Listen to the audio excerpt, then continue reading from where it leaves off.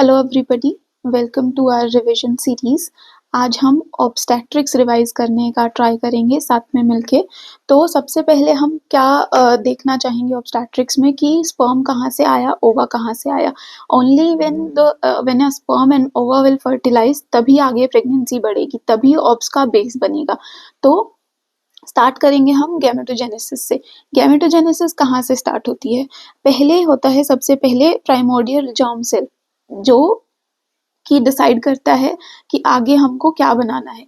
लेकिन अब primordial germ cell हमारा कैसे डिसाइड करेगा कि स्पर्म बनाना है या ओवा बनाना है? उसके लिए हमारा होता है SRY जीन। अगर वो प्रेजेंट है तो स्पर्म बनेगा, अगर वो एब्सेंट है तो oogonia बनेगा।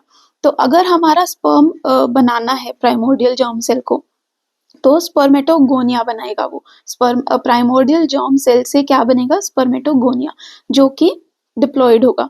उसके बाद माइटोसिस होगी स्पर्मेटोगोनिया में, उस जो कि प्राइमरी स्पर्मेटोसाइट बनाएगा। वो माइटोसिस के बाद फिर से डिप्लॉयड ही रहेगा। हेप्लॉयड कब होता है? मेयोसिस के बाद, मेयोसिस 1 के बाद।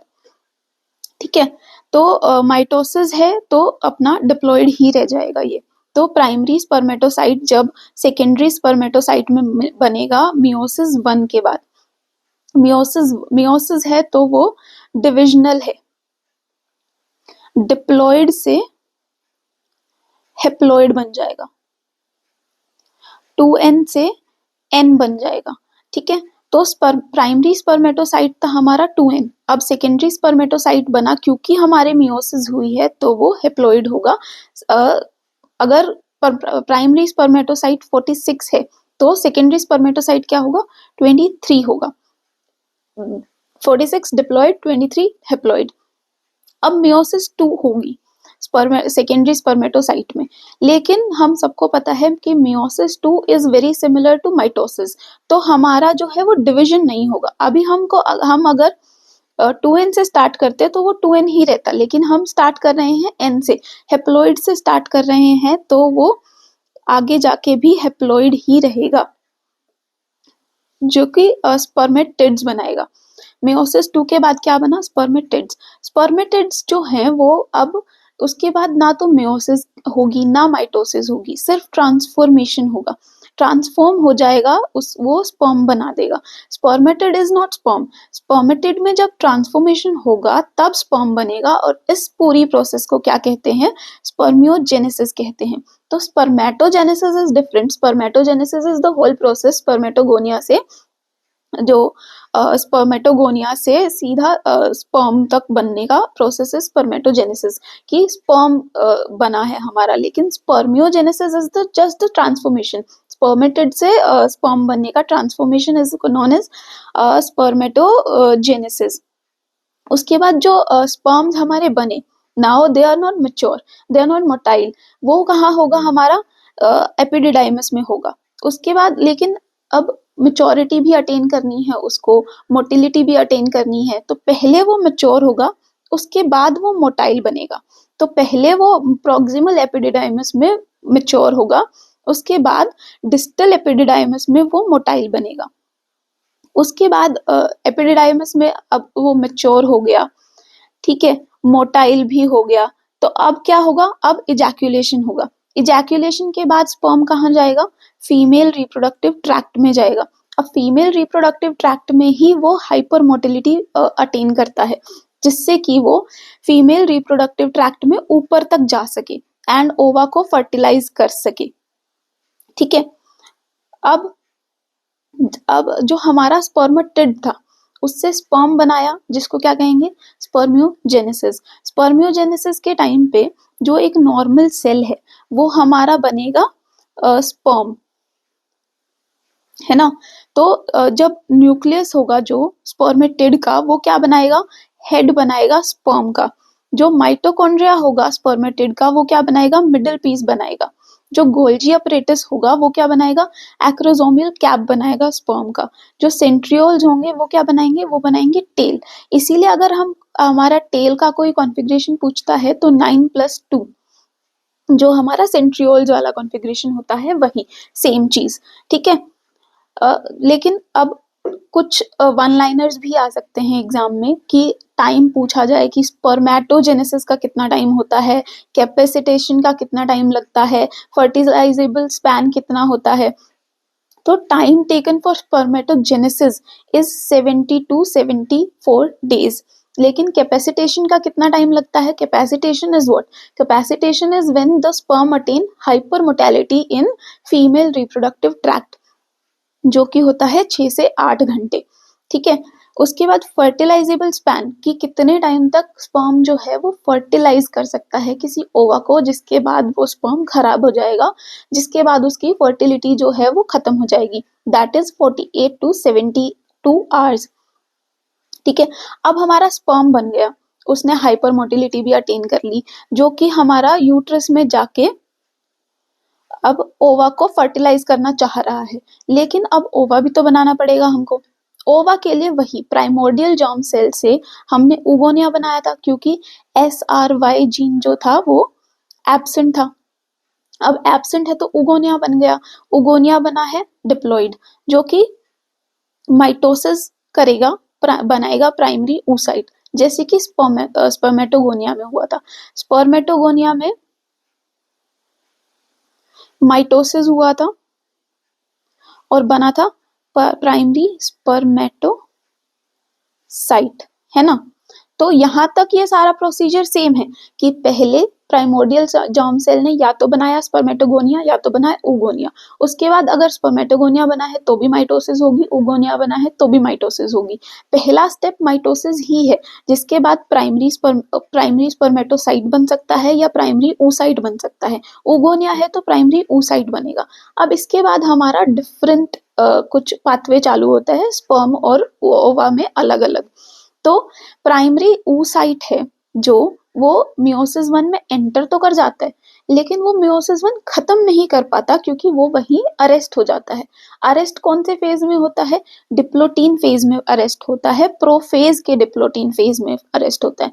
अब ये जो अरेस्टेड फेज है, इसको जो ये प्राइमरी oocyte है इन अरेस्टेड फेज, इसको क्या बोलते हैं? इसको हम बोल सकते हैं डिक्टाइट स्टेट। ठीक है। अब ये अरेस्ट हो गया, लेकिन अब कंप्लीट तो करनी है मियोसिस 1। वो कब होगी? ये सारा कुछ जो हो रहा था मियोसिस 1 तक, ये हो रहा था जब इन विट्रो में, मतलब यूट्रस के अंदर ही जब एक फीमेल चाइल्ड होगा, फीमेल फीटस होगा, ये सब कुछ यूट्रस के अंदर ही हो रहा है, लाइफ इन विट्रो लाइफ में ही हो रहा है। लेकिन जब मियोसिस 1 कंप्लीट करने का टाइम आएगा, तो वो कब होगा? वो होगा प्यूबर्टी पे, जब LH सर्ज होगा। LH सर्ज होगा तो जो अरेस्टेड प्राइमरी oocyte था मियोसिस 1 में, जो अरेस्टेड प्राइमरी oocyte था, वो बनेगा सेकेंडरी oocyte। ठीक है। अब मियोसिस 1 हुई है तो क्या होगा? वो डिवीजन है, तो 2n से n बन जाएगा, डिप्लॉइड से हेप्लॉइड बन जाएगा, और साथ में क्या रिलीज होगी? फर्स्ट पोलर बॉडी, वो भी हेप्लॉइड होगी। ठीक है। अब मियोसिस 2 होनी है, हमको भी पता है, जैसे स्पर्म में हुआ है वैसे ही ओवा में भी होगा। माइटोसिस होगी, मियोसिस 1 होगी, मियोसिस 2 होगी। लेकिन ओवा में मियोसिस 1 भी अरेस्ट होगी, मियोसिस 2 भी अरेस्ट होगी। तो अब ये मियोसिस 2 जो है वो अरेस्ट हो जाएगी इन मेटाफेज। मेटाफेज जब में अरेस्ट होगी, अब वो अरेस्ट कब टूटेगा? वो अरेस्ट खत्म होगा at the time of fertilization. जब फर्टिलाइजेशन का टाइम आएगा, जब स्पर्म आएगा ओवा को फर्टिलाइज करने, तो तब जो सेकेंडरी oocyte है वो बनेगा फीमेल प्रोन्यूक्लियस। फीमेल प्रोन्यूक्लियस और जो सेकेंड, अब डिवीजन हो रही है तो 2 बनेंगे ना, सेकेंडरी oocyte से 2 बनेंगे, तो वो 2 क्या बनेंगे? वो फीमेल प्रोन्यूक्लियस बनेंगे और सेकेंड पोलर बॉडी बनेंगे, जो कि दोनों हेप्लॉइड होंगे। अब साइज अगर कोई पूछे आपसे, साइज ऑफ ओवम या फिर female pronucleus, female pronucleus is the new term, ovum is the पहले वाला टर्म, तो उसका साइज क्या होगा? 120 माइक्रॉन्स। अगर फर्टिलाइजेबल स्पैन पूछे, जो कि स्पर्म का कितना था फर्टिलाइजेबल स्पैन? 48 to 72 hours. लेकिन ओवा का कितना होगा फर्टिलाइजेबल स्पैन? 12 से 24 घंटे, 12 to 24 आवर्स ओनली। तो इसी अगर कॉन्सेप्ट पे देखे जाएं तो हम पूरे ऑब्स्टेट्रिक्स में ये अज्यूम करके चलते हैं कि जिस दिन फर्टिलाइजेशन हुआ, नहीं सॉरी, जिस दिन ओवा निकला, जिस दिन ओव्यूलेशन हुआ, वही जो टाइम होता है, वही जो दिन होता है, वही हमारा फर्टिलाइजेशन वाला डे माना जाता है। अगर ओव्यूलेशन हुआ है हमारा 14th डे पे, तो फर्टिलाइजेशन किस दिन होगा, वो भी 14th डे पे ही होगा फर्टिलाइजेशन भी। अब हमारे पास एक स्पर्म आ गया है, एक ओवा आ गया है, अब हमको क्या करना है, फर्टिलाइजेशन करना है। फर्टिलाइजेशन के लिए सबसे पहले स्पर्म को जो है वो कैपेसिटेशन से होके गुजरना पड़ेगा। कैपेसिटेशन क्या था, हाइपर मोटेलिटी जो फीमेल रिप्रोडक्टिव ट्रैक्ट में हमको मिली थी, स्पर्म को मिली थी, ठीक है। हाइपर मैच्योरिटी, हाइपर मोटेलिटी जो हुआ स्पर्म का, उसके बाद स्पर्म पहुंच गया ओवा के पास। अब ओवा के पास क्या क्या क्या क्या रिएक्शन होंगी जिसकी वजह से फर्टिलाइजेशन होगा, वो है एक्रोसोमियल रिएक्शन। अब एक्रोसोमियल रिएक्शन क्या है, एक्रोसोमियल रिएक्शन जो है वो है जब हेड, जो स्पर्म का हेड है, वो सेकेंडरी oocyte में एंटर करता है। अब थर्ड रिएक्शन क्या होगी, पहला तो कैपेसिटेशन था, first was capacitation, second was acrosomal reaction, third क्या होगा, कॉर्टिकल रिएक्शन होगा। कॉर्टिकल रिएक्शन क्या होता है, जब रिलीज होते हैं कॉर्टिकल एंजाइम्स, जो कॉर्टेक्स है सेकेंडरी oocyte का। तो अब कॉर्टिकल रिएक्शन के बाद क्या होगा, zona reaction. Zona reaction is what, हमको पता है एक जोना पेल्यूसिडा नाम की एक कवरिंग होती है जो कि प्रिवेंट करती है पोलीस्पर्मी से। तो वो प्रिवेंट कैसे करती है पोलीस्पर्मी से, पोलीस्पर्मी से प्रिवेंट करती है जोना रिएक्शन के थ्रू। जोना पेल्यूसिडा बिकम्स हार्ड, ये हार्ड हो जाएगी, जिसकी वजह से जो कोई दूसरा स्पर्म अगर उसी ही ओवा को फर्टिलाइज करने आएगा तो वो नहीं आ पाएगा, ठीक है। अब हमारा एग जो है वो फर्टिलाइज हो चुका है। फर्टिलाइजेशन के बाद क्या बना हमारा, हमारा बना है जाइगोट। अब जाइगोट डिवाइड होगा, जाइगोट डिवाइड होगा तो वो एक सेल से दो सेल बनेंगे, दो सेल से चार सेल बनेंगे, चार से आठ, आठ से 16। जो ये 8 to 16 सेल्ड स्टेज है, इसको हम क्या कह सकते हैं, मोरुला। मोरुला इज, अगर आपको कोई बोले कि 8 सेल्ड स्टेज को क्या बोलते हैं, उसको बोलते हैं मोरुला। अगर कोई बोले आपको कि 16 सेल्ड स्टेज को क्या बोलते हैं, दैट इज ऑल्सो मोरुला। तो 8 to 16 सेल्ड स्टेज जो है वो मोरुला कहलाती है। मोरुला इसी स्टेज पे, जब 8 या 16 वाली सेल वाली स्टेज पे ही जो है वो यूट्राइन कैविटी में एंटर करेगा। वो कब करेगा, डे 4 पर एंटर करेगा आफ्टर फर्टिलाइजेशन। ये हम डे 4 या डे 3 या डे 8 या डे 10 जब भी बोलेंगे वो होगा after fertilization, not from the first day of last menstrual period. First day of last menstrual period से हम प्रेगनेंसी कैलकुलेट करेंगे जब भी हम वीक्स की बात करेंगे, या जब भी हम कि कितनी प्रेगनेंसी, कितने वीक्स की प्रेगनेंसी है ये बात करेंगे, that is from first day of LMP, first day of last menstrual period. लेकिन जब भी हम ये सब डे 4 आफ्टर फर्टिलाइजेशन बोलेंगे तो वो 14th डे से, 14th डे पे हमारा ओव्यूलेशन हुआ, हमारा फर्टिलाइजेशन हुआ, और उसके बाद जो काउंट करना चालू करेंगे वो डे 4 होगा, डे 5 होगा, डे 6 होगा, ठीक है। तो पहले 14th डे पे हमारा हो गया फर्टिलाइजेशन। तो डे 4 आफ्टर फर्टिलाइजेशन हमारा मोरुला जो है वो एंटर कर जाता है यूट्राइन कैविटी में। अब डे 5 पे क्या होगा, जो हमारा मोरुला है वो बनाएगा ब्लास्टोसिस्ट, और डे 6 पे क्या होगा, इम्प्लांटेशन होगा। इम्प्लांटेशन कैसा होता है यूट्रस के अंदर, अगर नॉर्मल इम्प्लांटेशन की बात की जाए तो that is interstitial implantation. Interstitial implantation क्या होता है कि अगर मान लो ये, एक second, suppose this is our endometrium, ठीक है, this is our myometrium and this is our serosa. 3 layers uterus की, एंडोमेट्रियम, मायोमेट्रियम, सेरोसा। तो अगर दिस इज द एंडोमेट्रियम और ये हमारा बना है ब्लास्टोसिस्ट, ब्लू कलर का ब्लास्टोसिस्ट।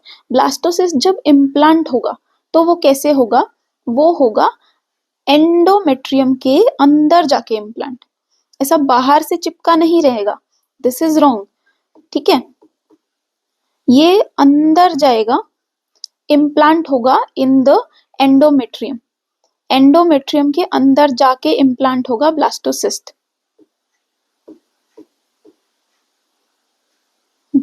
ये कैसे इम्प्लांट होगा? एंडोमेट्रियम के अंदर जाके इम्प्लांट होगा ब्लास्टोसिस्ट। इसी इम्प्लांटेशन को हम बोलते हैं इंटरस्टिशियल इम्प्लांटेशन, क्योंकि वो अंदर जाके इम्प्लांट हो रहा है।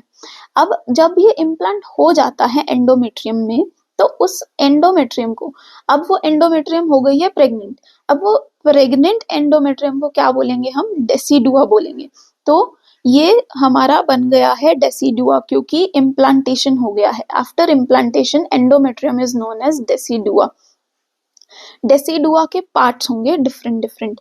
पार्ट्स कैसे हम रिवाइज कर सकते हैं कि अगर हमारा ये एंडोमेट्रियम है ग्रीन कलर का, दिस इज हमारा एंडोमेट्रियम, और ये हमारा अगर ब्लास्टोसिस्ट है, ब्लैक कलर का ब्लास्टोसिस्ट है, तो ब्लास्टोसिस्ट के अगर बेसल साइड देखें, मायोमेट्रियम वाली साइड देखें, तो दैट इज हमारा डेसिडुआ बेसालिस। अगर हम कैविटी की साइड देखें कि ये हमारी यूट्राइन कैविटी होगी ना, अगर ये एंडोमेट्रियम है तो ये यूट्राइन कैविटी होगी, अगर हम कैविटी की साइड देखें तो उस वाले डेसिडुआ को बोला जाता है decidua कैप्सुलारिस।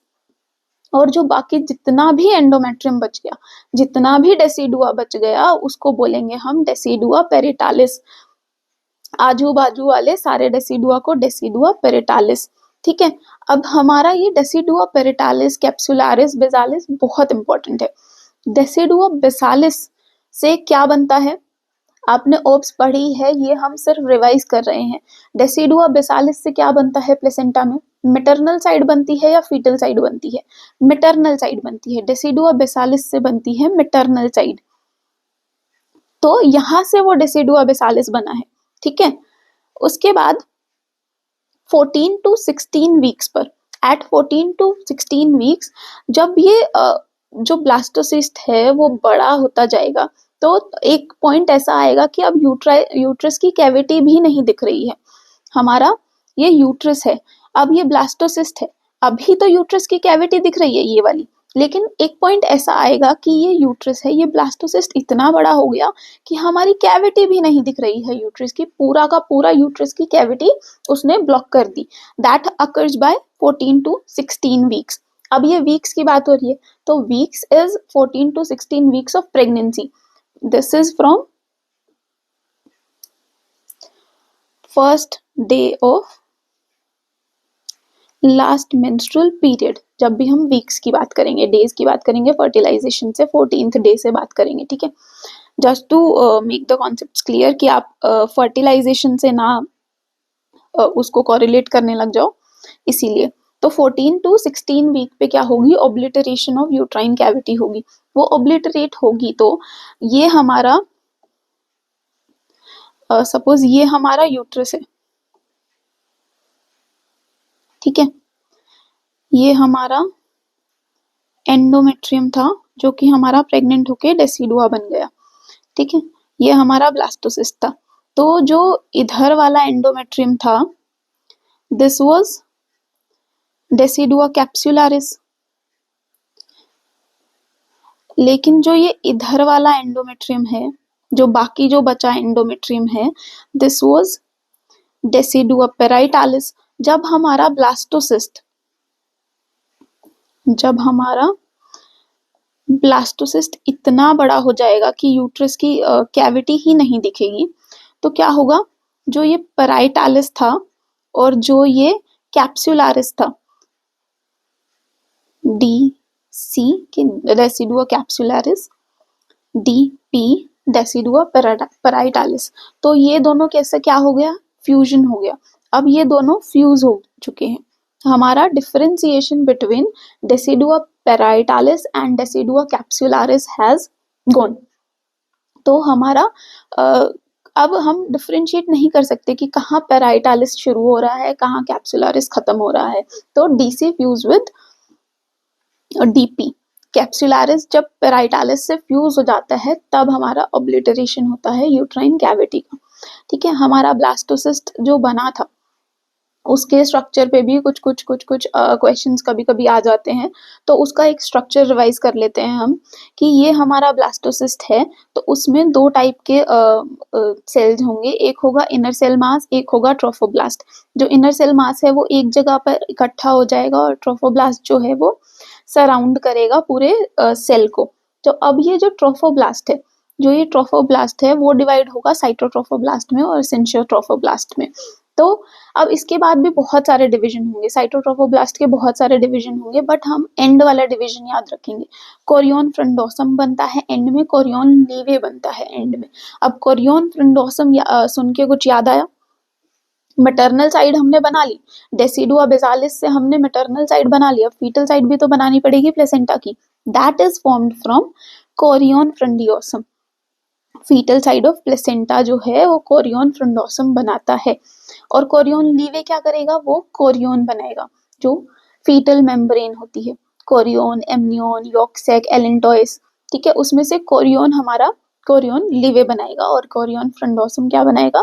Fetal side of placenta. Fetal membranes, chorion, amnion, yolk sac, allantois, जो हम अभी हमने बात की, उसमें से कोरियन किसने बनाया? कोरियन लीवे ने। कोरियन लीवे ने। कोरियन जो है वो सबसे आउटर मोस्ट लेयर होती है। जो फीटल मेम्ब्रेन्स में जो 4 लेयर हैं उनमें कोरियन जो है वो सबसे आउटर मोस्ट है, और जो इनर मोस्ट है दैट इज एमनियन, जो कि किससे बनती है? एक्टोडर्म से बनती है। कोरियन कब तक बनती है? डे 8 तक बनती है, डे 8 आफ्टर फर्टिलाइजेशन। एमनियन कब तक बनती है? डे 10 तक बनती है, डे 10 आफ्टर फर्टिलाइजेशन। ठीक है, उसके बाद हम बात करेंगे प्लेसेंटा की। प्लेसेंटा कैसा कैसा होता है? प्लेसेंटा डेसिडुएट हो सकता है, प्लेसेंटा हीमोकोरियल हो सकता है, प्लेसेंटा डिस्कोइडल हो सकता है। क्या मतलब? डेसिडुएट का मतलब शेड्स ऑफ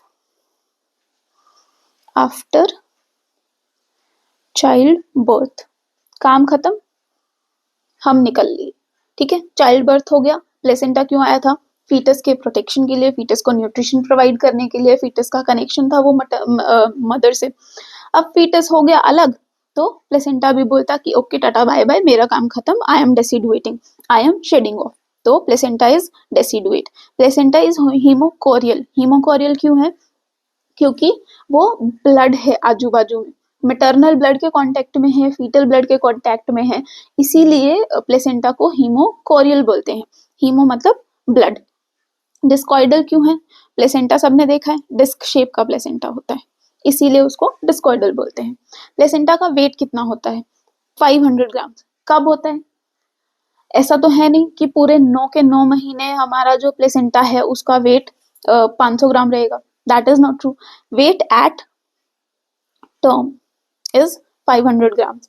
डायामीटर कितना होता है at term? 15 to 20 centimetre. Thickness कितनी होती है? थिकनेस जो है वो अगर एवरेज हमारा मान के चलें तो average is 2.5, but this is a range कि वो डिसाइड नहीं कर सकते हम एक ही उसमें।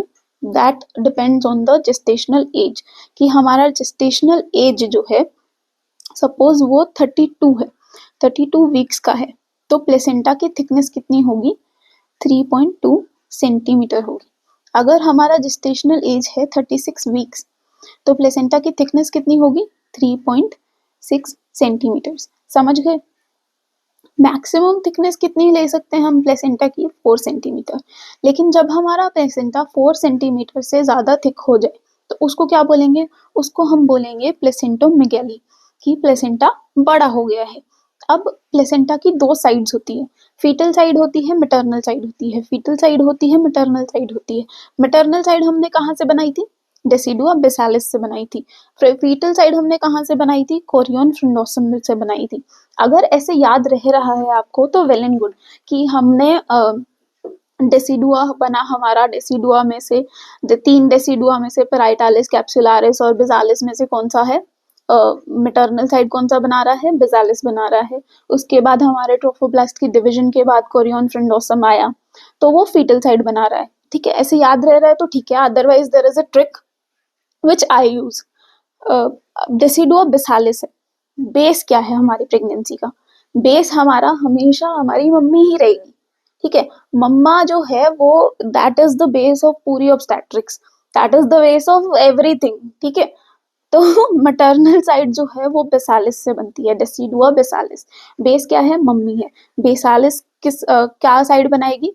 प्लेसेंटा की मैटरनल साइड बनाएगी, ठीक है।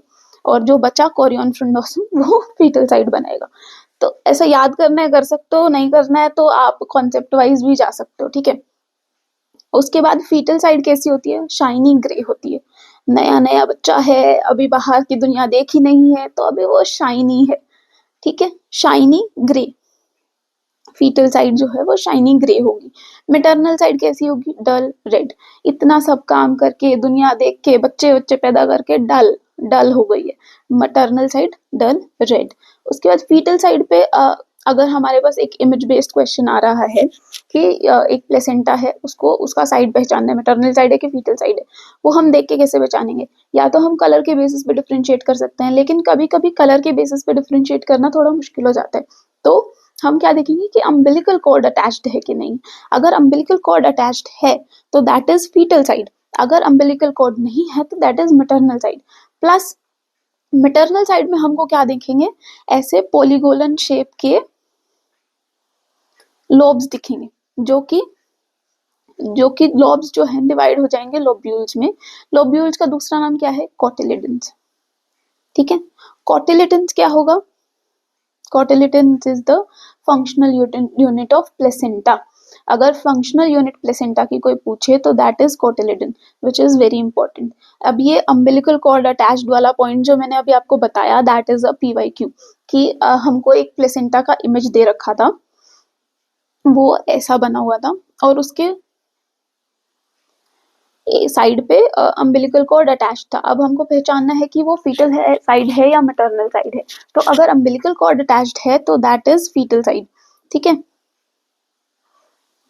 ये हमारा एक PYQ है। देखो क्वेश्चन आ रहा है, इजी आ रहा है, ये हमको पता है कि फीटल साइड पे अम्बिलिकल कॉर्ड अटैच्ड होगा, लेकिन हम फिर भी कंफ्यूज जाते हैं एग्जाम में क्योंकि ये प्रेशर बहुत होता है। तो थोड़ा ऐसा शांत रहो और ध्यान से देखो कि छोटे छोटे हिंट्स ढूंढो क्वेश्चन में, इमेजेस में, या जो कुछ भी, अपने कीवर्ड ढूंढो और सही आंसर ही मार्क करो प्लीज। तभी पास होएंगे ना, सही आंसर मार्क करेंगे तो। अब हमारे प्लेसेंटा में ब्लड फ्लो करना है। ब्लड के बिना कैसे जिंदा रहेगा? हीमोकोरियल तो वैसे भी है, फीटल ब्लड भी चाहिए, मैटरनल ब्लड भी चाहिए। तो पहले यूट्राइन ब्लड फ्लो आएगा कि यूट्राइन आर्टरी से हमारा ब्लड जा रहा है प्लेसेंटा तक। तो यूट्राइन ब्लड फ्लो कितना होगा? At term 750 ml। फिर उसके बाद यूट्रस से, यूट्राइन आर्टरी से कहाँ जाएगा? प्लेसेंटा तक। तो यूट्रो प्लेसेंटल ब्लड फ्लो, तो वो कितना होगा? 500 to 700 ml पर मिनट। उसके बाद feto placental blood flow, placenta से कहाँ जाना है हमारा ब्लड? फीटल तक जाना है, तो फीटो प्लेसेंटल ब्लड फ्लो वो कितना होगा? 400 ml होगा। उसके बाद एंड में फीटस आ जाएगा, तो वो फीटल ब्लड फ्लो कितना होगा? वो होगा 125 ml पर kg। कैसे याद रख सकते हैं हम इसको? कि हमारा जो मेन सोर्स है यूट्राइन आर्टरी, उसके बाद प्लेसेंटा, उसके बाद क्या है?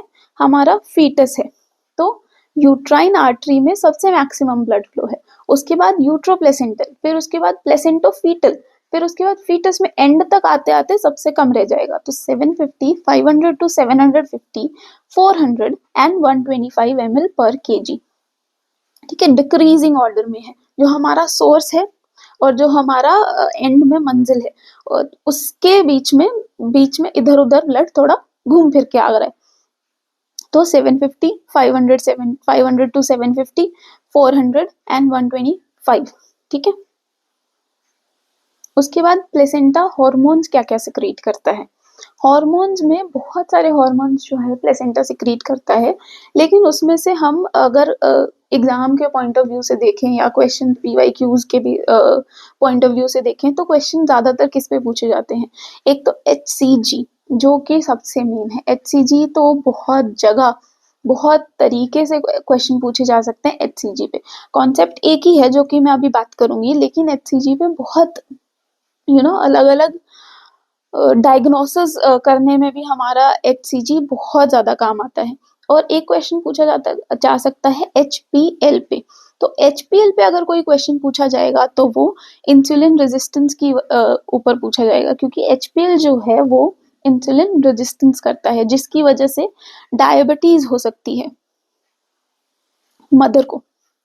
मदर में इंसुलिन रेजिस्टेंस होगी, किसकी वजह से? एचपीएल की वजह से, जिसकी वजह से डायबिटीज हो सकती है, जेस्टेशनल डायबिटीज हो सकती है। ठीक है। दूसरा हार्मोन जो हमको बहुत ध्यान से पढ़ना है दैट इज एचसीजी, जो जिसके बारे में बहुत सारे क्वेश्चन पूछे जा सकते हैं। एचसीजी जो है वो प्रोड्यूस होता है सिंसियोट्रोफोब्लास्ट से। सिंसियोट्रोफोब्लास्ट क्या था?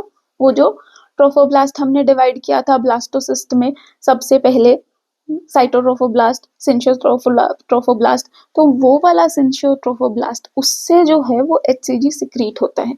एचसीजी के दो सब यूनिट होते हैं, एल्फा सब यूनिट होता है और बीटा सब यूनिट होता है। एल्फा जो सब यूनिट होता है that is very similar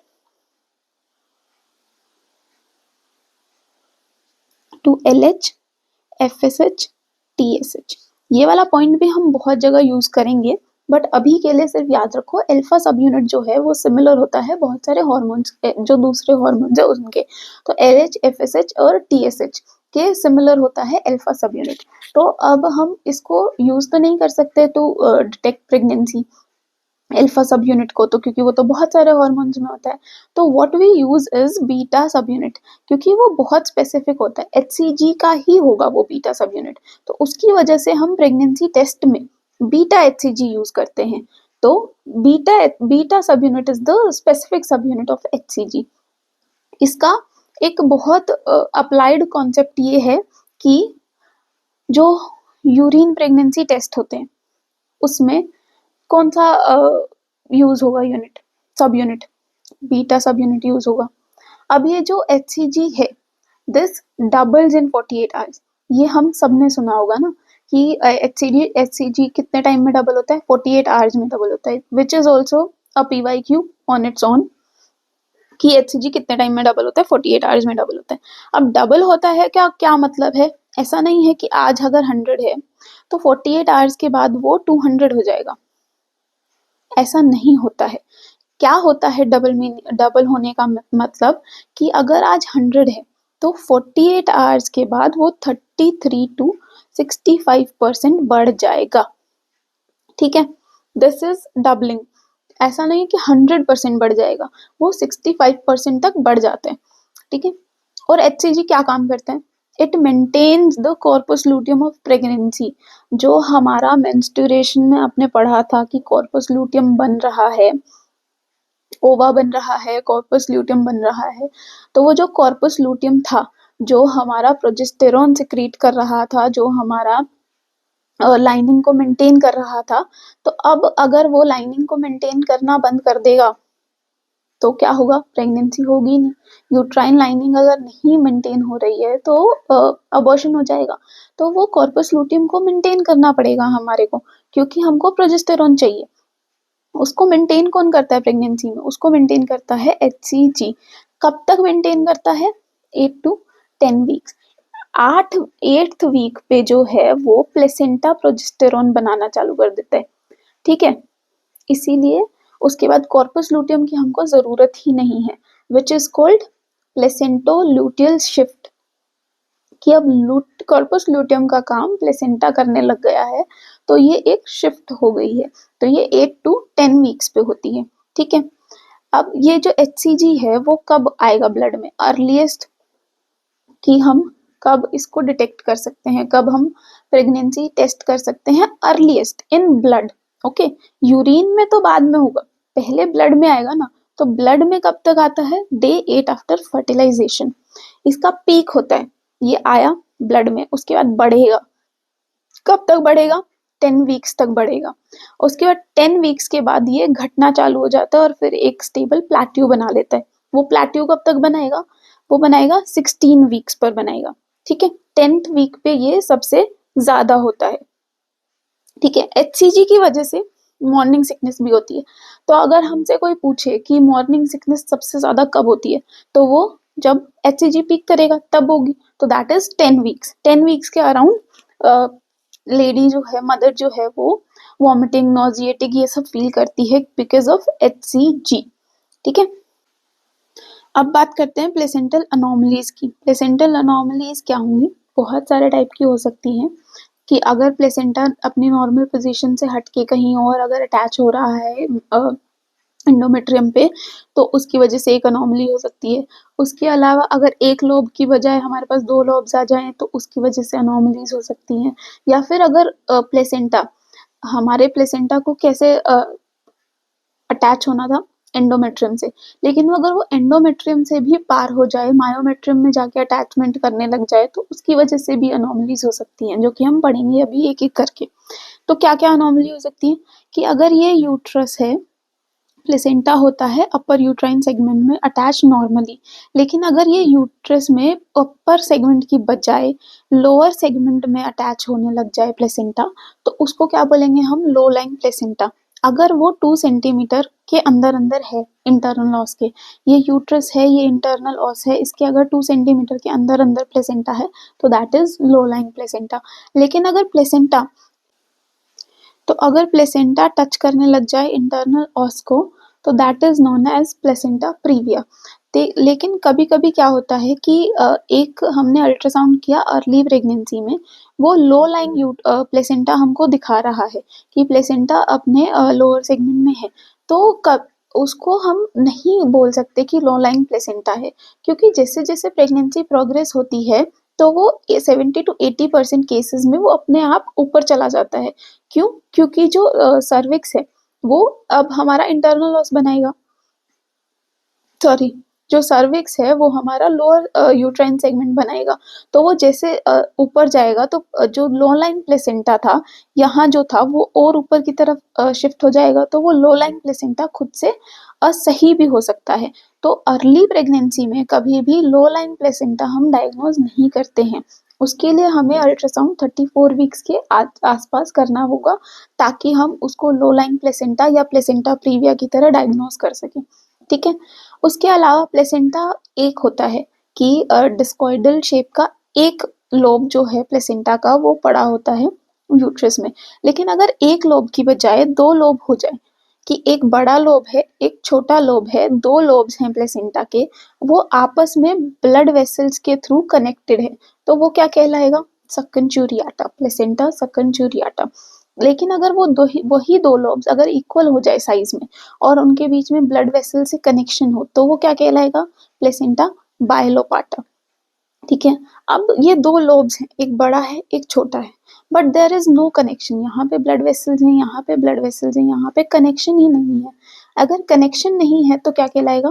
placenta स्पूरिया। अगर हमारा ये प्लेसेंटा जो कि एक साइड बस पड़ा होना चाहिए, वो अगर हमारे यूट्रस में पूरे टाइम पे फैल जाए, पूरे यूट्रस में फैल जाए थिनली, तो वो क्या होगा?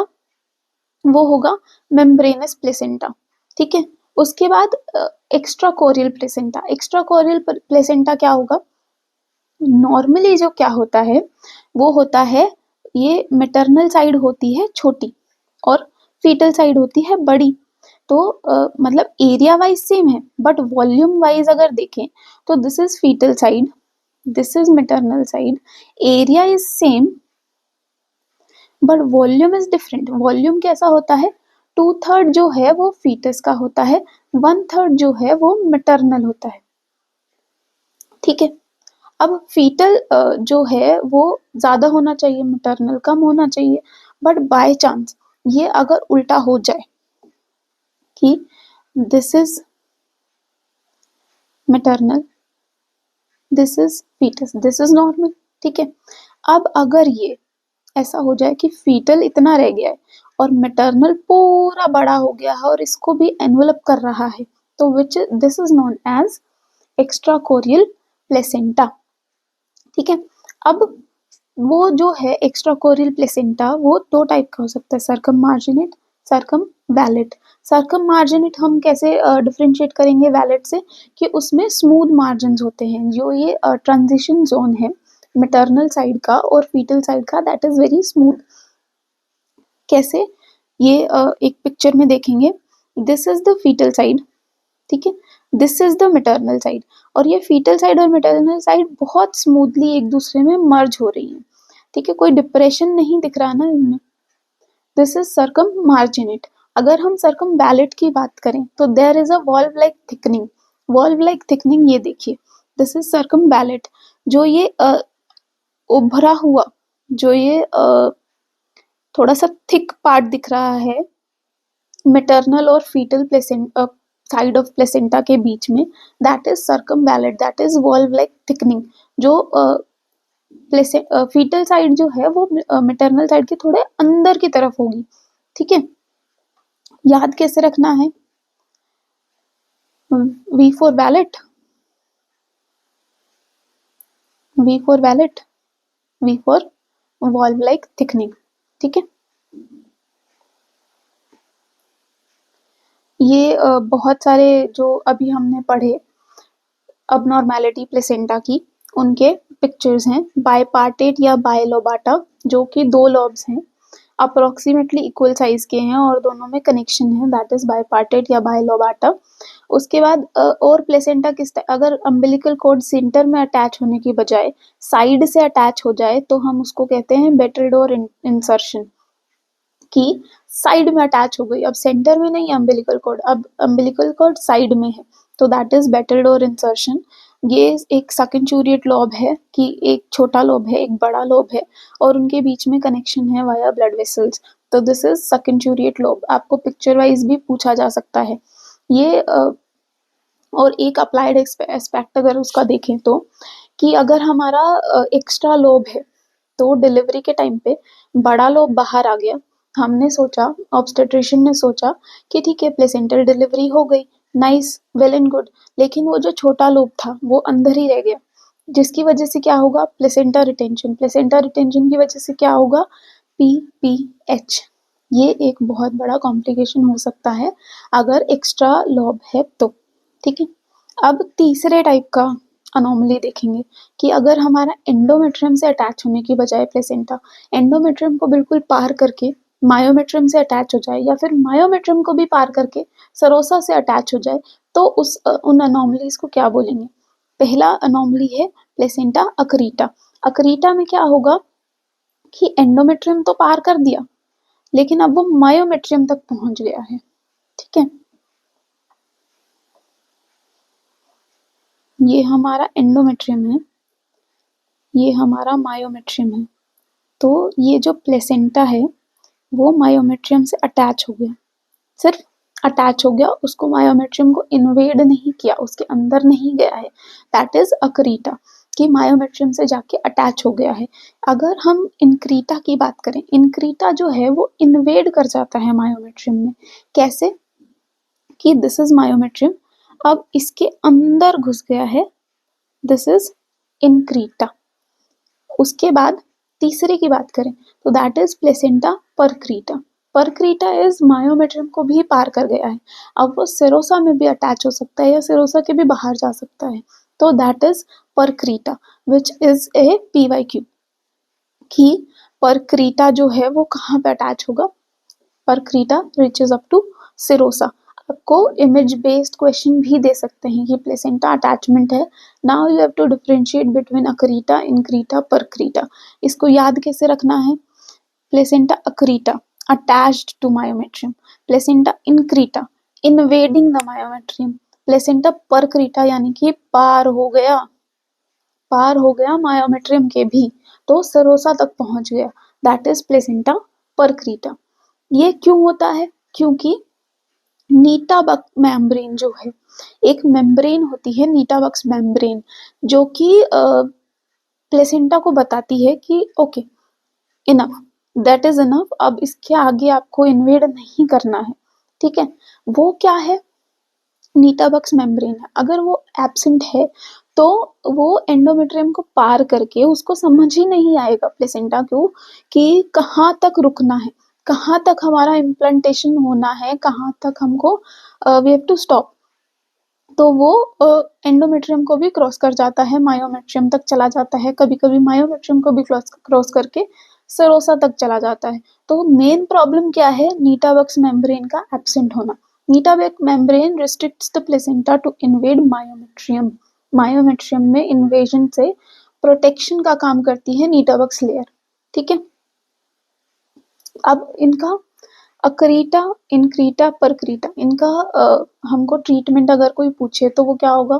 अब प्लेसेंटा इतना अंदर तक इन्वेड कर चुके हैं कि प्लेसेंटा सेपरेट करना मैन्युअली भी it is very difficult, it is going to lead to PPH. PPH अगर हमको हटाना है तो हमको पूरा यूट्रस ही निकालना पड़ेगा, so that PPH does not occur, ठीक है। तो इसका ट्रीटमेंट इज हिस्टेरेक्टोमी। नेक्स्ट चलते हैं हम, बेसिक्स हमारे क्लियर हो गए, हमारा ब्लास्टोसिस्ट बन गया, इम्प्लांटेशन हो गया, हमारा प्लेसेंटा हमने बना दिया। अब हमारी प्रेगनेंसी का मतलब प्रेगनेंसी आगे बढ़ रही है, तो उसमें सबसे पहले हमको क्या पता होना चाहिए प्रेगनेंसी का, कि एस्टिमेटेड डिलीवरी डेट क्या है। एक लेडी आई आपके पास तो उसको तो पता करना होगा ना कि हाँ, कि डॉक्टर ने ये डेट दी है बेबी के पैदा होने की। वो कैसे पता चलता है, वो हम कैलकुलेट करते हैं नेगेलेस फॉर्मूला से। Naegele's formula is what, Naegele's formula is first day of LMP plus 9 months plus 7 days. कि प्रेगनेंसी टोटल कितने महीने की होती है, 9 महीने की होती है।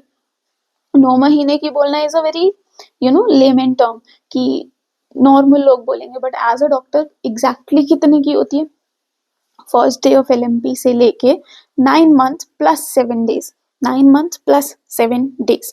तो अगर साइकिल लेंथ 28 डेज की है, 28 डेज की है, तो दिस इज द फॉर्मूला, ठीक है। आ गया एलएमपी में 9 महीने ऐड किए, 7 दिन ऐड किए, हो गया, आ गई हमारी ईडीडी। अगर हमारा साइकिल लेंथ ज्यादा है, 28 डेज से ज्यादा है, तो जितने भी दिन ज्यादा है 28 डेज से, ठीक है, मान लो 30 डेज का साइकिल है तो 2 दिन एक्स्ट्रा है, तो ये वाला फॉर्मूला तो हमने यूज किया, ईडीडी आई। उसके बाद जो है हमको उसमें जो वो 2 दिन का डिफरेंस आया साइकिल लेंथ की वजह से, वो भी ऐड करना पड़ेगा, ठीक है। तो first day of LMP plus 9 month plus 7 days plus the difference. लेकिन अगर साइकिल लेंथ छोटी है, अगर 28 डेज से, तो कितना ईडीडी निकलेगा, उसके लिए हमको वो जो डिफरेंस है वो माइनस करना पड़ेगा। अगर 26 डेज का साइकिल है तो हमारा जो ईडीडी हमने नेगेलेस फॉर्मूला से निकाला, उसमें से माइनस करना पड़ेगा the difference between 28 and 26, that is 2 days. तो हम 2 डेज उसमें से माइनस कर देंगे, तो वो हमारा ईडीडी हो जाएगा जब साइकिल लेंथ वैरी करे, ठीक है।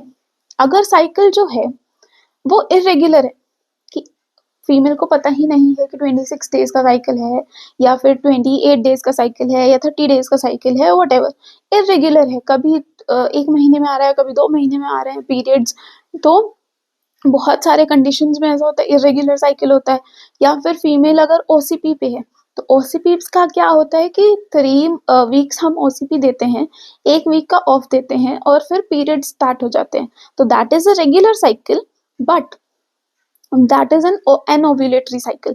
तो उसमें प्रेगनेंसी थोड़ा ऐसा पॉसिबल नहीं है ओसीपीज को लेते लेते। लेकिन अगर साइकिल इरेगुलर है या फीमेल जो है वो ओसीपीज पर है, या फिर अगर फीमेल को पता ही नहीं है कि उसका एलएमपी क्या है, तो हम कैसे कैलकुलेट करेंगे ईडीडी, नेगेलेस फॉर्मूला तो हम नहीं लगा सकते हैं। तो हमारा बेस्ट मेथड होगा क्राउन रंप लेंथ। अल्ट्रासाउंड पर हम देखें क्राउन रंप लेंथ को, उसकी वजह से उसका इस्तेमाल करके तो हम कैलकुलेट कर सकते हैं ईडीडी। तो उसके बाद हम जब ऑब्स पढ़ते हैं किसी भी फीमेल को, अगर हमको बताना होता है कि शी इज प्रेग्नेंट, इसके इतने बच्चे थे पास्ट में, इतनी बार प्रेग्नेंट हो चुकी है, ये इसकी पहली प्रेगनेंसी है या दूसरी प्रेगनेंसी है, हम उसको क्या देते हैं, ऑब्स स्कोर देते हैं। ऑब्स स्कोर कैसे पता चलता है, ग्रेविटा और पैरिटी हमको उसकी बतानी होती है। कैसे, अगर हमारे पास 2-3 तरीके होते हैं उसके, अगर सिंपली अगर हम बताना चाहें तो हम जीपी स्कोर यूज कर सकते हैं, जिसमें G is gravida, P is parity. कि ग्रेविडा माने कितनी बार प्रेग्नेंट हो चुकी है, पैरिटी माने कितनी बार जो उसकी प्रेगनेंसी है वो वायबिलिटी के ऊपर गई है, इंडिया में वायबिलिटी इज 28 वीक्स, ठीक है। तो 28 वीक्स की जितनी भी प्रेगनेंसीज हो, इररिस्पेक्टिव ऑफ द आउटकम, कि वो लाइव बर्थ था कि स्टिल बर्थ था कि 28 वीक्स के बाद फीटल डेथ हो गई, जो भी, वो पैरिटी में काउंट होता है, ठीक है। तो G is gravida, P is parity. लेकिन अगर हम अब पैरिटी में भी अबॉर्शन बताना चाहें कि 28 वीक्स से जो कम वाली प्रेगनेंसीज थी वो कहाँ काउंट होगी, तो हम G के बाद तो ग्रेविडा लिख देंगे, कितनी बार प्रेग्नेंट हुई। P के बाद हम दो नंबर बता सकते हैं, जिसमें से पहला नंबर जो है वो पैरिटी होगा, जो दूसरा नंबर जो है वो होगा हमारा अबॉर्शन, कि 28 वीक्स के ऊपर जो जितने भी उनकी प्रेगनेंसी गई तो वो हमारी आ गई पैरिटी में, मतलब पहले नंबर में, ठीक है। लेकिन जो 28 वीक्स से कम प्रेगनेंसी थी वो हम कहाँ बताएंगे, वो हम बताएंगे दूसरे नंबर पे। एक सिस्टम है हमारा जीटी पैल सिस्टम, जो कि हमारा लेटेस्ट है, ठीक है। तो उसमें जी इज ग्रेविडा, जी हमेशा हर जगह ग्रेविडा ही है। उसके बाद पैरिटी में जो है हम 4 नंबर लिखते हैं, ठीक है। 4 नंबर में से पहला नंबर जो है दैट इज टर्म डिलीवरीज, कि कितनी डिलीवरीज टर्म पे आके हुई है, ठीक है। चाहे वो बच्चा अभी अलाइव हो या फिर वो बच्चा अभी मर गया हो, लेकिन टर्म पे डिलीवरी हुई, दैट इज टी, ठीक है। उसके बाद कितनी डिलीवरीज प्री टर्म हुई है, 37 वीक से पहले हुई हैं, तो वो सारी डिलीवरीज आएंगी प्री टर्म डिलीवरीज में। उसके बाद ए इज अबॉर्शन, 28 वीक से पहले कितने जो उनकी डिलीवरीज कितनी जो उनकी प्रेगनेंसीज थी वो अबॉर्ट हो गई, that is abortion. L is number of living children, कि कितने बच्चे अभी जो हैं उनके जिंदा हैं, ठीक है। अब इसमें अगर हम एक ट्विस्ट डालना चाहें, अगर आपको मैं बोलूं कि एक लेडी है, उसके पास ट्विन्स हैं, तो वो ट्विन्स कहाँ हम लोग काउंट करेंगे, क्या टर्म डिलीवरीज हम उसकी दो डिलीवरीज बोलेंगे, या फिर हम कितने नंबर ऑफ चिल्ड्रन दो बोलेंगे, क्या करेंगे, पैरिटी दो बोलेंगे, कैसे क्या करेंगे।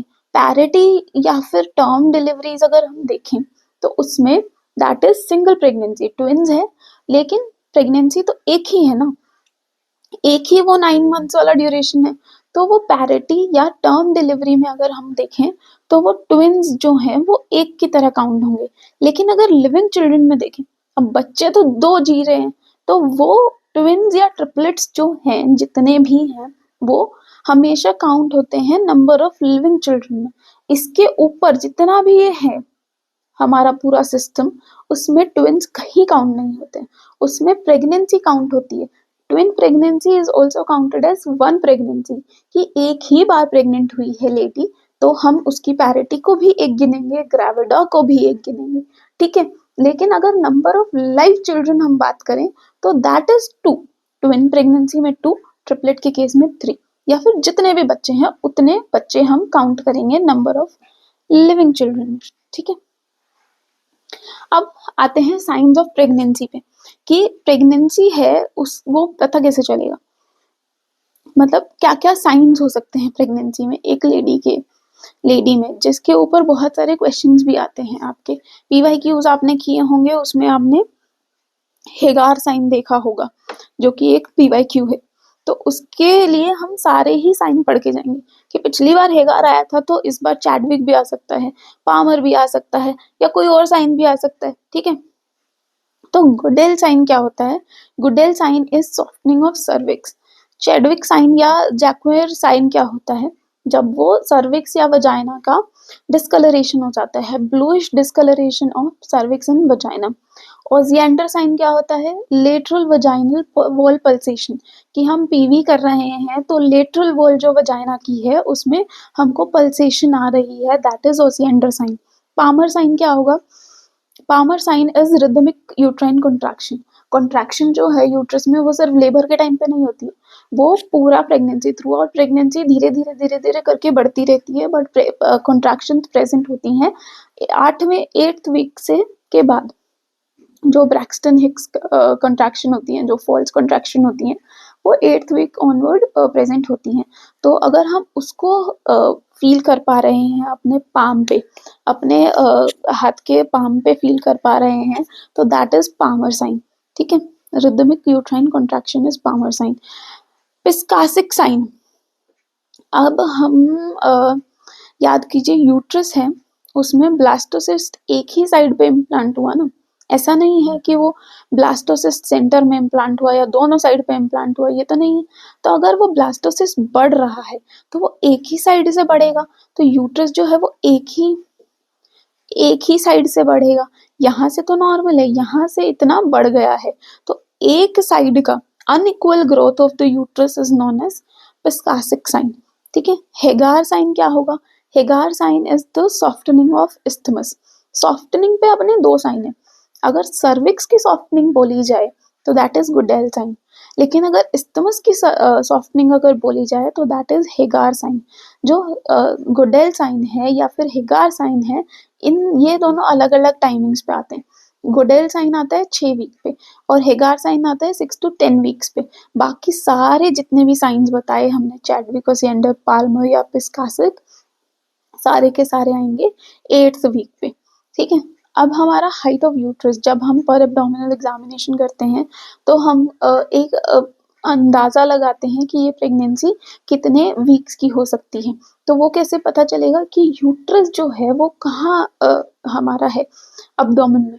अगर हमारा यूट्रस प्यूबिक बोन्स पर है, उस पेल्विक ऑर्गन है जब तक, दैट इज 12 वीक्स तक ये पेल्विक ऑर्गन रहता है। 12 वीक्स के ऊपर अगर हम जिफिस्टर्नम और प्यूबिक बोन्स के बीच में डिवाइड करते हैं हमारे बहुत सारे प्लेन्स कि एक ये अम्बिलिकस है, इसके बीच में अम्बिलिकस और प्यूबिक बोन के बीच में दो डिवीजन करेंगे, एक पार्ट ये एक पार्ट ये। ठीक है। उसके बाद जिफिस्टर्नम और अम्बिलिकस के बीच में हम तीन उसके बाद जिफिस्टर्नम और अम्बिलिकस के बीच में हम 3 डिवीजन करेंगे, एक डिवीजन, दो डिवीजन, 3 डिवीजन। ठीक है। अब 12 वीक से स्टार्ट करना है हमको कि 12 वीक्स पे हमारा प्यूबिक बोन्स पे रहता है यूट्रस। 12 वीक्स में +4 करेंगे तो अम्बिलिकस और प्यूबिक बोन के बीच में आ जाएगा 16 वीक्स पे। ठीक है। उसमें 4 ऐड करेंगे तो अम्बिलिकस के जस्ट नीचे, जस्ट बिलो द अम्बिलिकस कितने वीक्स पे होगा? 20 वीक्स पे। जस्ट अबव द अम्बिलिकस कितने वीक्स में होगा? 24 वीक्स में।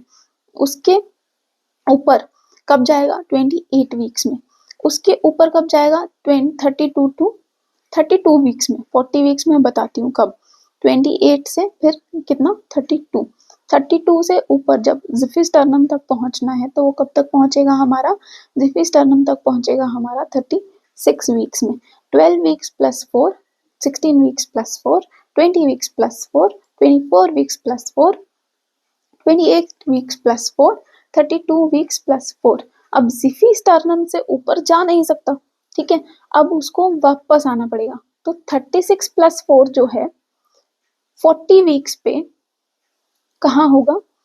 मिडवे होगा जिफिस्टर्नम से और अम्बिलिकस के बीच में, जहाँ पे 32 वीक्स वाला यूट्रस था वहां पर ही सेम जगह पे 40 वीक्स ऑफ यूट्रस होगा।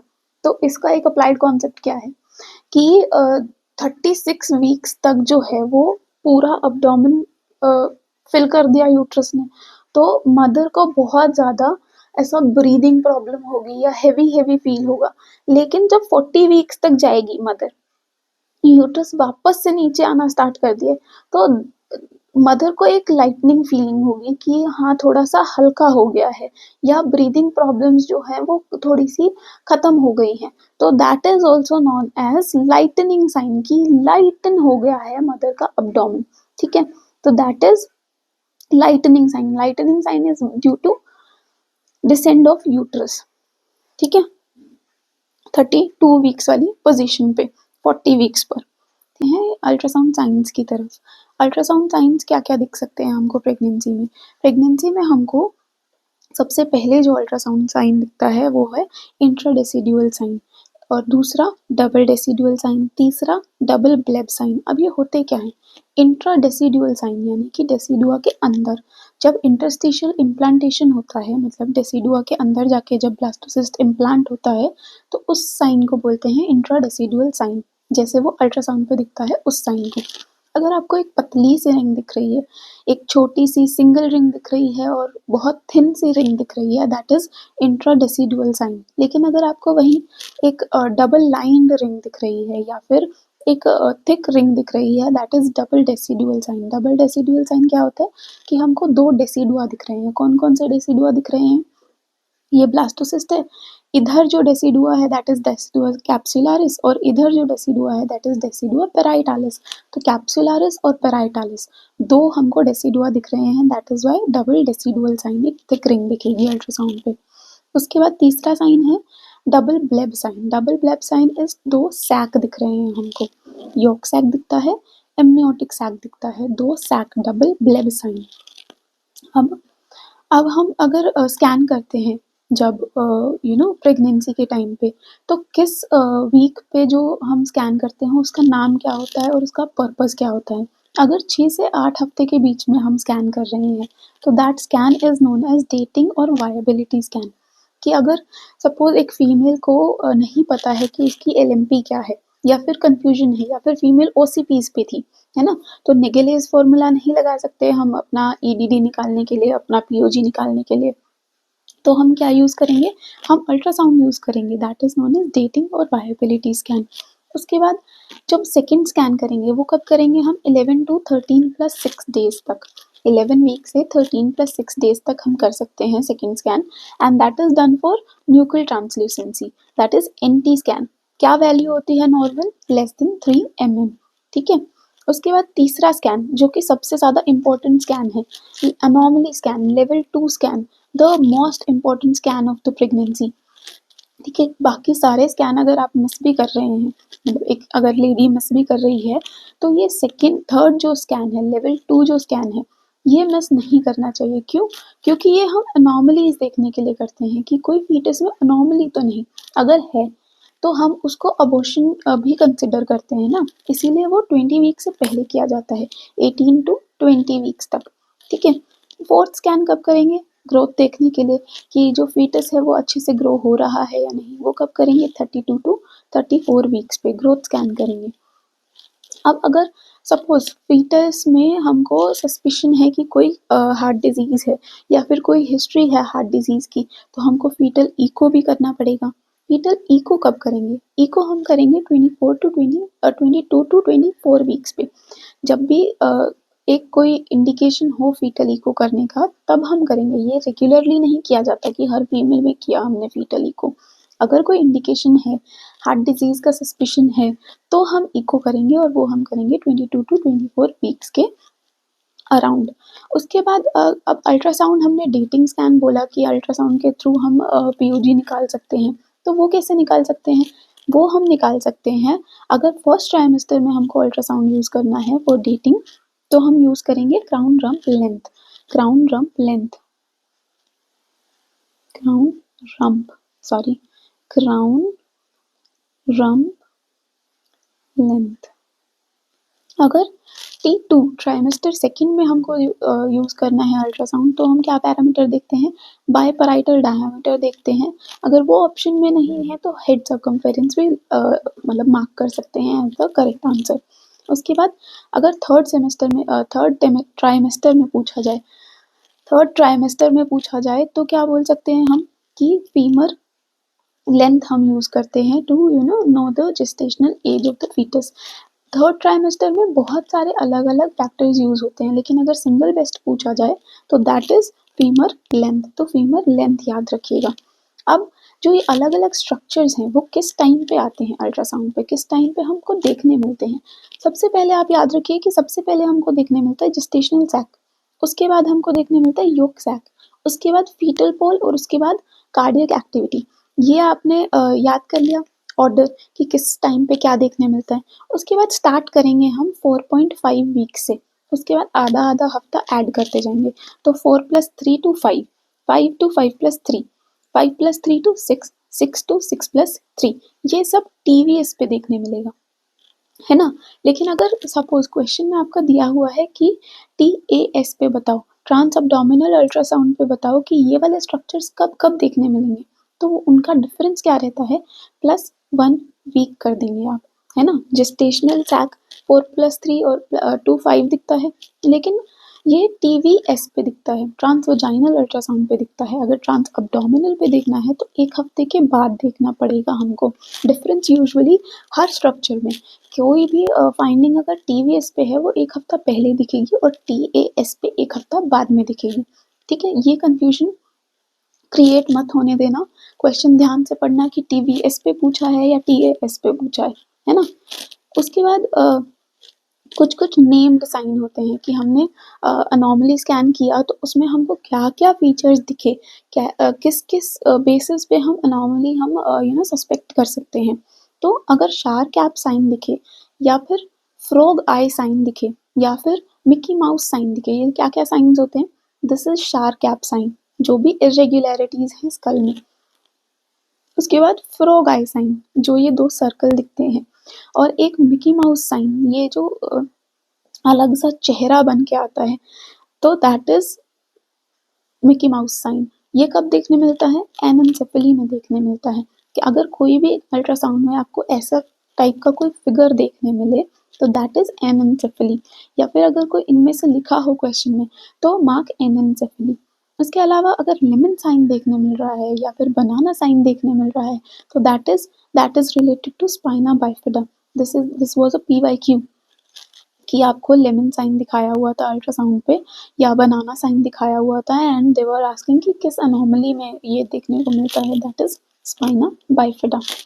उसके अलावा डबल बबल साइन तो सबको पता है, डिओडेनल अट्रेसिया, ये तो हमने रेडियो में भी पढ़ा है, ये हमने सर्जरी में भी पढ़ा है ना।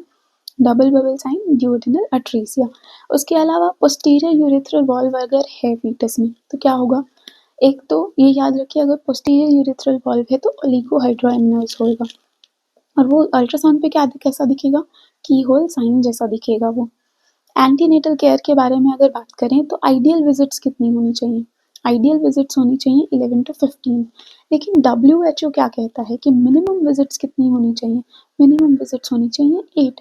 But India is a limited resources वाली कंट्री ना, तो अगर इंडिया की बात करी जाए तो इतने भी कोई हेल्थ केयर के लिए एंथुजियास्टिक लोग नहीं हैं।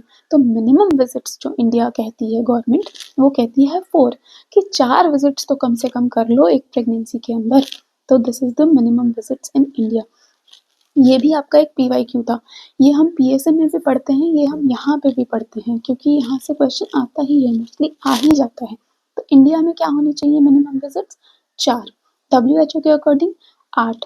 ठीक है, अब कैलोरी रिक्वायरमेंट जो है प्रेगनेंसी में कितनी चाहिए, थोड़ा सा बढ़ा के कैलोरी देंगे क्योंकि अब फीटस भी आ गया है हमारे पास, है ना। तो क्या कितनी बढ़ाएंगे? 350 किलो कैलोरीज बढ़ाएंगे, कि जितना मदर ले रही थी, जितना उसको रिक्वायरमेंट है based on the lifestyle, sedentary lifestyle है, मॉडरेट लाइफस्टाइल है कि एक्टिव लाइफस्टाइल है, उसमें 350 किलो कैलोरीज प्लस कर दीजिए, तो वो आपका प्रेगनेंसी के लिए कैलोरीज आ जाएंगी रिक्वायरमेंट। ये हर ट्राइमेस्टर की अगर बात करें तो, अगर अलग अलग की बात करें तो वो अलग अलग वैल्यूज है, बट वो मोस्टली नहीं पूछी जाती। अगर कोई क्वेश्चन आएगा भी तो फर्स्ट ट्राइमेस्टर के लिए आएगा। फर्स्ट ट्राइमेस्टर में क्या याद रखना है कि नो एडिशनल कैलोरी रिक्वायरमेंट। अगर अलग अलग की बात की जाए तो, अगर ये आपको 350 ऑप्शन में नहीं दिखा रहा है, 350 नहीं है ऑप्शन में, तो दूसरा आप ऑप्शन क्या ढूंढेंगे? अगर T1 की बात करी जाए कि no other calories are required. ठीक है, उसके अलावा फोलिक एसिड भी देते हैं हम प्रेगनेंसी में ना, तो वो कैसे देते हैं और कब से कब तक देते हैं और क्यों देते हैं? क्यों देते हैं उसका आंसर है कि हम न्यूरल ट्यूब डिफेक्ट को प्रिवेंट करने के लिए देते हैं, कि फीटस में न्यूरल ट्यूब डिफेक्ट ना हो। लेकिन अगर सपोज पहले से एक फीटस है, मतलब पहले से एक लाइव बर्थ है प्रेगनेंसी उस फीमेल को, तो और उसको NTD था, तो अब हमको रिकरेंस प्रिवेंट करना है ना। एक बार हो चुका है NTD, दूसरे फीटस में NTD ना हो, ये हमको ध्यान रखना है। तो वो ध्यान रखने के लिए हम क्या करेंगे? वो हम ध्यान रखने के लिए अलग डोज देंगे फोलिक एसिड की। ठीक है, अगर प्रिवेंट करना है NTD की पहले नहीं हुआ है, इस प्रेगनेंसी में भी वी डोंट वांट NTD, तो 400 mcg पर डे ये हर फीमेल को दिया जाता है। कब से कब तक? 1 महीना पहले से, जब कंसेप्शन होता है उससे 1 महीना पहले से। सपोज कि कोई फीमेल आती है, बोलती है that I am planning planning to conceive, I am trying to conceive, तो हम उसको क्या स्टार्ट करेंगे, फोलिक एसिड स्टार्ट करेंगे। कितना स्टार्ट करेंगे, 400 mcg स्टार्ट करेंगे। और कब तक देंगे, 3 months ऑफ प्रेगनेंसी तक देंगे। तो टोटल 4 months हो गए, है ना। लेकिन अगर हमको प्रिवेंट करना है रेकरेंस की, अगर एक फीमेल आ रही है, बोल रही है कि मेरे पहले बेबी में एनटीडी था, आई डोंट वांट कि इस बेबी में भी एनटीडी हो, तो हम उसको क्या स्टार्ट करेंगे, 4 mg पर डे स्टार्ट करेंगे। और कब से कब तक, अब ज़्यादा टाइम तक देना पड़ेगा क्योंकि पहले में हो चुका है। तो 3 months before conception and 3 months after conception, pregnancy के 3 महीने तक। आफ्टर 3 months इन प्रेगनेंसी हम क्या स्टार्ट करते हैं, IFA स्टार्ट करते हैं, आयरन फोलिक एसिड देना स्टार्ट कर देते हैं। तो उसमें फोलिक एसिड आ ही रहा है, तो सिंगल जो मतलब अकेला जो फोलिक एसिड है वो हम सिर्फ 3 महीने तक ही देते हैं प्रेगनेंसी में। लेकिन कुछ कुछ वैल्यूज़ हैं, कुछ कुछ डोजेज हैं जो कि अलग हो जाती हैं कंडीशंस के बेसिस पे। अगर हमको फोलिक एसिड डेफिशिएंसी ट्रीट करनी है तो हम कितना देंगे, हम डिफिशिएंट ही है ना फीमेल में, तो हमको थोड़ा ज़्यादा देना पड़ेगा 400 माइक्रोग्राम से। तो हम 1 माइक्रोग्राम देंगे, 1 मिलीग्राम देंगे पर डे, 1 mg पर डे। उसके अलावा अगर एपिलेप्सी है फीमेल को तो कैसे देंगे, पहले हम स्टार्ट करेंगे 400 mcg पर डे से, उसके बाद हम देंगे 4 मिलीग्राम पर डे। उसके अलावा अगर सिकल सेल अनीमिया है फीमेल को तो हम क्या देंगे, 5 मिलीग्राम पर डे देंगे। सिकल सेल अनीमिया में बहुत हाई डोज दिया जाता है, 5 मिलीग्राम पर डे। अगर अलग अलग कंडीशंस में अलग अलग फोलिक एसिड रिक्वायरमेंट है, जो कि क्वेश्चन भी था आपका। एपिलेप्सी के बारे में एक PYQ है कि हम फोलिक एसिड कितना देते हैं, तो स्टार्ट करेंगे 400 से, बाद में देंगे 4 मिलीग्राम पर डे, है ना। लेकिन अगर इन कंडीशंस के अलावा कोई कंडीशन दी जाए, जैसे कि अगर मदर डायबिटिक है, मदर हाइपरटेंसिव है, तो हम कितना फोलिक एसिड देंगे। All this is just to confuse you. तो अगर डायबिटिक प्रेगनेंसी है तो हम 400 माइक्रोग्राम्स पर डे देंगे, वही सेम डोज जो हम हर किसी को दे रहे हैं। डायबिटीज से कोई फर्क नहीं पड़ रहा है हमारे कंडीशन में, तो फिर क्या सेम डोज ही देंगे। तो ये डोजेस याद रखिएगा। एपिलेप्सी के बारे में पहले भी पूछा गया है, इस बार सिकल सेल अनीमिया के बारे में भी पूछा जा सकता है, यू नेवर नो। तो हम स्किप नहीं कर सकते इस टेबल को। फिर हमको वैक्सीनेट भी करना पड़ेगा मदर को। वैक्सीनेट करेंगे तो कौन कौन सा वैक्सीन देना है, 2 टाइप के वैक्सीन देने हैं हमको मदर को। एक देना है TD वैक्सीन। TD वैक्सीन कैसे देना है, अगर लास्ट प्रेगनेंसी 3 साल से पहले की है, मतलब 3 साल नहीं हुए हैं अगर प्रेगनेंसी को, तो हमको सिर्फ एक डोज देना है, that is the booster dose. लेकिन अगर 3 साल से ज़्यादा बड़ा बच्चा है पहला, और उसके बाद या तो फिर वो प्राइमरी है कि पहली बार प्रेगनेंसी है, पहले कोई TD डोज नहीं लगी होगी उसको, तो हमको 2 डोजेस देनी पड़ेंगी इसमें, है ना। पहला डोज कब देंगे, as soon as possible. As soon as possible कब होगा, फर्स्ट एंटीनेटल विजिट में। हम घर जाके तो नहीं दे सकते, फीमेल को हमारे पास आना पड़ेगा, तभी हमको पता चलेगा कि हाँ ठीक है प्रेग्नेंट फीमेल है। तब फर्स्ट एंटीनेटल विजिट में हमको फर्स्ट डोज देनी है। और उसके बाद सेकेंड डोज कब देंगे, सेकेंड डोज देंगे 4 वीक्स आफ्टर। पहला डोज दे दिया, उसके बाद 4 हफ्ते के बाद दूसरा डोज दे दिया, 2 डोजेस देंगे हम। उसके अलावा हमको दूसरा वैक्सीन कौन सा देना है, हमको Tdap वैक्सीन देना है। वो कैसे देते हैं, सिंगल शॉट में देते हैं और 27 to 36 वीक्स के अराउंड देते हैं। इट डज नॉट मैटर कि लास्ट प्रेगनेंसी की कब थी, 3 साल से पहले की है, 3 साल के अंदर है, प्राइमरी है नहीं है। Tdap वैक्सीन जो है वो सिंगल शॉट में ही दी जाती है और 27 to 36 वीक्स पे ही दी जाती है। 2 वैक्सीन हो गई प्रेगनेंसी के लिए। उसके बाद हमको और क्या-क्या इन्वेस्टिगेशंस करनी चाहिए। अब फर्स्ट एंटीनेटल विजिट की हमने बात की ही है, तो फर्स्ट एंटीनेटल विजिट पे हमको और क्या-क्या इन्वेस्टिगेशंस करनी चाहिए कि वैक्सीन तो हमने दे दी पहली डोज TD की, उसके अलावा हमको और क्या-क्या फैक्टर्स का ध्यान रखना है पूरे प्रेगनेंसी में, उससे रिलेटेड हमको टेस्ट्स करने पड़ेंगे, है ना, कि हाई रिस्क प्रेगनेंसी तो नहीं है ये। उसके लिए हमको क्या-क्या करना होता है, ABO टाइपिंग करनी पड़ती है, RH टाइपिंग करनी पड़ती है, ताकि हम रूल आउट कर सकें कि यह RH नेगेटिव प्रेगनेंसी तो नहीं है। अगर मदर सपोजिटली RH नेगेटिव आती है तो हमको क्या करना है, फर्स्ट एंटीनेटल विजिट पे ही हस्बैंड का भी RH टाइपिंग करना है। RH टाइपिंग करने के बाद अगर हस्बैंड RH नेगेटिव है तो कोई प्रॉब्लम नहीं है, फीटस भी RH नेगेटिव होगा, तो कोई एंटीबॉडी नहीं बनेंगी मदर के ब्लड में। लेकिन अगर फादर RH पॉजिटिव है तो हमको क्या करना पड़ेगा, इनडायरेक्ट कूम टेस्ट करना पड़ेगा, ताकि हम प्रेगनेंसी को उसी के अकॉर्डिंग मैनेज कर सकें आगे, है ना। दूसरा टेस्ट कौन सा करना पड़ेगा, अनीमिया से रिलेटेड हीमोग्लोबिन और हेमाटोक्रिट देखना पड़ेगा हमको, वायरल मार्कर्स करने पड़ेंगे, वीडीआरएल करना पड़ेगा, एचआईवी करना पड़ेगा, एचबीएस-एजी करना पड़ेगा, यूरिन आरएम करना पड़ेगा कि यूरिन में कोई प्रोटीन्स तो नहीं है, ग्लूकोज तो नहीं है ना। उसके अलावा शुगर मॉनिटरिंग के लिए क्या करना पड़ेगा, डायबिटिक जेस्टेशनल डायबिटीज को रूल आउट करने के लिए डिप्सी करना पड़ेगा, ग्रुप बी स्ट्रेप्टोकोकस भी देखना पड़ेगा, है ना। ये सारे 8 जो इन्वेस्टिगेशन है हर फीमेल को करने पड़ते हैं, हर फीमेल को हम प्रिस्क्राइब करते हैं, जिसमें से एक इन्वेस्टिगेशन है जो फीमेल मना कर सकती है कि नहीं मुझे ये नहीं करवाना है, विच इज HIV कि HIV अगर फीमेल ने बोल दिया कि मुझे नहीं कराना है तो we can not force her, ठीक है।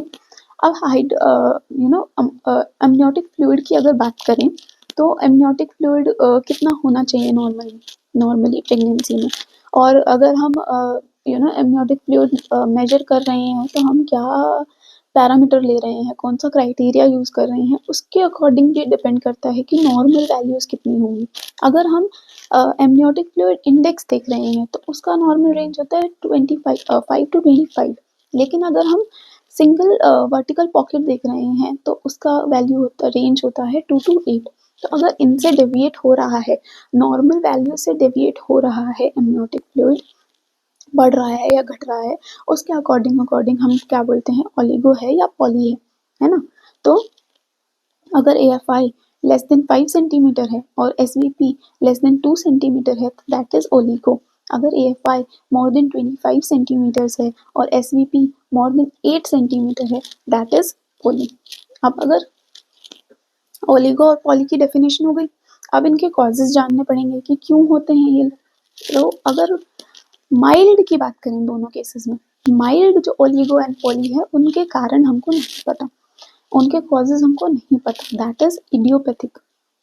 मोस्ट कॉमन कॉज है माइल्ड ओलिगो का एंड माइल्ड पॉली का। उसके अगर सीवियर की बात करें, माइल्ड का इडियोपैथिक हो गया, अगर सिवियर की बात करेंगे तो सिवियर का क्या मोस्ट कॉमन कॉज है ओलिगो के लिए, फीटल रीनल अनोमलीज, क्योंकि सबसे ज़्यादा जो मेन कंट्रीब्यूटर है अमनियोटिक फ्लूइड का वो क्या होता है, फीटल यूरिन होता है।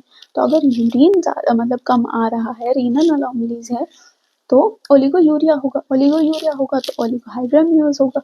लेकिन अगर फीटल के GIT ट्रैक्ट में कुछ प्रॉब्लम है तो स्वॉलोइंग में दिक्कत है, अब अमनियोटिक फ्लूइड स्वॉलो नहीं कर पा रहा है, ऐसे ही चेक रखता है ना फीटस अमनियोटिक फ्लूइड पे कि यूरिन किया, आ गया अमनियोटिक फ्लूइड, उसके बाद स्वॉलो कर लिया, तो ये ही साइकिल चलता है। अब इसमें से अगर यूरिन में दिक्कत है तो ओलिगो हो जाएगा, लेकिन अगर स्वॉलोइंग में दिक्कत है तो पॉली हो जाएगा। तो GIT नॉर्मेलिटीज में, GIT अनोमलीज में सिवियर पॉली होने के चांसेस रहते हैं and that is the most common cause for poly. अगर स्मॉल प्लेसेंटा है तो क्या होगा, ओलिगो होगा। स्मॉल प्लेसेंटा किस किस कंडीशन में हो सकता है, PIH में हो सकता है, IUGR में हो सकता है, यूट्रोप्लेसेंटल इनसफिशिएंसी में हो सकता है। अगर स्मॉल प्लेसेंटा की वजह से ओलिगो हो रहा है तो बड़े प्लेसेंटा की वजह से क्या होगा, उसकी वजह से पॉली होगा। वो किस किस कंडीशन में होगा, डायबिटीज में होगा, ट्विन प्रेगनेंसी में होगा, RH नेगेटिव प्रेगनेंसी में होगा, है ना। रीनल डिसऑर्डर्स, यूरिन आउटपुट कम हो रहा है, ओलिगो हो जाएगा। लेकिन अगर यूरिन आउटपुट बढ़ रहा है तो क्या होगा, पॉली होगा। वो किस किस कंडीशन में होगा, फीटल अनीमिया में होगा, बार्टर सिंड्रोम में होगा। बार्टर सिंड्रोम में समथिंग जिसमें यूरिन आउटपुट बढ़ता है, तो बार्टर सिंड्रोम में, फीटल अनीमिया में।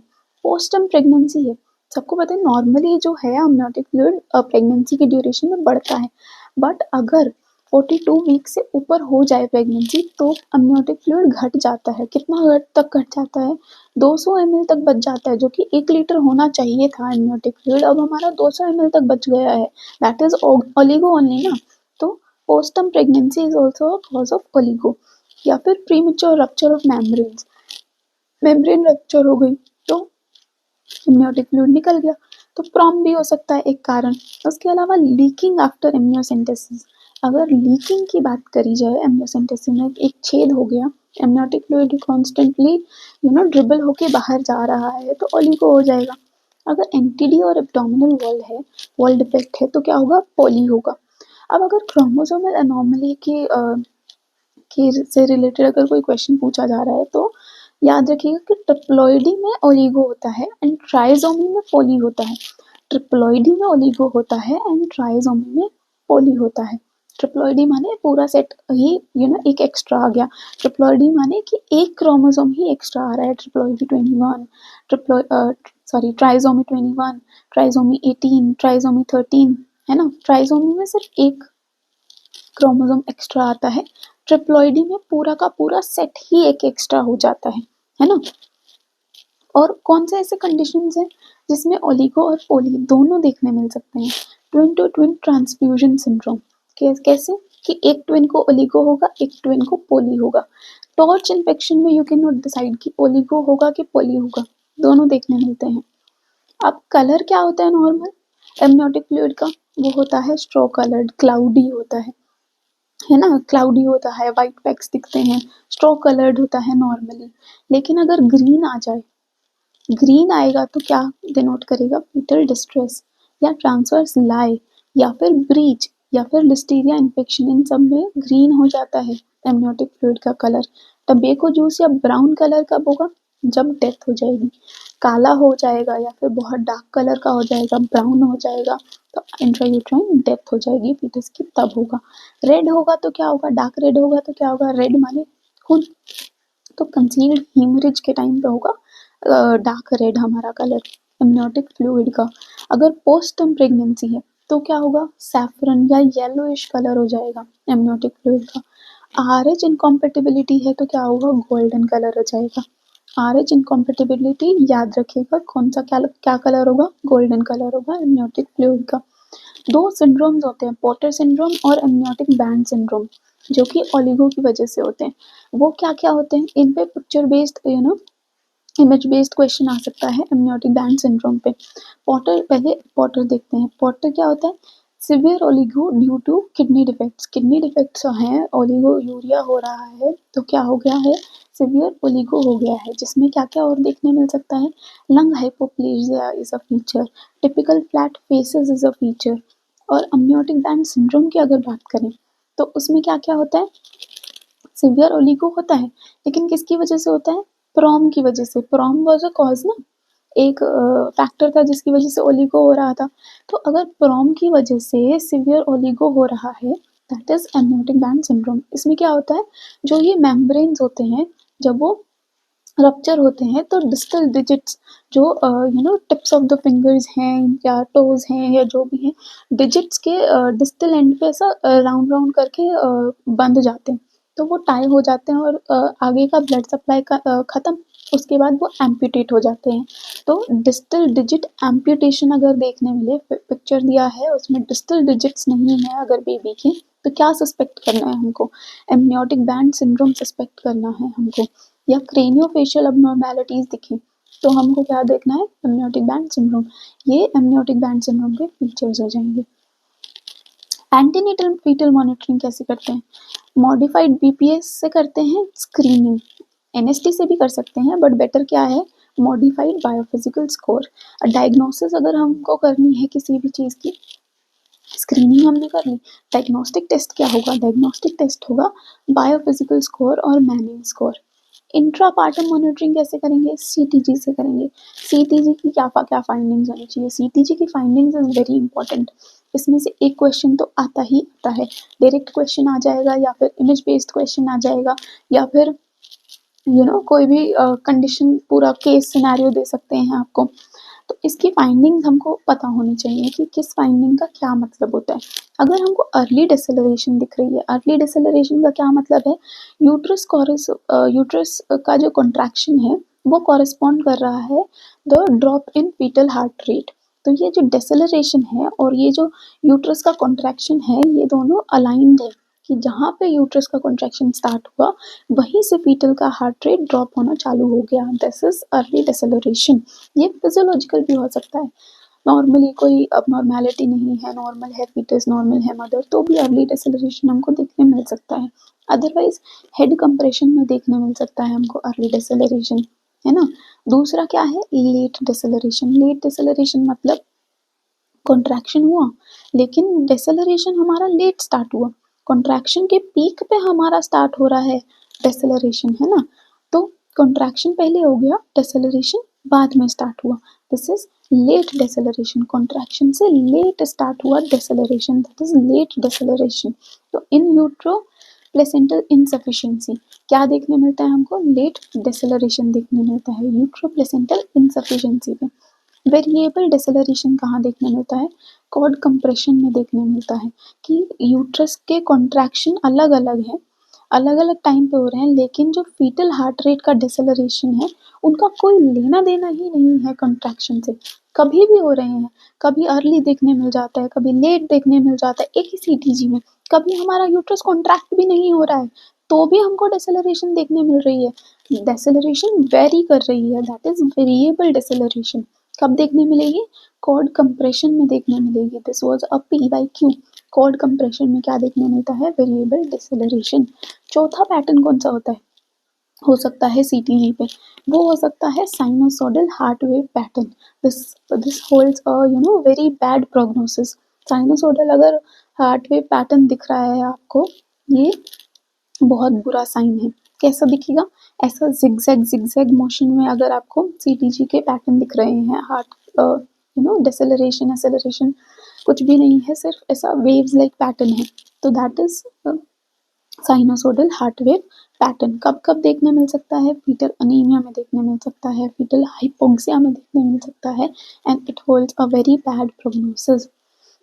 तो ये 4 फाइंडिंग्स याद करनी ज़रूरी हैं। आपको सीटीजी देख के पहचान में आना चाहिए कि कौन सी फाइंडिंग क्या डिनोट कर रही है। और सबसे आसान तरीका है यूट्रस के कॉन्ट्रैक्शन के को डिसेलरेशन से अलाइन करके देखो, पहले हो रहा है, लेट हो रहा है, या फिर कोई रिलेशन ही नहीं है, यानी कि वेरिएबल डिसेलरेशन है ना। अगर ये आपने याद कर लिया तो एक क्वेश्चन तो पक्का से पक्का आपका सही हो ही जाएगा। मोस्टली एक क्वेश्चन आता ही आता है सीटीजी से। सीटीजी और एनएसटी में क्या डिफरेंस होता है? सीटीजी में 2 लाइन्स होंगी, एक फीटल हार्ट रेट की, एक यूट्रस कॉन्ट्रैक्शन की। लेकिन एनएसटी में, नॉन स्ट्रेस टेस्ट में क्या होगा? एंटीनेटल स्क्रीनिंग है, उसमें कॉन्ट्रैक्शंस नहीं हो रहे हैं, तो सिर्फ हार्ट रेट की हमारे को एक ग्राफ मिलेगा, तो दैट इज एनएसटी। उसका यूट्राइन कॉन्ट्रैक्शन से कोई लेना देना नहीं है, क्योंकि एंटीपार्टम मॉनिटरिंग के लिए हम एनएसटी यूज कर रहे हैं। एंटीपार्टम पीरियड में कॉन्ट्रैक्शंस इतने भी नहीं होते हैं। क्यों क्यों नहीं होते हैं एंटीपार्टम पीरियड में? प्रोजेस्टेरोन की वजह से। Progesterone was a smooth muscle relaxant, है ना।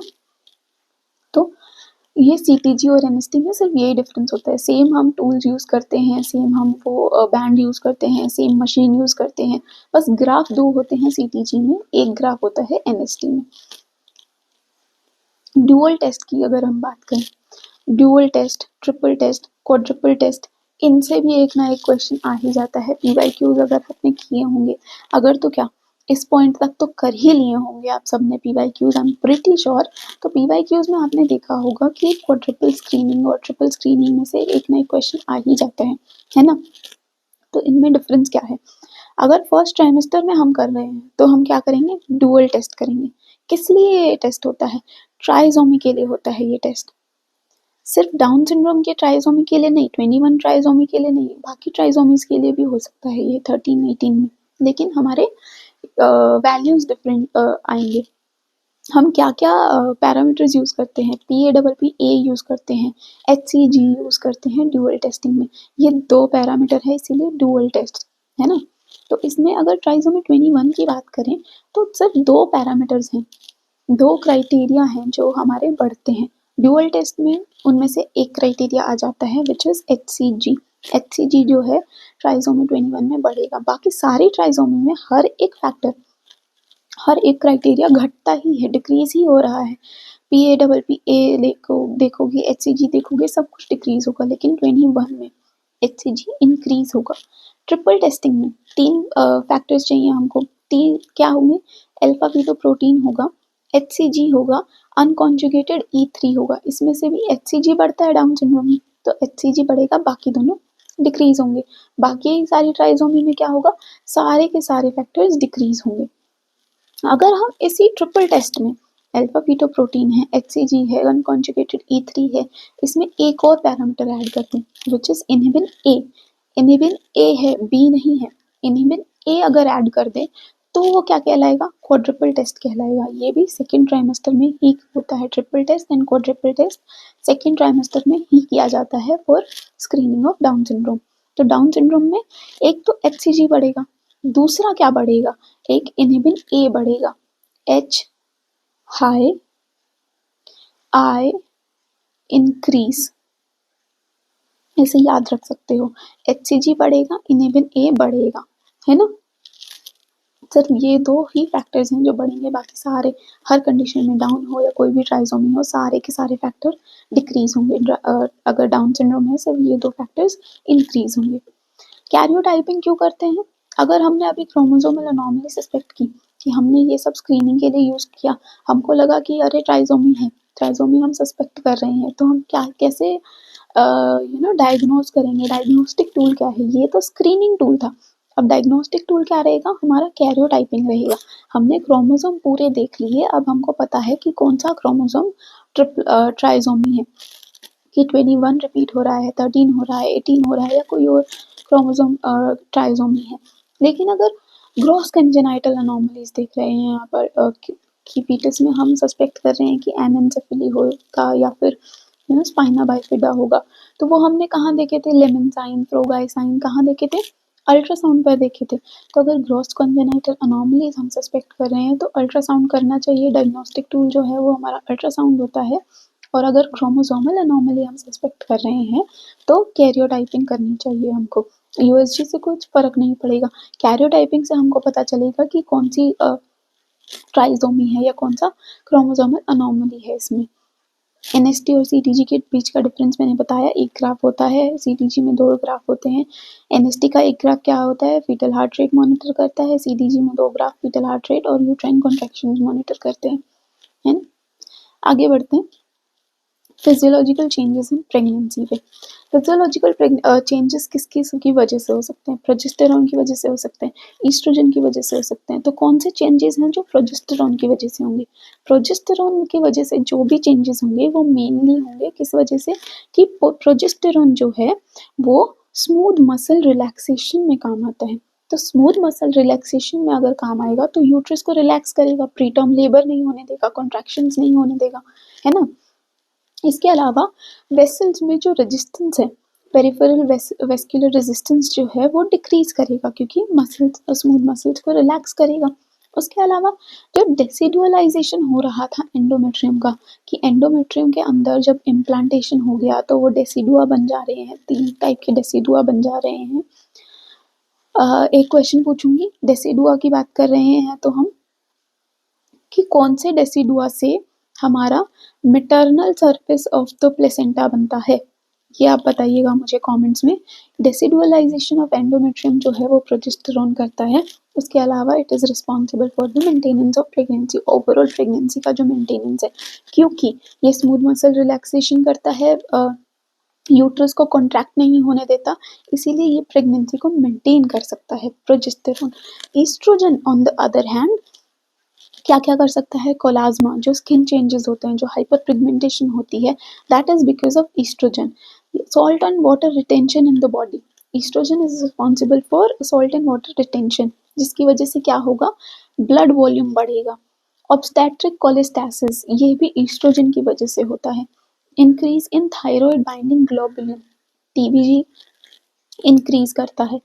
इसके अलावा ऑनसेट ऑफ लेबर में भी है ना ईस्ट्रोजन चाहिए हमको, क्यों चाहिए, क्योंकि ये इंक्रीज करता है ऑक्सीटोसिन रिसेप्टर्स को। ऑक्सीटोसिन की वजह से यूट्रस का कॉन्ट्रैक्शन होता है, तो ऑक्सीटोसिन रिसेप्टर्स ही नहीं होंगे तो ऑक्सीटोसिन काम कैसे करेगा, तो इंक्रीज करता है रिसेप्टर्स को ईस्ट्रोजन। उसके अलावा functional withdrawal of progesterone, progesterone जो था हमारी प्रेगनेंसी को मेंटेन कर रहा था, अगर हमको अब टर्मिनेट करनी है प्रेगनेंसी तो प्रोजेस्टेरॉन को हटना पड़ेगा, कि ठीक है मैं अब काम नहीं करूंगा आप कर लो, तभी हम प्रेगनेंसी को टर्मिनेट कर सकते हैं। तो उसके लिए क्या चाहिए होता है, हमको ईस्ट्रोजन चाहिए होता है। प्रोजेस्टेरॉन का नंबर नहीं कम हो रहा है, लेकिन प्रोजेस्टेरॉन अब फंक्शनल नहीं है, तो फंक्शनल विड्रॉल ऑफ प्रोजेस्टेरॉन जो है वो ईस्ट्रोजन की वजह से होता है।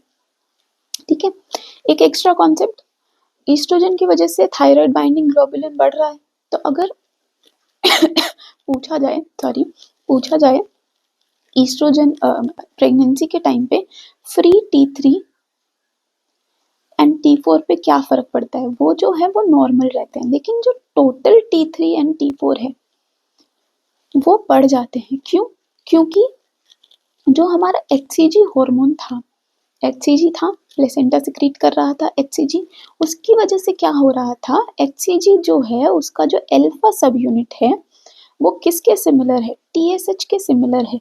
अल्फा सब unit was the non specific सब यूनिट ना, तो वो TSH के अगर सिमिलर है तो वो स्टिमुलेट करता था secretion of T3 and T4। लेकिन फ्री T3 T4 मैं बोल रही हूँ कि नॉर्मल है, तो T3 T4 जो बढ़ रहा है वो कैसे बढ़ रहा है? वो बढ़ रहा है लेकिन वो बाइंड हो जा रहा है किससे? थायराइड बाइंडिंग ग्लोबुलिन से। इसीलिए टोटल T3 एंड T4 बढ़ रहा है, लेकिन जो फ्री T3 एंड T4 है वो नॉर्मल है प्रेगनेंसी के टाइम पे, है ना। तो अगर कोई क्वेश्चन पूछा जाए कि all of these thyroid findings are physiological in pregnancy except is increase in free T3 and T4, क्योंकि फ्री जो T3 T4 है वो नॉर्मल ही रहेंगे, लेकिन टोटल जो है वो बढ़ जाएंगे, है ना। और किसकी वजह से याद आया हमको ये concept? Increase in thyroid binding globulin, इसकी वजह से। ऐसे ही आपको ये नोट्स पढ़ने हैं कि मैंने ये नोट्स बना दिए हैं, but this is a skeleton, you can build upon these notes. ये हमारा मेन पॉइंट्स हैं। मैंने ट्राई किया है कि बहुत सारे पॉइंट्स मैं रखूँ इस PDF में, लेकिन रिविजन के लिए है तो डिटेल में नहीं जा सकते। बट आप लोगों ने PYQs भी किए हैं, आप लोगों ने मेन नोट्स भी पढ़े होंगे, या आप लोगों ने जिस भी प्लेटफॉर्म को आप फॉलो कर रहे हैं उसका RR भी देखा होगा, कहीं से तो आपने गायनी पढ़ी होगी, ऑब्स गायनी। तो आई वांट कि आप ये PDF के से जब गो थ्रू हो रहे हो तो आपको जो जो पॉइंट्स याद आए, जैसे अभी मुझे थायराइड बाइंडिंग ग्लोबुलिन से थायराइड वाला पूरा चैप्टर याद आया कि फिजियोलॉजिकल चेंजेस क्या क्या रहते हैं प्रेगनेंसी में थायराइड से रिलेटेड। तो ऐसे ही अगर आपको कोई पॉइंट याद आ रहा है बीच में पढ़ते पढ़ते कि ठीक है ये एक पॉइंट है लेकिन इस PDF में वो इंक्लूडेड नहीं है, and I have seen these points in PYQs and it is a very important point, तो आप वहाँ पे एनोटेट करो कि जैसे मैंने अभी इसके बारे में किया, आप वहाँ पर लिखो कि ये पॉइंट था जो कि इस PDF में मिसिंग है, ताकि आप अगर वापस रिवाइज करने बैठो तो आपको वो वाले पॉइंट्स भी रिवाइज हो जाए, है ना। आगे बढ़ेंगे अनीमिया इन प्रेगनेंसी के साथ। अनीमिया कैसा हो सकता है? फिजियोलॉजिकल हो सकता है, पैथोलॉजिकल हो सकता है अनीमिया। फिजियोलॉजिकल कैसा होगा? अगर हीमोग्लोबिन 11 से ज़्यादा है, नॉर्मली भी प्रेगनेंसी में सपोज एक मदर आई है 13 हीमोग्लोबिन के साथ, अगर प्री प्रेगनेंसी स्टेट में, और प्रेगनेंसी में उसका हीमोग्लोबिन 13 से 12 हो गया है, तो this is a very normal process, this is a physiological anaemia. Less than 11 greater than 11 अगर है तो दैट इज फिजियोलॉजिकल, लेकिन लेस देन 11 हो गया, 11 से अगर कम हो गया है तो दिस इज पैथोलॉजिकल अनीमिया। अगर 7 से भी कम हो जाए तो हम इसको क्या बोलेंगे? इसको बोलेंगे हम सीवियर अनीमिया। अनीमिया अगर हम अनीमिया की बात कर रहे हैं तो अनीमिया मुक्त भारत प्रोग्राम को हम स्किप नहीं कर सकते हैं, ये PSM में भी पढ़ते हैं आप। अनीमिया मुक्त भारत कौन सा था? वो 6x6x6 वाला, 6 इंटरवेंशन 6 बेनिफिशियरी, ये वाला प्रोग्राम है ना। उसके 6 इंटरवेंशन क्या थे? ये थे वो 6 इंटरवेंशन कि डिजिटल हीमोग्लोबिनोमीटर होना चाहिए हर सेंटर में, IFA पिल्स दे रहे हैं हम प्रेग्नेंट नॉन प्रेग्नेंट हर किसी लड़की को वीकली दे रहे हैं, डीवर्मिंग कर रहे हैं, फूड फोर्टिफिकेशन कर रहे हैं, डिलेड कॉर्ड क्लैंपिंग कर रहे हैं ताकि फीटस में अनीमिया ना हो। उसके अलावा अदर जो कॉजेज हैं उनको एड्रेस कर रहे हैं। ये तो थे 6 इंटरवेंशन। आई वांट कि आप PSM की बुक खोलें और 6 बेनिफिशरीज कौन कौन सी थी वो भी यहाँ पर साइड में टेबल बना के लिखें, है ना। इसके बहाने एक और आपका टॉपिक PSM का भी रिवाइज हो जाएगा। अब प्रेगनेंसी में हमको IFA देना होता है, ये हमको पता है ना। लेकिन कैसे देंगे? कि अगर एक सपोज करो एक फीमेल आती है मेरे पास कि मैम मैं प्रेगनेंसी अपनी प्लान कर रही हूँ, तो मुझे कुछ ऐसा प्रिवेंशन के लिए या किसी चीज़ के लिए मुझे कुछ लेना है या क्या करना चाहिए मुझे अपने रूटीन में, मेडिकेशन पॉइंट ऑफ व्यू से हमको क्या करना चाहिए। तो हम उसको क्या बोलेंगे कि आप अभी तक वीकली ले रहे थे। नॉन प्रेग्नेंट लेडीज़ को हम कैसे देते हैं आईएफए? वीकली देते हैं एक टैबलेट। अब प्रेगनेंसी अगर वो प्लान कर रही है तो हमको उसका आईएफए स्टॉप करना पड़ेगा और हमको क्या स्टार्ट करना पड़ेगा? फॉलिक एसिड स्टार्ट करना पड़ेगा। क्यों? एनटीडी को प्रिवेंट कर रहे थे ना, 1 महीना पहले से हम फॉलिक एसिड दे रहे थे। कितना दे रहे थे? 400 एमसीजी पर डे दे रहे थे, है ना? फिर उसके बाद 3 महीने तक वो कंटिन्यू करेंगे। 1 महीना पहले प्रेगनेंसी और 3 महीना प्रेगनेंसी के अंदर कंटिन्यू करेंगे। उसके बाद क्या करेंगे? उसके बाद हम वापस से आईएफए स्टार्ट करेंगे। कैसे स्टार्ट करेंगे? अगर वो लेडी को फिजियोलॉजिकल अनीमिया है या फिर हमको अनीमिया प्रिवेंट करना है तो उसके लिए हम क्या करेंगे? 1 टैब अ डे आईएफए देंगे। उसके अलावा अगर हमारी लेडी को, हमारी प्रेग्नेंट लेडी को अनीमिया हो गया है, तो अगर हमको उसको ट्रीट करना है कि अनीमिया हो गया है, अब हमको उसको ट्रीट करना है तो कितने देंगे? 2 टैब्स पर डे देंगे। इसका कॉम्पोजिशन क्या होता है आईएफए टैबलेट का? आयरन फोलिक एसिड टैबलेट का 60 प्लस 500। 60 मिलीग्राम्स आयरन होता है, 500 माइक्रोग्राम्स फोलिक एसिड होता है ना? फोलिक एसिड की बात हो रही है तो मुझे बताइए सिकल सेल अनीमिया में क्या डोज होती है फोलिक एसिड की? अभी बताया था मैंने, याद करिए और बताइए कमेंट सेक्शन में, है ना? अब ये कब तक चालू रखना है आईएफए? हमने स्टार्ट तो कर दिया 3 महीने के बाद, खत्म भी तो, रोकेंगे भी तो। कब तक रोकेंगे? हम इसको कंटिन्यू करेंगे टिल 180 डेज आफ्टर प्रेगनेंसी। पूरी प्रेगनेंसी में, थ्रू आउट प्रेगनेंसी हम आईएफए दे रहे हैं 1 टैब अ डे।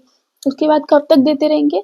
जब तक 180 डेज पूरे नहीं हो जाते प्रेगनेंसी के बाद भी। क्यों देते रहेंगे? ताकि हम जो आयरन स्टोर्स था उनको रिप्लेनिश कर सकें, है ना? अब पैथोलॉजिकल अनीमिया है, उसका ट्रीटमेंट कैसे करना है? 2 टैब्स अ डे तो देना ही था, है ना?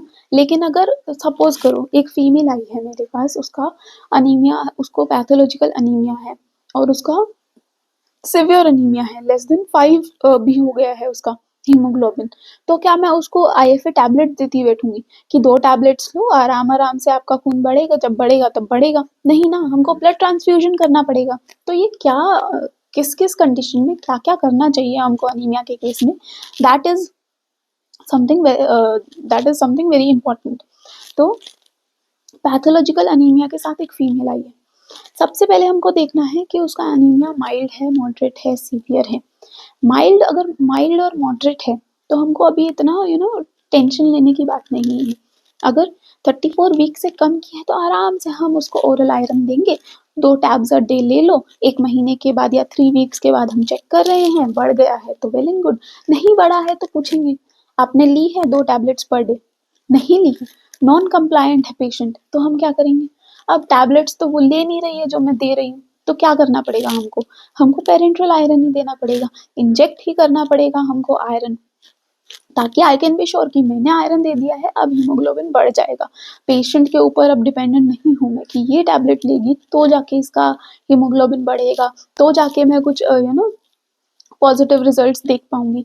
मैंने अब आयरन दे दिया, पेरेंट्रल आयरन दे दिया नॉन कंप्लायंट पेशेंट के केस में। लेकिन अगर यही पेशेंट आती है, उसकी प्रेगनेंसी हो चुकी है 34 वीक से ऊपर, अब कभी भी डिलीवरी करनी पड़ सकती है ना किसी भी रीजन की वजह से, तो मैं इस केस में भी पेरेंट्रल आयरन दूंगी। मैं उसके कंप्लायंस का वेट नहीं करूंगी कि मैं ओरल आयरन दे रही हूँ इसको, उसके बाद मैं फिर वेट करूंगी कि अब बढ़ेगा हीमोग्लोबिन, अब बढ़ेगा हीमोग्लोबिन, एंड में पता चलेगा मैडम ने तो टैबलेट्स ली ही नहीं कि मैम आज भूल गई, आज ये काम था मैं भूल गई, है ना? अब अगर सीवियर अनीमिया के साथ आती है यही सेम पेशेंट, तो हम क्या देखेंगे? उसका हीमोग्लोबिन देखेंगे। अभी तक हम हीमोग्लोबिन नहीं देख रहे थे माइल्ड और मॉडरेट केस में, हीमोग्लोबिन तो ऑब्वियसली चेक कर रहे थे तभी हमको पता चला एनीमिया है, लेकिन उसके बेसिस पे हम ट्रीटमेंट नहीं डिसाइड कर रहे थे। सीवियर अनीमिया में हीमोग्लोबिन के बेसिस पे हम ट्रीटमेंट डिसाइड करेंगे। लेस देन 5 अगर है तो सीधा सीधा ब्लड ट्रांसफ्यूज कर दो, कोई और रास्ता नहीं है। बहुत ज़्यादा फीटल डेंजरस कंडीशन हो जाएगी फीटस के लिए, तो फीटस के लिए भी, मदर के लिए भी, अगर 5 से कम है तो हीमोग्लोबिन बहुत ज़्यादा डेंजरस कंडीशन ही है, तो क्या ब्लड ट्रांसफ्यूजन कर दोगे? लेकिन अगर हीमोग्लोबिन 5 to 7 है, 5 to 6.9% ग्राम परसेंटेज है, तो उसके बाद हम देखेंगे कि कितने वीक्स की प्रेगनेंसी है। 34 वीक से ज़्यादा है तो हमको कुछ ना कुछ स्टेप लेना पड़ेगा। यहाँ पर भी 34 वीक से ज़्यादा थी तो हमने कुछ ना कुछ स्टेप लिया था। इसमें भी क्या करना पड़ेगा, ब्लड ट्रांसफ्यूजन करना पड़ेगा। लेकिन अगर 34 वीक से कम है और फर्स्ट ट्राइमेस्टर में है, अभी अपने पास टाइम है ना अच्छा खासा, तो हम क्या करेंगे, ओरल आयरन दे देंगे। लेकिन अगर सेकेंड और थर्ड ट्राइमेस्टर में है तो हमको उसको पेरेंट्रल आयरन ही देना पड़ेगा, है ना। अब कैसे आप कैलकुलेट करोगे, पेरेंट्रल आयरन देना पड़ेगा वो तो ठीक है, कितना दोगे वो कैसे पता चलेगा, वो पता चलेगा गैंजोनी फॉर्मूला से। गैंजोनी फॉर्मूला क्या है, 2.4 into pre pregnancy weight. Pregnancy वाला वेट नहीं लेना है, प्री प्रेगनेंसी वेट लेना है कि आपका वेट कितना था प्रेगनेंसी से पहले। उसको किससे मल्टीप्लाई करेंगे, हीमोग्लोबिन डेफिसिट से, कि हमारा जो टारगेट है वो दैट इज 11, लेकिन अगर फीमेल आ रही है 9 के साथ तो 11 माइनस 9, 2 जो है हमारा डेफिसिट हो गया, तो 2 मल्टीप्लाई बाय 2 प्लस 500 मिलीग्राम, ये हमारा पेरेंट्रल आयरन की डोजेज आ गई।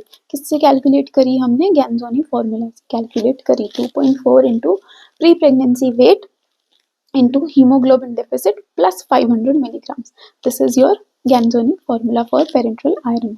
सीवीएस चेंजेस क्या क्या होंगे फिजियोलॉजिकल, कुछ ना कुछ चेंजेस होंगे ना, सीवीएस भी, कार्डियोवास्कुलर सिस्टम में भी। उसमें से फिजियोलॉजिकल कौन से होंगे, पैथोलॉजिकल कौन से होंगे, ये भी हमको पता होना चाहिए।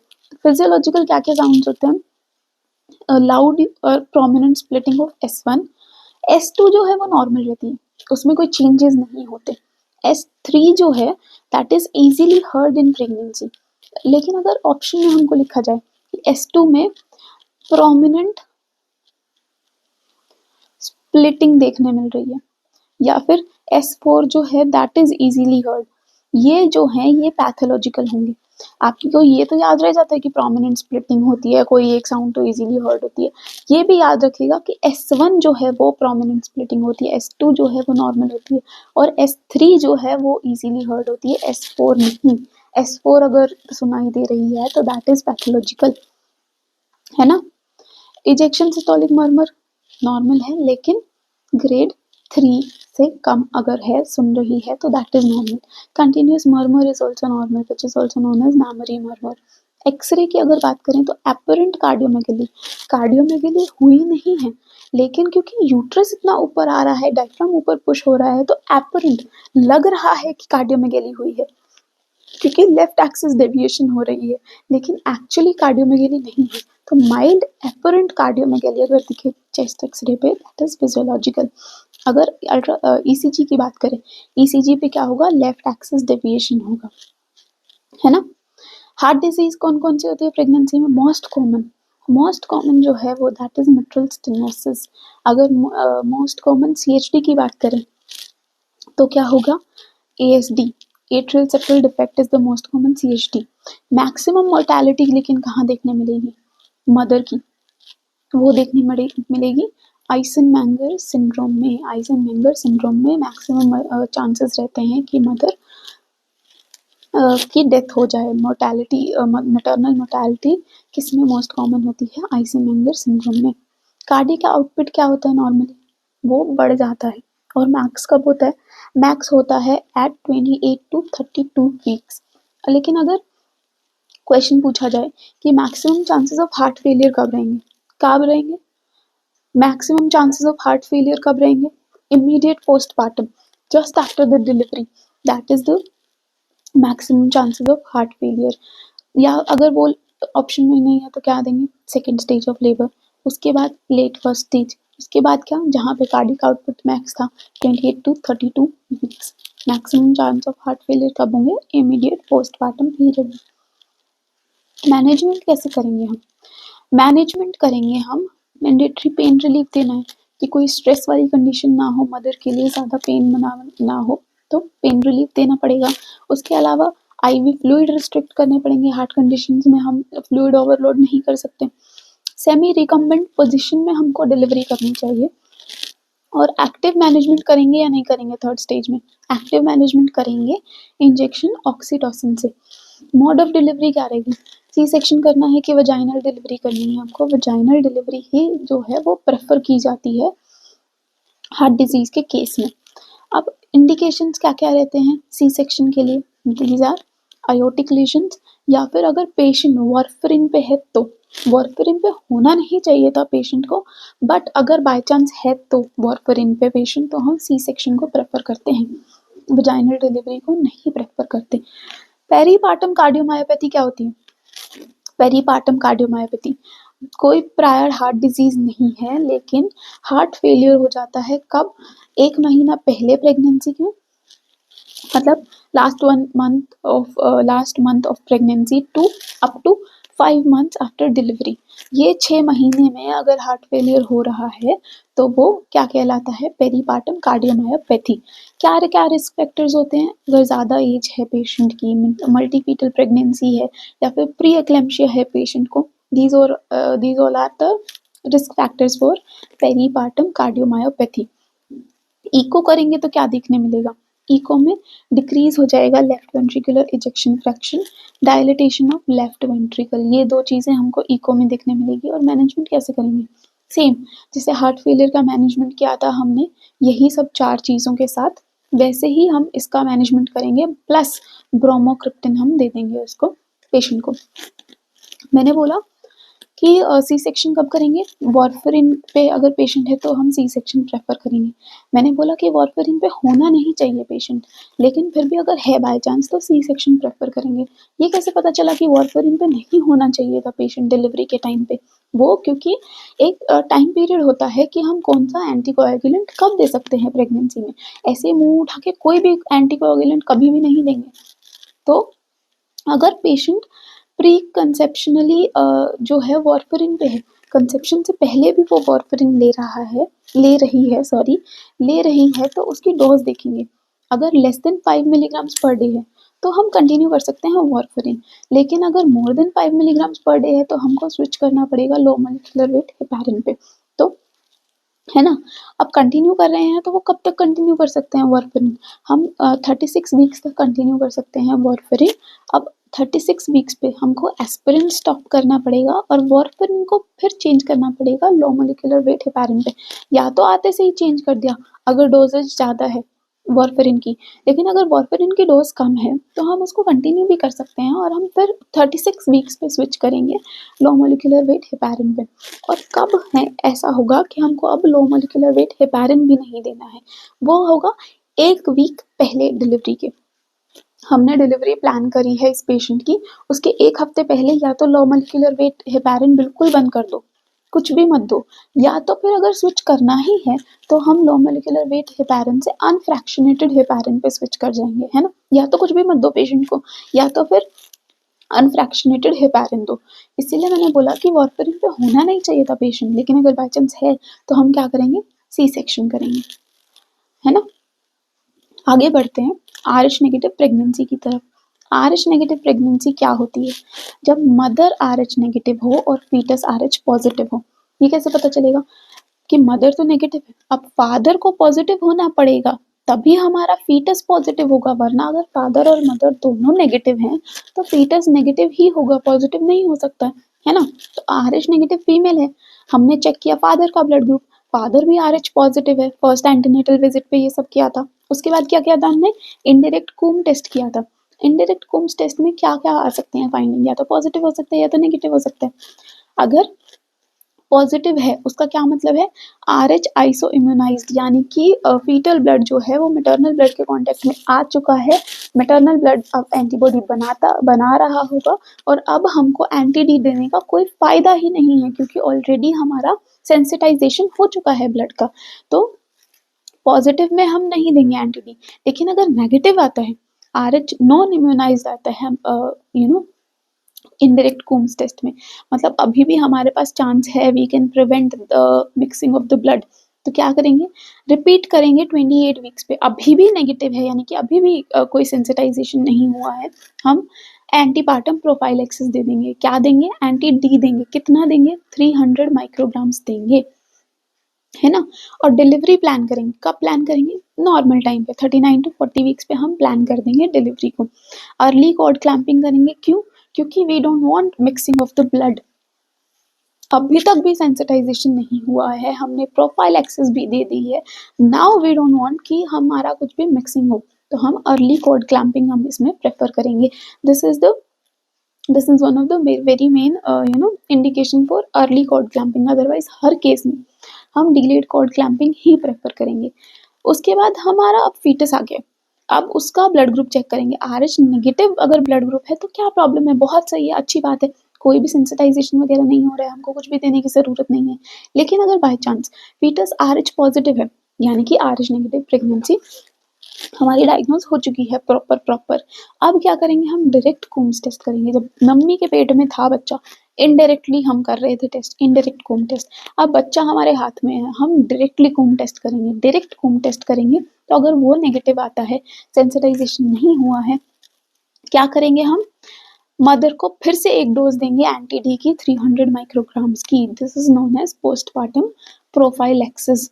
अगर अब दूसरा सिनेरियो है, RH आइसो इम्यूनाइज्ड है मदर को, इनडायरेक्ट कूम्स टेस्ट पॉजिटिव आ रहा है, तो क्या करेंगे, तो करेंगे हम एंटीबॉडी टाइटर कि कितनी एंटीबॉडीज बन चुकी हैं मदर के ब्लड में। अगर टाइटर 1:16 से कम है तो क्या करेंगे, रिपीट करेंगे titre every 4 weeks and fetal monitoring करेंगे एट 32 वीक्स और डिलीवर कर देंगे 37 to 38 वीक्स में। जो नॉन इम्यूनाइज्ड था तो हम नॉर्मल डिलीवरी कर रहे थे, नॉर्मल टाइम पे डिलीवरी कर रहे थे 39 to 40 वीक्स पे। अब आइसो इम्यूनाइज्ड है, जल्दी डिलीवरी करेंगे, 37 to 38 वीक्स पे करेंगे।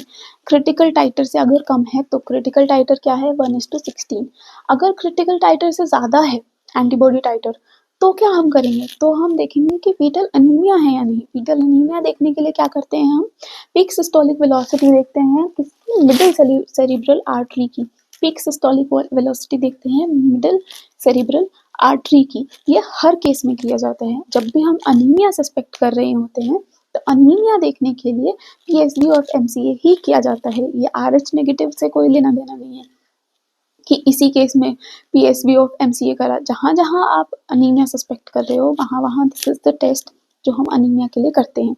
अब इसकी क्या क्या फाइंडिंग्स हो सकती है, अगर 1.5 से ज़्यादा है that means it fetal anaemia का केस है, फीटल अनीमिया का केस है।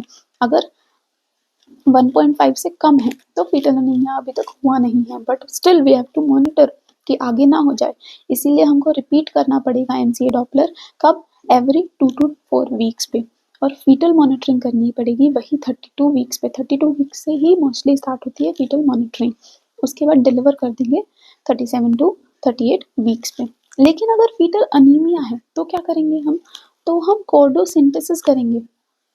देखना पड़ेगा अब कि क्या करना है इस बच्चे का। अगर हेमाटोक्रिट जो है वो लेस देन 30% आ रहा है तो वो बहुत एक प्रॉब्लमैटिक फैक्टर है। तो अगर 35 वीक से ज़्यादा है बच्चा, तो प्रेगनेंसी अगर 35 वीक से ज़्यादा की है और हेमाटोक्रिट लेस देन 30% है तो हमको इमीडिएट टर्मिनेशन ऑफ प्रेगनेंसी करना पड़ेगा, बेबी को डिलीवर करना पड़ेगा, टर्मिनेट कर दो उस प्रेगनेंसी को। लेकिन अगर 35 वीक से कम है तो अभी हम नहीं चाहते कि बच्चा डिलीवर हो, क्या करेंगे, अनीमिया भी है, हेमाटोक्रिट लेस देन 30% भी है, लेकिन हम डिलीवर भी नहीं कर सकते, तो क्या करेंगे, इंट्रा यूट्राइन ब्लड ट्रांसफ्यूजन कर देंगे, है ना। लेकिन अगर हेमाटोक्रिट 30 से ज़्यादा है तो हम क्या करेंगे, अभी हमारे पास थोड़ा टाइम है, अब हमको सिर्फ मॉनिटरिंग करनी है। कैसे करेंगे, रिपीट करेंगे हीमोग्लोबिन और haematocrit weekly, MCA Doppler repeat करेंगे 1 to 2 वीकली, और फीटल मॉनिटरिंग वही 32 वीक से फीटल मॉनिटरिंग चालू कर देंगे और डिलीवर करेंगे पेशेंट को 37 to 38 वीक्स पे, है ना। मोड ऑफ डिलीवरी क्या रहेगी, वजाइनल डिलीवरी ही हम प्रेफर करते हैं। सी सेक्शन से तभी करेंगे जब कोई ऑब्स्टेट्रिक्स वाली इंडिकेशन हो। ऐसे नहीं कर देंगे कि अगर मान लो बच्चा ट्रांसवर्स लाए में, हमने को सी सेक्शन ही करना पड़ेगा, है ना। तो अगर वो सारे इंडिकेशन है तो वो अलग बात है, अदरवाइज अगर नॉर्मल है सिर्फ RH इनकॉम्पैटिबिलिटी के बेसिस पे हम सी सेक्शन के लिए नहीं जाते हैं, वजाइनल डिलीवरी हम प्रेफर करते हैं। हाइड्रोप्स फिटालिस क्या होता है, RH इनकॉम्पैटिबिलिटी के लिए की वजह से क्या हो सकता है, उसकी वजह से हो सकता है हाइड्रोप्स फिटालिस। हाइड्रोप्स फिटालिस क्या होता है कि मतलब हर जगह पानी भर गया, अगर कॉमन लैंग्वेज में बोला जाए तो बेबी के हर जगह पानी भर गया। This is N ultrasound diagnosis. Ultrasound पे क्या दिखेगा, इन 3 क्राइटेरिया में से कोई 2 या 2 से ज़्यादा हो तो दैट इज हाइड्रोप्स फिटालिस, अब पानी भराना है हमको हर जगह, कहाँ-कहाँ भर जाएगा, पेरिकार्डियल इफ्यूजन हो जाएगा, अगर असाइटिस हो जाएगा, अगर प्लूरल इफ्यूजन हो जाएगा, कि हर जगह हमको पानी भराना है। उनमें से 2 या 2 से ज़्यादा हमको चाहिए टू डायग्नोज हाइड्रोप्स फिटालिस। लेकिन अगर पूरी ही बॉडी स्वेल्ड अप है, पूरी ही बॉडी में एडिमा है, एमएसआर का है, तो उसके बाद हमको सिर्फ कोई एक भी होगा ना तो चलेगा। तो that is hydrops fetalis for you. Causes क्या हो सकते हैं? अभी मैंने बोला RH नेगेटिव की वजह से हो सकता है, RH नेगेटिव प्रेगनेंसी की वजह से, लेकिन सिर्फ यही थोड़ी कॉज है, बहुत सारे अलग अलग कॉजेस भी हो सकते हैं। इम्यून कॉजेस हो सकते हैं, नॉन इम्यून कॉजेस हो सकते हैं। इम्यून में क्या आता है? RH नेगेटिव प्रेगनेंसी है या फिर ABO इनकम्पैटिबिलिटी है। नॉन इम्यून कॉजेस में क्या क्या आएंगे? सीवियस डिजीज है, या फिर क्रोमोसोमल डिसऑर्डर्स है, या फिर पार्वोवायरस इन्फेक्शन। इस वाले कॉज को नहीं भूल सकते आप। Parvovirus infection is a non immune cause of hydrops fetalis. ये एक PYQ है, पार्वोवायरस इन्फेक्शन की वजह से हाइड्रोप्स फिटालिस हो सकता है। This is a non immune cause. Anti-D दिया था हमने, याद है? 300 माइक्रोग्राम्स दिया था एंटी-डी, लेकिन 300 माइक्रोग्राम से कब ज़्यादा देना है वो हमको कैसे पता चलेगा?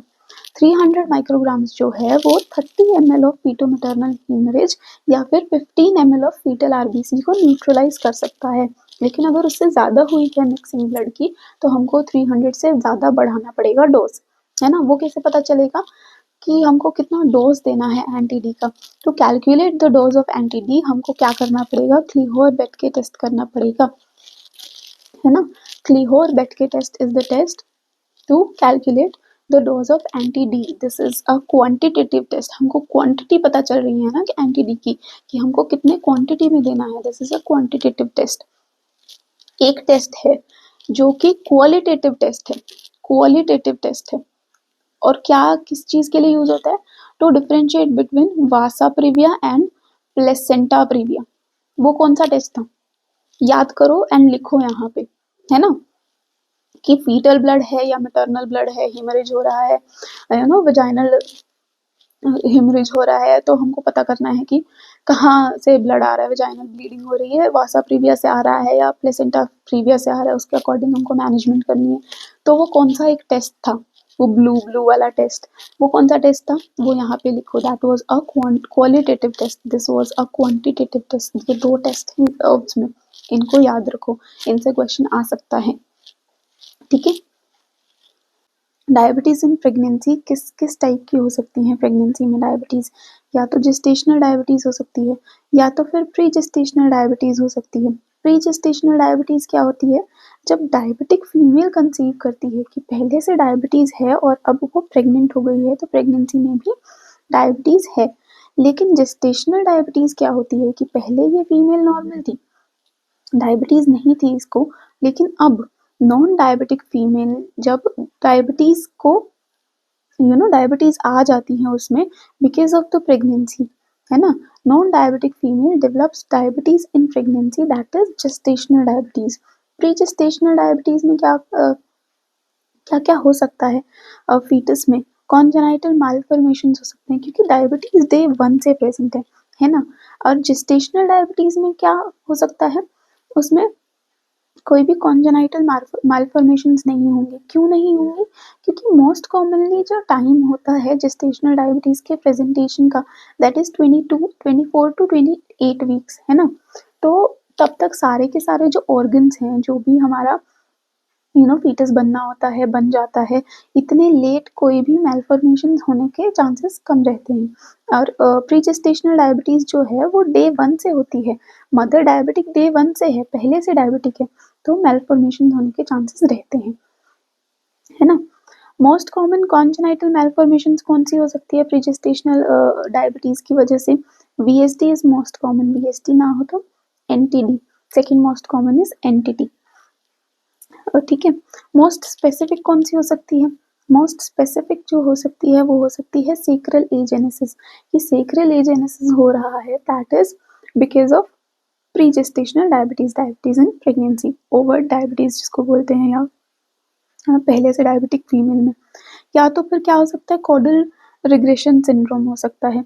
सेक्रल एजेनेसिस या कॉर्डल रिग्रेशन सिंड्रोम क्या होता है कि अपर बॉडी, अपर लिम्स वगैरह जो हैं बच्चे के वो बहुत अच्छे से बने हैं, पर लोअर बॉडी जो है वो अच्छे से नहीं बन पाई। अजीब-सा लोअर बॉडी बन के रह गया, बहुत आधा-अधूरा सा लोअर बॉडी बना है, दैट इज़ सेक्रल एजेनेसिस या कॉर्डल रिग्रेशन सिंड्रोम। इसका मैनेजमेंट क्या होगा? प्री-जेस्टेशनल डायबिटीज़ का इंसुलिन देंगे हम। अगर मतलब पहले से डायबिटिक है, कुछ ना कुछ तो ले रही होगी डायबिटीज़ के लिए कोई ना कोई मेडिकेशंस। अगर ओरल हाइपोग्लाइसेमिक एजेंट्स ले रही है वो, तो उनको स्टॉप करना है और इंसुलिन स्टार्ट करना है। और उसके अलावा क्या करना है? स्टार्ट मेडिकल न्यूट्रिशन थेरेपी कि लाइफस्टाइल मॉडिफिकेशंस और ये सब न्यूट्रिशन के बेसिस पे जो भी है डायबिटीज़ को हम कंट्रोल करने का ट्राई करेंगे। और ड्रग्स के नाम पे क्या देंगे हम? इंसुलिन देंगे ड्रग्स के नाम पे। उसके अलावा क्या देंगे हम डायबिटीज़ में? प्री जेस्टेशनल डायबिटीज़ में एस्पिरिन देंगे टू प्रिवेंट पीआईएच। पीआईएच को प्रिवेंट करने के लिए हम एस्पिरिन देंगे। और एस्पिरिन कब तक देंगे? एस्पिरिन एंटीकोएगुलेशन वाले टॉपिक में पढ़ा था हमने। एंटीकोएगुलेटरी जो हम दे रहे थे ड्रग्स की, वारफरिन कब तक देना है, लो मॉलिक्यूलर हेपारिन कब तक देना है, एस्पिरिन कब स्टॉप करना है। तो एस्पिरिन कब स्टॉप कर रहे थे हम? वो उस वाले वीडियो से रिवाइज कीजिएगा, है ना। तो इंसुलिन दिया हमने, मेडिकल न्यूट्रिशन थेरेपी दिया और एस्पिरिन दिया टू प्रिवेंट पीआईएच। जो ओरल हाइपोग्लाइसेमिक एजेंट्स हैं वो कॉन्ट्रा इंडिकेटेड हैं प्रेगनेंसी में, कि अगर प्री जेस्टेशनल डायबिटीज़ है, पहले ले रही थी तो ठीक है, लेकिन अब जो है वो ओएचए नहीं ले सकती, अब हमको उसको इंसुलिन पे ही डालना पड़ेगा। अगर जेस्टेशनल डायबिटीज़ की बात करें, जेस्टेशनल डायबिटीज़ में क्या-क्या हो रहा था? नॉन डायबिटिक फीमेल थी, प्रेगनेंसी हुई, डायबिटीज़ हो गई। कॉन्जेनाइटल मैल्फॉर्मेशंस तो हो नहीं सकते क्योंकि 24 टू 28 वीक्स पे ये शो करती है डायबिटीज़। इंसुलिन रेजिस्टेंस हो जाता है, इसकी वजह से होती है diabetes in pregnancy. Insulin resistance किस हार्मोन की वजह से होता है? एचपीएल की वजह से होता है। जब हम प्लेसेंटा के हार्मोन्स पढ़ रहे थे उसमें एचपीएल और एचसीजी मैंने बोला था, ये 2 हार्मोन्स हैं इम्पोर्टेंट। एचसीजी भी बहुत जगह काम आएगा, जहाँ-जहाँ आएगा आई विल रिमाइंड यू। उसके अलावा एचपीएल जो है वो मैंने बोला था इंसुलिन रेजिस्टेंस जहाँ पर भी बात हो, या डायबिटीज़ की जहाँ पर भी बात हो, डायबिटीज़ इन प्रेगनेंसी की जहाँ पर भी बात हो, वो उसका जो रीज़न है, वो उसका मेन रीज़न इज़ एचपीएल। इसकी वजह से इंसुलिन रेजिस्टेंस हो जाता है बॉडी में। इसकी डायग्नोसिस कैसे करेंगे? इंडियन गवर्नमेंट हमें क्या बोलती है? जब फर्स्ट एंटीनेटल विजिट थी, हम क्या कर रहे थे? शुगर मॉनिटरिंग के लिए हम डिप्सी कर रहे थे। तो DIPSI is the investigation of choice. कब करना है? फर्स्ट एंटीनेटल विजिट पे करना है। लेकिन ये जेस्टेशनल डायबिटीज़ है ना, 24 टू 28 वीक्स पे आ रही है हमारी, है ना। शो तो 24 टू 28 वीक्स पे हो रही है। अगर फर्स्ट टेस्ट नेगेटिव भी आया है तो भी हमको रिपीट करना पड़ेगा 24 टू 28 वीक्स पे। तो रिपीट करेंगे एट 24 टू 28 वीक्स। और डिप्सी का क्या-क्या बेनिफिट्स? डिप्सी के बेनिफिट्स हैं कि हमको फास्टिंग रिक्वायर्ड नहीं है, कि किसी भी स्टेज पे पेशेंट आता है, पेशेंट ने खाना खा रखा है, नहीं खा रखा है, फास्टिंग है, पेशेंट नहीं है, दिस डज़ नॉट मैटर, कि फ़र्क ही नहीं पड़ता है कि पेशेंट ने खाना किस टाइम पे खाया है, पोस्टप्रांडियल लेना है कि फास्टिंग लेना है, हम डिप्सी करेंगे तो irrespective of the fasting stage करेंगे। और इसका मैनेजमेंट क्या होगा? जो ये जेस्टेशनल डायबिटीज़ है, इसका मैनेजमेंट क्या है? फर्स्ट लाइन मैनेजमेंट क्या है? मेडिकल न्यूट्रिशन थेरेपी देंगे, कि न्यूट्रिशन के बेसिस पे ही हम करेक्ट करने की ट्राई करेंगे। ये कब तक करेंगे हम? 2 हफ्ते तक करने का ट्राई करेंगे। उसके बाद क्या करेंगे? 2 आवर्स पीपी वैल्यू देखेंगे। उसमें भी क्राइटेरिया है अलग-अलग। अगर लेस देन 120 है, दैट मीन्स बहुत अच्छे से मेंटेन हो रहा है हमारा शुगर, तो हम कंटिन्यू करेंगे वही न्यूट्रिशन थेरेपी, है ना। और फिर उसके बाद पीपी लेवल चेक करते रहेंगे। सेकेंड ट्राइमेस्टर में कब करेंगे? एवरी 2 वीक्स करेंगे। और थर्ड ट्राइमेस्टर जैसे ही आ जाएगा, थोड़ा ज़्यादा हमको सावधान रहना पड़ेगा, तो थर्ड ट्राइमेस्टर में एवरी वीक करेंगे। हमारा 120 से अगर कम है तो बहुत अच्छा मेंटेनेंस है शुगर का, ब्लड शुगर लेवल का। लेकिन अगर 120 से ऊपर है, 120 या 120 से ज़्यादा है अपना पोस्टप्रांडियल वैल्यू, तो हमको क्या करना पड़ेगा, हमको इंसुलिन ऐड करना पड़ेगा। एमएनटी तो चलता ही रहेगा, न्यूट्रिशन थेरेपी तो चलता ही रहेगा, लेकिन हमको अब इंसुलिन भी चाहिए टू कंट्रोल द डायबिटीज़। हमारा ब्लड शुगर नहीं कंट्रोल में आ रहा है, तो उसकी वजह से हमको इंसुलिन ऐड करना पड़ेगा। ओएचएस तो जो है वो सब कॉन्ट्राइंडिकेटेड है, हम देते नहीं हैं ओरल हाइपोग्लाइसेमिक एजेंट, लेकिन इंसुलिन हम दे सकते हैं, तो इंसुलिन देंगे। और अब क्या करेंगे, कब कब चेक करेंगे? We will check every third day to adjust the insulin dose. एक बार में नहीं, यू नेवर नो ना कि इस पेशेंट को कितने इंसुलिन की ज़रूरत है, तो इसीलिए हर तीसरे दिन हम चेक करेंगे उसका पीपी वैल्यू, ताकि हमको पता चले कि हमको कितना इंसुलिन देना है, कितने डोज में इंसुलिन देना है। उसके बाद मेंटेन कैसे करना है, जैसे हम दूसरे वाले केस को कर रहे थे। सेकेंड ट्राइमेस्टर है तो एवरी 2 वीक्स, और थर्ड ट्राइमेस्टर है तो एवरी वीक, है ना। लेकिन अगर हमारा ब्लड शुगर पेशेंट का 200 से ऊपर चला जाता है किसी भी स्टेज पे, तो उस स्टेज पे हम नहीं ये कोशिश करेंगे कि एमएनटी देके उसको 2 हफ्ते तक मॉनिटर करें, उसके बाद हम डिसाइड करें कि इंसुलिन देना है या नहीं देना है। ऑलरेडी ब्लड शुगर 200 है, 200 से ज़्यादा है, तो हमको इंसुलिन ही स्टार्ट करना पड़ेगा राइट अवे कि 200 से ऊपर इंसुलिन, खत्म। एमएनटी वगैरह के चक्कर में नहीं पड़ेंगे अब। ओएचए मैंने बोला था कि कॉन्ट्राइंडिकेटेड है प्रेगनेंसी में, लेकिन ऐसे 2 एजेंट्स हैं जो हम प्रेगनेंसी में भी दे सकते हैं। वो कौन-कौन से एजेंट हैं? मेटफॉर्मिन है और ग्लाइबुराइड है। ये 2 एजेंट्स, मेटफॉर्मिन तो सेफ है ही, कोई टेराटोजेनिक इफेक्ट्स नहीं होते हैं इनके, इसीलिए हम इनको दे सकते हैं प्रेगनेंसी में, ये कम्प्लीटली सेफ है। मेटफॉर्मिन ज़्यादा प्रेफर किया जाता है ग्लाइबुराइड से, लेकिन दोनों हम दे सकते हैं प्रेगनेंसी में। टर्मिनेशन ऑफ प्रेगनेंसी कब करनी है, कि डिलीवर कब करेंगे बेबी को। अगर वेल कंट्रोल्ड शुगर है, तो जैसे नॉर्मल बेबी डिलीवर होता है 39 वीक्स पे, 39 वीक्स पे हम डिलीवर कर देंगे। लेकिन अगर शुगर्स कंट्रोल्ड नहीं है, तो हम अर्लीस्ट पॉसिबल करेंगे ना। 37 से पहले करेंगे तो वो प्री टर्म हो जाएगा, तो 37 वीक्स वी विल ट्राई कि 37 वीक्स पे हम डिलीवर कर दें। अगर कंट्रोल नहीं है आपका डायबिटीज़, पेशेंट का डायबिटीज़, अगर ब्लड शुगर बहुत ज़्यादा स्पाइक कर रहे हैं, तो 37 वीक्स पे आप टर्मिनेट कर दो प्रेगनेंसी को, है ना। एंटीनेटल केयर कैसे देना होता है डायबिटीज़ में? फॉर कॉन्जेनाइटल मालफॉर्मेशंस, कि मतलब हमारा पहले से डायबिटिक मदर है, तो हमको डाउट रहेगा ना कि कॉन्जेनाइटल मालफॉर्मेशंस भी हो सकते हैं इस प्रेगनेंसी में। उसमें जेस्टेशनल डायबिटीज़ में तो हमको कोई रिस्क नहीं था, लेकिन प्री जेस्टेशनल डायबिटीज़ या ओवर डायबिटीज़ जिसको बोलते हैं, उसमें हमको रिस्क रहता है कॉन्जेनाइटल मालफॉर्मेशंस का।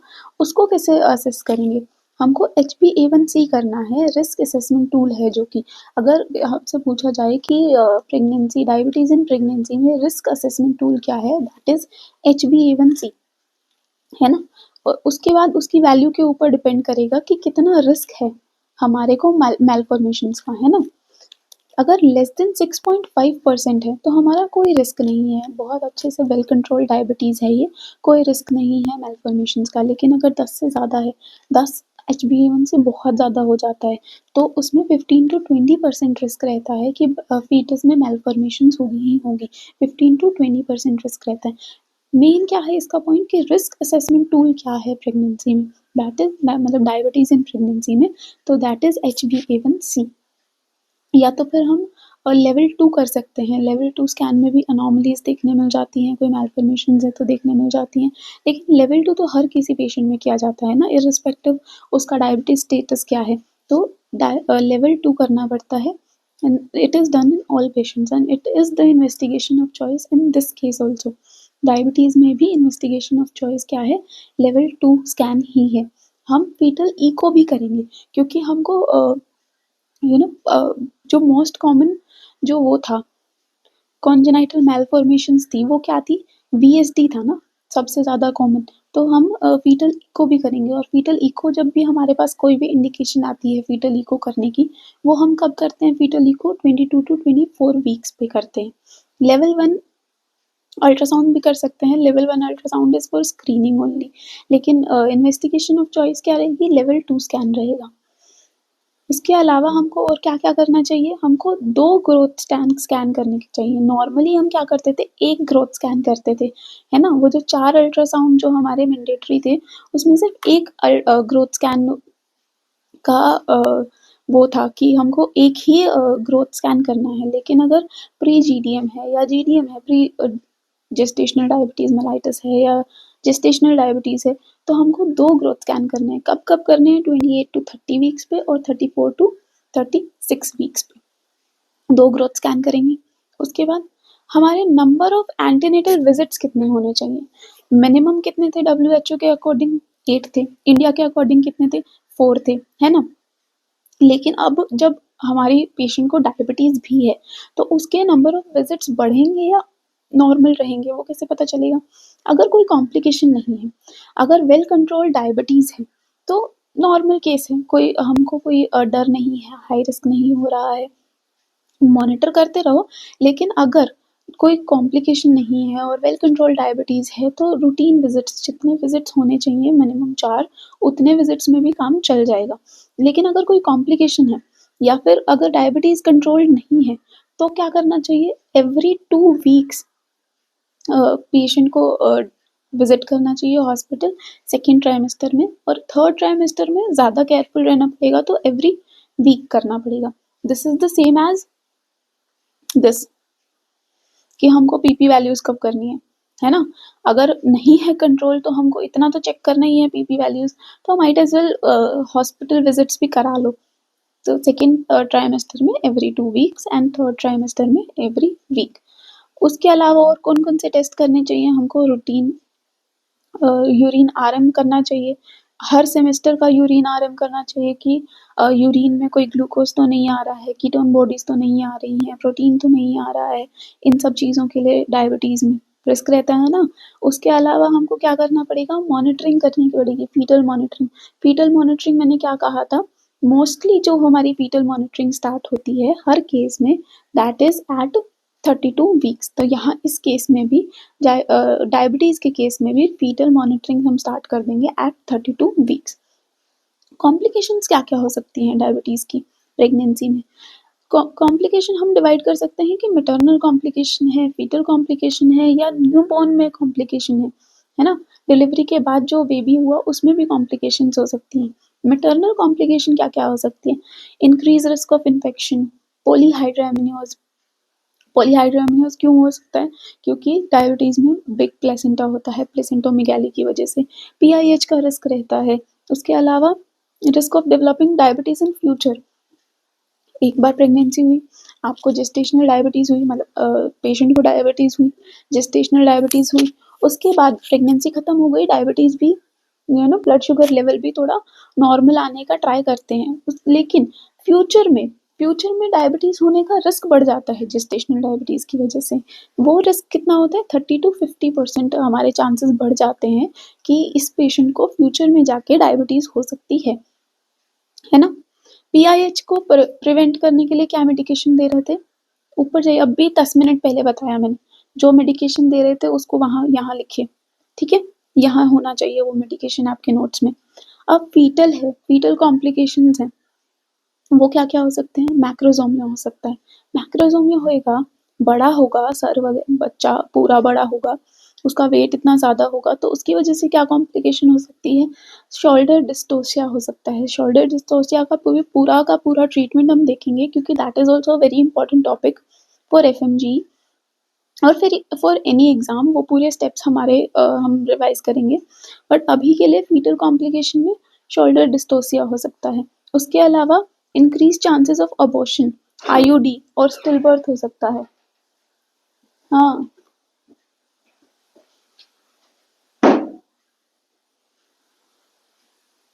फीटल कॉम्प्लिकेशंस क्या क्या हो सकते हैं?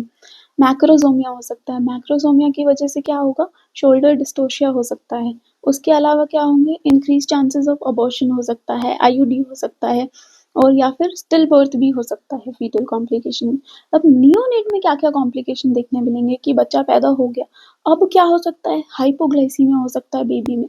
मदर हाइपरग्लाइसीमिक थी, लेकिन बेबी में क्या होगा? हाइपोग्लाइसीमिया होगा।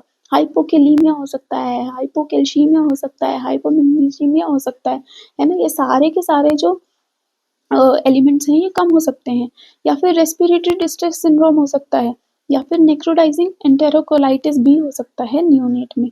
अब शोल्डर डिस्टोशिया जो था वो एक बहुत इम्पोर्टेंट टॉपिक है हमारा एफएमजी के लिए या फिर किसी भी एग्ज़ाम के लिए। तो उसमें क्या होता है ना कि हम शोल्डर डिस्टोर्शिया को कैसे मैनेज करते हैं, वो वाले स्टेप्स के रिलेटेड बहुत सारे क्वेश्चन पूछे जा सकते हैं, पीवाईक्यूज़ भी हैं कि पहला हमने ये वाला स्टेप कर लिया, अब इसके बाद अगला स्टेप क्या होगा? तो वो स्टेप वाइज़ अपने को रिजीम पता होना चाहिए, तभी हम उस क्वेश्चन को अच्छे से अटेम्प्ट कर पाएँगे, सही करेक्ट आंसर मार्क कर पाएँगे। पहले तो ये जानते हैं कि शोल्डर डिस्टोर्शिया होता क्या है? So shoulder dystocia is delay in delivery of shoulders by more than 1 minute. 1 minute के अंदर-अंदर हेड के डिलीवर होने के 1 मिनट के अंदर-अंदर अगर शोल्डर डिलीवर हो जाता है, तो that is well and good. अगर नहीं होता है तो that is known as shoulder dystocia for more than 1 minute after delivery of fetal head. Delay in delivery of shoulder by more than 1 minute after delivery of fetal head. इसमें क्या होता है? Turtle sign positive होता है। Turtle कैसे पीछे लेके जाता है ना अपना सर, वैसे ही फीटल हेड जो है वो पीछे की तरफ पुश होने का ट्राई करेगा शोल्डर डिस्टोशिया में, that is turtle sign positive होता है। इसका मैनेजमेंट कैसे होता है? मैनेजमेंट एक पूरा स्टेप वाइज रिजीम है, उसको याद करने के लिए एक यूनिवर्सल इक्रोनियम बनाया हुआ है, that is helper. HELLP syndrome अलग था, helper is different. Helper is what? H stands for call for help, कि हम अकेले मैनेज नहीं कर पाएंगे शोल्डर डिस्टोशिया को, हमको हेल्प की ज़रूरत होगी तो कॉल फॉर हेल्प। ई क्या है? लिबरल एपिजियोटोमी, की बहुत अच्छे से लंबा वाला कट देंगे ताकि स्पेस मिले शोल्डर को डिलीवर होने के लिए। तीसरा मैन्यूवर क्या है? लेग्स मैन्यूवर, जो कि क्या कहलाता है? McRoberts manoeuvre. यहाँ से बहुत सारे क्वेश्चंस आते हैं। इसमें सबसे ज़्यादा कॉमन नर्व इंजरी क्या होती है? जो सबसे ज़्यादा कॉमन नर्व इंजरी है that is lateral cutaneous nerve of thigh. Most commonly ये नर्व इंजर होती है।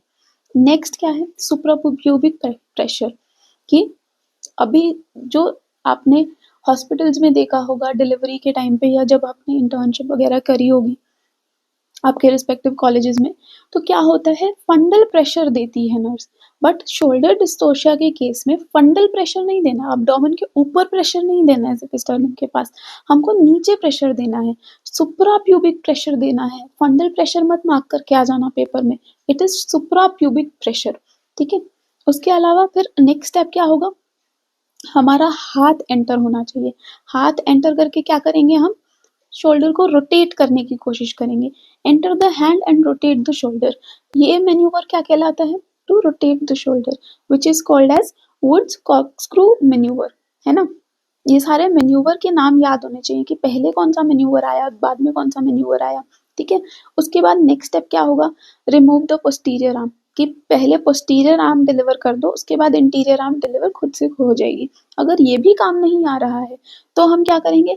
हम पेशेंट को रोल करेंगे इन हर ऑल 4 लिम्स, दूसरा पोजीशन करेंगे। अभी तक हम किसमें? लिथोटमी पोजीशन में कर रहे थे डिलीवरी, अब हमारी पोजीशन चेंज कर देंगे हम पेशेंट की, तो which is known as Gaskin manoeuvre, कि अब वो 4 पैरों पे है। इसके बाद ये हो गया हमारा हेल्पर सिंड्रोम, है ना। इसके बाद एक लास्ट स्टेप भी होता है, अगर ये सब भी काम ना आए, मोस्टली यहाँ से डिलीवर हो जाता है। हमने कितने 7 स्टेप करे, इतने सारे स्टेप्स में शोल्डर डिलीवर हो जाता है। अगर लेकिन फिर भी नहीं हो रहा है, फिर भी हमको कुछ ना कुछ तो करना पड़ेगा, ऐसे तो नहीं छोड़ सकते। तो अगर सब कुछ फेल हो जाता है, last step if everything fails is what? Zavanelli manoeuvre.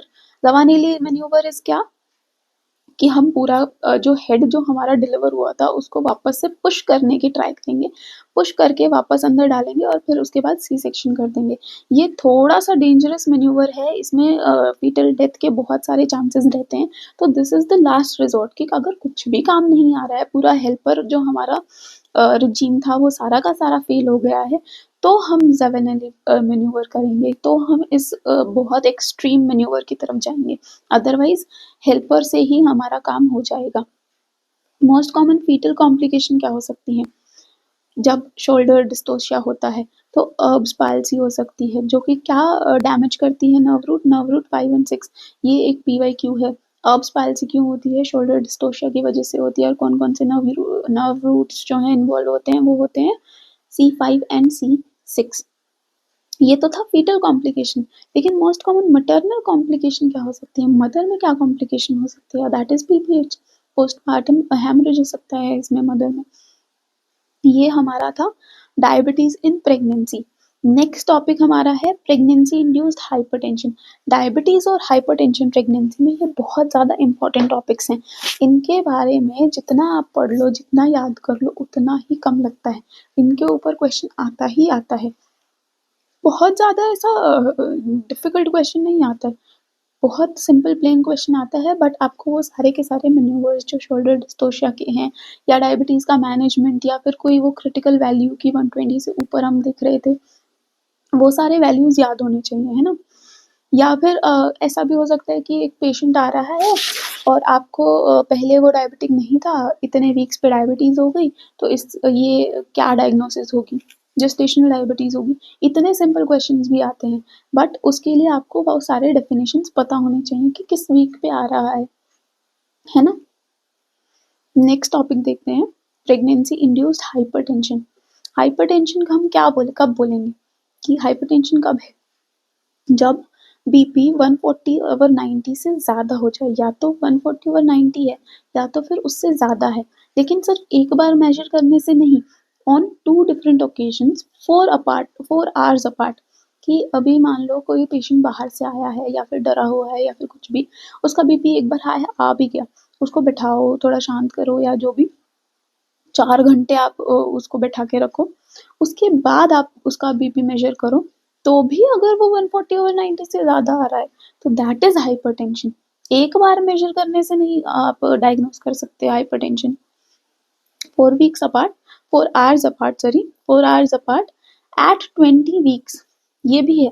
20 weeks से पहले भी नहीं, 20 वीक्स पे अगर आपको ऐसा फाइंडिंग मिल रही है, तो that is PIH, pregnancy induced hypertension, कि प्रेगनेंसी की वजह से हाइपरटेंशन हुआ है, तो वो 20 वीक्स पे मैनिफेस्ट करेगी। डायबिटीज़ कब मैनिफेस्ट कर रही थी हमारी? डायबिटीज़ मैनिफेस्ट कर रही थी हमारी 24 टू 28 वीक्स पे, है ना? अब हाइपरटेंशन कब आ रही है? 20 वीक्स पे आ रही है। ये सब वीक्स भी याद रखना चाहिए, तो वो PIH हो जाएगा। लेकिन अगर 20 वीक से पहले है क्या हाइपरटेंशन, तो उसको क्या बोलेंगे? जैसे वो प्री जेस्टेशनल डायबिटीज़ थी, कि जेस्टेशन से पहले ही डायबिटीज़ है, इसमें भी अगर हाइपरटेंशन 20 वीक से पहले आ रही है, तो that is known as chronic hypertension in pregnancy. Chronic hypertension in pregnancy. अगर PIH है और उसमें हमारे को प्रोटीनूरिया भी मिल रहा है या फिर science of end organ damage भी मिल रहे हैं, तो वो क्या कहलाएगा? प्री इक्लेम्पशिया कहलाएगा। लेकिन अगर क्रोनिक हाइपरटेंशन में ये सब हो रहा है, तो हम उसको क्या बोलेंगे? कि अगर क्रोनिक हाइपरटेंशन है प्रेगनेंसी का, अनकंट्रोलेबल बीपी है आफ्टर 20 वीक्स ऑफ POG, कि 20 वीक्स तक तो फिर भी ठीक था, 20 वीक्स के बाद और ज़्यादा हाइपरटेंशन हो गई, वैसे ही हाइपरटेंशन हो सकता है ना प्रेगनेंसी में, तो 20 वीक्स के बाद जो क्रोनिक हाइपरटेंशन थी, वो और ज़्यादा बढ़ गई, और या फिर प्रोटीनूरिया हो गया या फिर science of end organ damage हो गए, तो उसको क्या बोलेंगे उस कंडीशन को? अरे यार!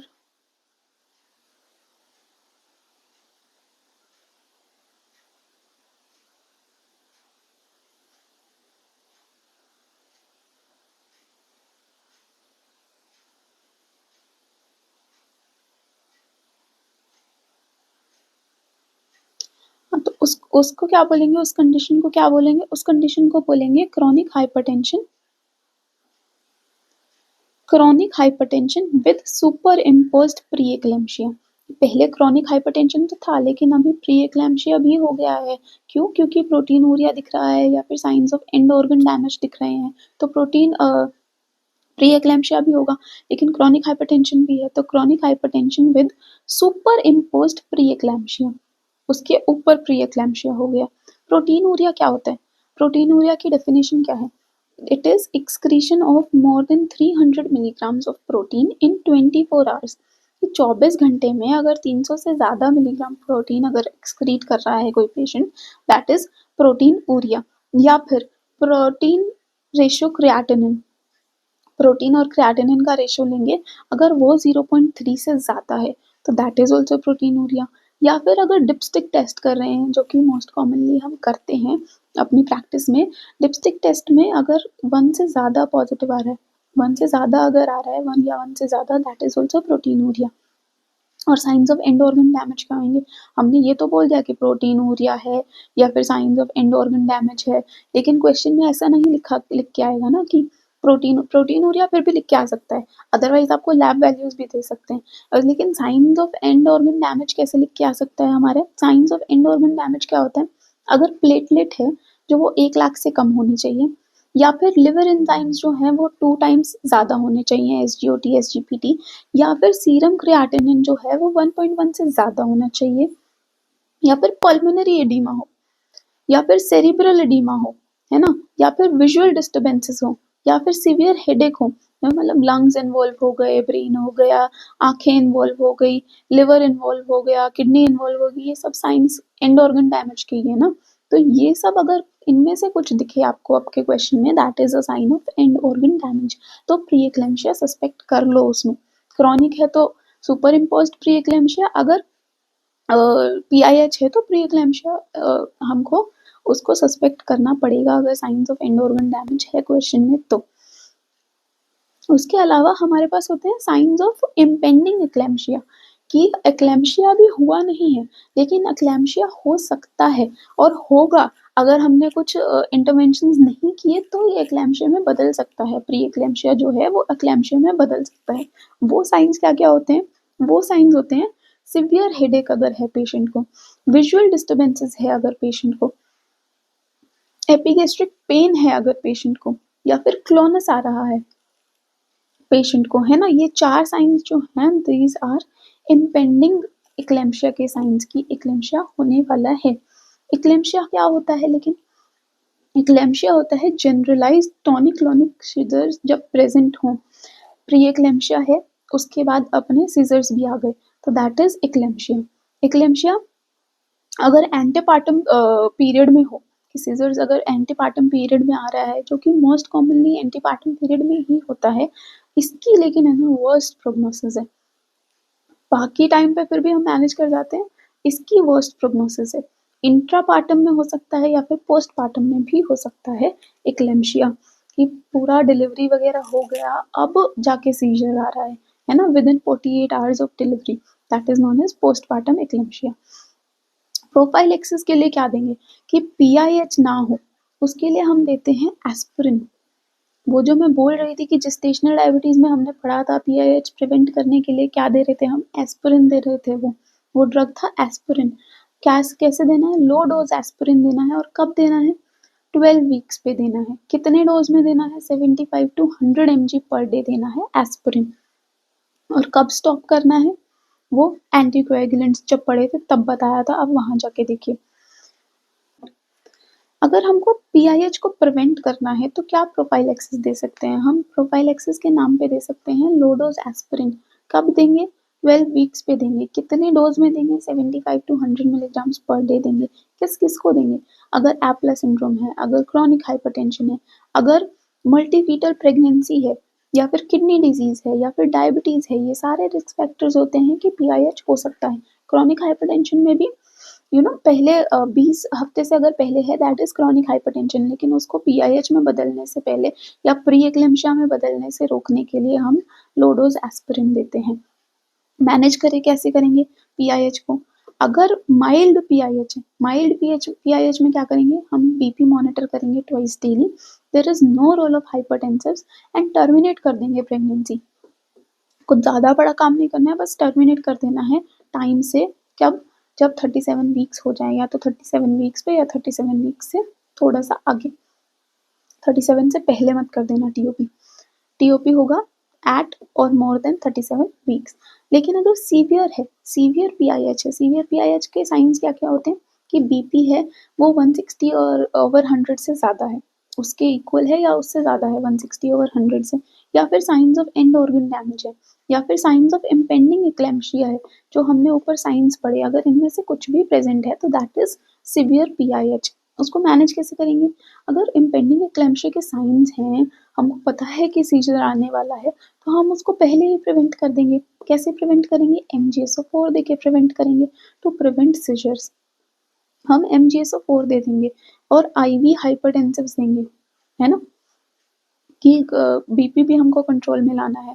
और इसके अलावा हमको पता है कि अब प्रेगनेंसी कभी भी टर्मिनेट करने की ज़रूरत पड़ सकती है अगर सीवियर PIH है तो हम बेबी के लंग्स मैच्योरिटी पे कॉम्प्रोमाइज़ नहीं कर सकते। तो पहला डोज ऑफ कॉर्टिकोस्टेरॉइड हम दे देंगे, कब देंगे? 28 टू 34 वीक्स के बीच में। जब भी हमको ये सब साइंस आ रहे हैं, अगर वो 28 वीक से ज़्यादा की प्रेगनेंसी है और 34 वीक से कम की प्रेगनेंसी है, तो हम उसको फर्स्ट डोज ऑफ कॉर्टिकोस्टेरॉइड दे सकते हैं और देंगे भी, ठीक है।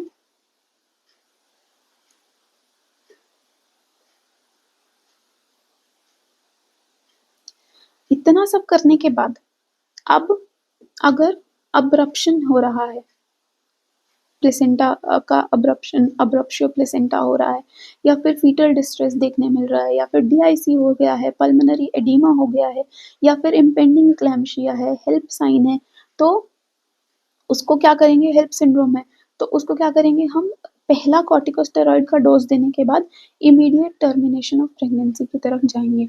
लेकिन अगर प्रॉम है, रीनल डिस्फंक्शन है, ओलिगोहाइड्रोएमनियोज है, या फिर एब्सेंट या फिर रिवर्स्ड एंड डायस्टोलिक फ्लो है, तो क्या करेंगे? हम उसको कॉर्टिकोस्टेरॉइड्स के कोर्स को कंप्लीट करेंगे और फिर हम प्रेगनेंसी को टर्मिनेट करेंगे। अगर कोई भी रिस्क फैक्टर्स नहीं है, मतलब इनमें से ये जो इतना लिस्ट बताई मैंने, इनमें से कुछ भी नहीं है, तो क्या करेंगे? टर्मिनेशन ऑफ प्रेगनेंसी कब करेंगे? मोर देन और इक्वल टू 34 वीक्स पे करेंगे। कैसे किया हमने मैनेज सीवियर PIH को? हमने MgSO4 दिया, हमने एंटी हाइपरटेंसिव्स दिए, हमने फर्स्ट डोज दिया कॉर्टिकोस्टेरॉइड्स का, उसके बाद हमने चेक किया कि अब्रप्शो तो नहीं है, फीटल डिस्ट्रेस तो नहीं है, DIC तो नहीं है, पल्मोनरी एडिमा तो नहीं है, इम्पेंडिंग इक्लेम्शिया तो नहीं है, हेल्प सिंड्रोम तो नहीं है, वरना हमको क्या करना पड़ेगा? Immediate termination of pregnancy.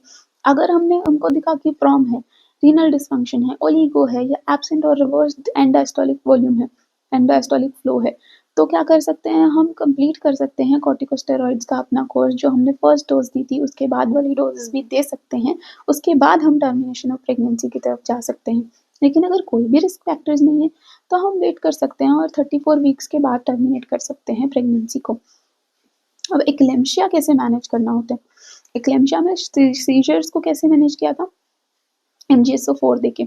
MgSO4 से प्रिवेंट भी होता है सीजर और ट्रीट भी होता है सीजर, कि अब एक्लेम्शिया हो गया है, सीजर आ रहा है पेशेंट को, तो कैसे मैनेज करेंगे उसको? तो मैनेज करने के लिए करना पड़ेगा सबसे पहला, raise the bed rails and airway management, कि एयरवे देखो पेशेंट का और बेड रेल्स ऊपर कर दो ताकि वो गिरे ना, इंजरी ना हो जाए उसको, पेशेंट को। तो एयरवे मैनेजमेंट देखेंगे या फिर बेड रेल्स ऊपर, इनमें से कोई भी ऑप्शन में आपको दिखे, that is the first step. Second step क्या होगा? हमको सीजर ट्रीट करना है तो MgSO4 देंगे। आप ट्रीटमेंट के लिए दे रहे हैं तो क्या डोजेज में देंगे? 4 to 7 milliequivalents per litre, 4 से 7 देंगे। This is known as Pritchard regime. Pritchard regime से देंगे हम MgSO4। It is given till 24 hours delivery, 24 hours after delivery. MgSO4 दे रहे हैं हम प्रिचर्ड रिजीम से, लेकिन कब तक देना है? ये तब तक देना है या तो 24 घंटे डिलीवरी के बाद, या फिर अगर उन 24 घंटे में मान लो एक सीजर फिर से आ गया उस पेशेंट को, तो क्या करना है? उस सीजर के 24 आवर्स के बाद, जोन सा भी सबसे लेट है, या तो 24 आवर्स आफ्टर डिलीवरी या फिर 24 आवर्स आफ्टर लास्ट कन्वर्जन, जो भी सबसे ज्यादा लेट है। अगर कोई डिलीवरी के बाद कोई भी सीजर नहीं आ रहा है तो 24 आवर्स तक देंगे, अगर कोई सीजर आ जाए तो उस सीजर के 24 आवर्स तक देंगे MgSO4। उसके अलावा क्या क्या देना है? उसके अलावा हमको एंटी हाइपरटेंसिव ड्रग्स देने हैं, IV देंगे उस, और जो है हमको टर्मिनेट करनी पड़ेगी प्रेगनेंसी, इमीडिएट टर्मिनेशन करना पड़ेगा प्रेगनेंसी का वजाइनल डिलीवरी से। सी सेक्शन के लिए eclampsia is not an indication for C section, हमको वजाइनल डिलीवरी से ही टर्मिनेट करना पड़ेगा प्रेगनेंसी को। एंटी हाइपरटेंसिव्स क्या क्या यूज कर सकते हैं हम? एंटी हाइपरटेंसिव कर सकते हैं hydralazine, labetalol, nifedipine, alpha methyl dopa. लेकिन ये हर केस में हर एंटी हाइपरटेंसिव यूज नहीं हो सकता। ये जो ऊपर वाले तीन हैं, हाइड्रालाजीन, लेबेटालोल और निफेडिपिन जो है वो सीवियर प्री-एक्लैम्सिया में यूज़ हो सकते हैं। और अगर क्रॉनिक हाइपरटेंशन है तो हम कैसे मैनेज करेंगे? लेबेटालोल से, निफेडिपिन से और alpha methyl dopa. Alpha methyl dopa जो है वो हम सीवियर प्री-एक्लैम्सिया में नहीं देते हैं। और या फिर हाइड्रालाजीन जो है वो हम क्रॉनिक हाइपरटेंशन में नहीं देते हैं। ये ड्रग्स 4 याद रखो, ऊपर वाले 3 जो हैं वो सीवियर में देते हैं और नीचे वाले 3 जो हैं वो क्रॉनिक हाइपरटेंशन में देते हैं, है ना? अगर रिफ्रैक्टरी हाइपरटेंशन है तो क्या देंगे? हम देंगे नाइट्रोप्रोसाइड। कॉन्ट्राइंडिकेशंस कौन-कौन से ड्रग्स का है कि प्रेगनेंसी में ये वाले हाइपरटेंसिव ड्रग्स जो हैं वो हम नहीं दे सकते। वो याद रखिएगा, एस इनहिबिटर्स, एआरबीज और डायज़ोक्साइड। एस इनहिबिटर्स कैसे पहचानोगे? आपके ऑप्शंस में किसी के भी पीछे अगर प्रिल लगा हो, दैट इज एस इनहिबिटर। अगर सार्टन्स हो तो एआरबीज। आपको क्वेश्चन ऐसे आएंगे कि all of the following drugs can be used in hypertension in pregnancy except. वो एक्सेप्ट का आंसर होगा एस इनहिबिटर या एआरबीज में से कोई एक। कोई तो प्रिल होगा या तो कोई तो सार्टन होगा। उस ऑप्शन को देखो, प्रिल और सार्टन को ढूंढो और उसको मार्क करो। अब ये जो हम इतने देर से हेल्प सिंड्रोम चिल्ला रहे हैं कि अगर हेल्प सिंड्रोम है तो टर्मिनेशन करना पड़ेगा, हेल्प सिंड्रोम है तो टर्मिनेशन करना पड़ेगा। वो हेल्प सिंड्रोम एक्चुअली होता क्या है? Helper regime was for shoulder dystocia ना। HELLP syndrome is different. HELLP syndrome is what? H for hemolysis की माइक्रोएंजियोपैथिक hemolysis हो रही है। EL for elevated liver enzymes, liver enzyme बढ़ रहे हैं, SGOT SGPT जो है वो 2 टाइम से भी ज्यादा हो गए हैं। या और LP, LP is what? Low platelet count, 1 lakh से भी कम प्लेटलेट हो गई है। जब ये तीनों प्रेजेंट हों, that is known as HELLP syndrome. अगर ये है, हेल्प सिंड्रोम है आपके पेशेंट को, तो आपको इमीडिएट टर्मिनेशन ऑफ प्रेगनेंसी की तरफ जाना पड़ेगा एक पहला कॉर्टिकोस्टेरॉइड का डोज देके, है ना? इसको मैनेज कैसे करेंगे हेल्प सिंड्रोम को? MgSO4 देंगे, एंटी हाइपरटेंसिव्स देंगे, उसके बाद पहला डोज देंगे कॉर्टिकोस्टेरॉइड का अगर POG 34 वीक से कम है तो, और फिर इमीडिएट टर्मिनेशन ऑफ प्रेगनेंसी कर देंगे। यही हमने ऊपर रिजीम पढ़ा था, यही सेम रिजीम यहाँ फॉलो हो रहा है अगर हेल्प सिंड्रोम है तो। MgSO4 दिया टू प्रिवेंट सीजर या फिर टू ट्रीट सीजर, एंटी हाइपरटेंसिव्स दिया, उसके बाद फर्स्ट डोज ऑफ कॉर्टिकोस्टेरॉइड दे दिया if POG is less than 34 weeks, और फिर इमीडिएट टर्मिनेशन ऑफ प्रेगनेंसी की तरफ हम चलेगा।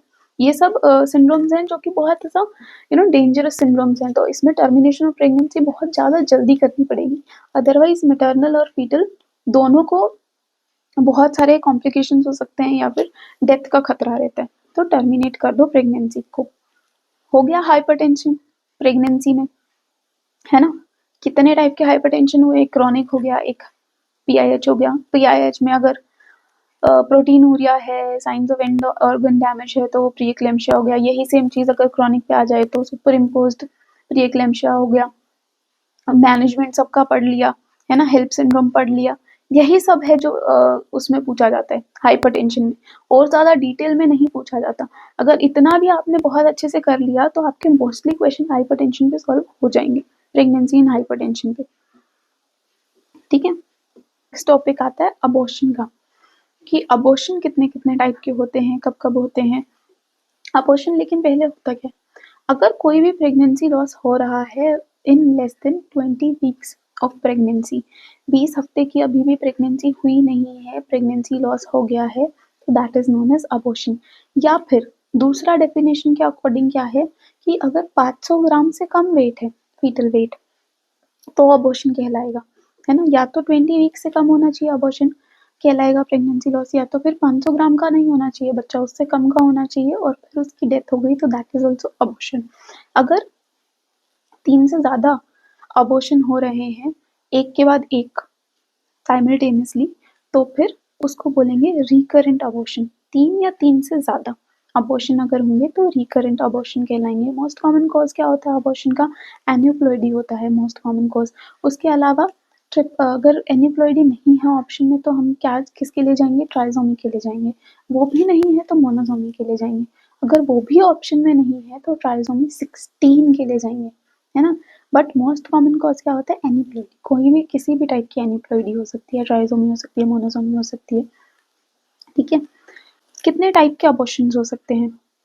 अबॉर्शन 5 टाइप्स के हो सकते हैं। पहला टाइप क्या है? थ्रेटन्ड अबॉर्शन, कि अभी हमारा प्रोसेस तो स्टार्ट हो गया है, लेकिन the process is reversible, we can reverse this abortion process. उसमें हमारे को क्या फाइंडिंग मिलेगी? हमारा ऑस जो है वो क्लोज़्ड रहेगा, और इसके लिए हमको क्या मैनेजमेंट देना है? एक्सपेक्टेड मैनेजमेंट देना है। दूसरा टाइप का क्या अबॉर्शन हो सकता है? इनेविटेबल अबॉर्शन हो सकता है, कि हम इसको अब रिवर्स नहीं कर सकते, इट इज़ इनेविटेबल, है ना? थॉर जैसे था इनेविटेबल, वैसे ही दिस इज नॉट रिवर्सिबल।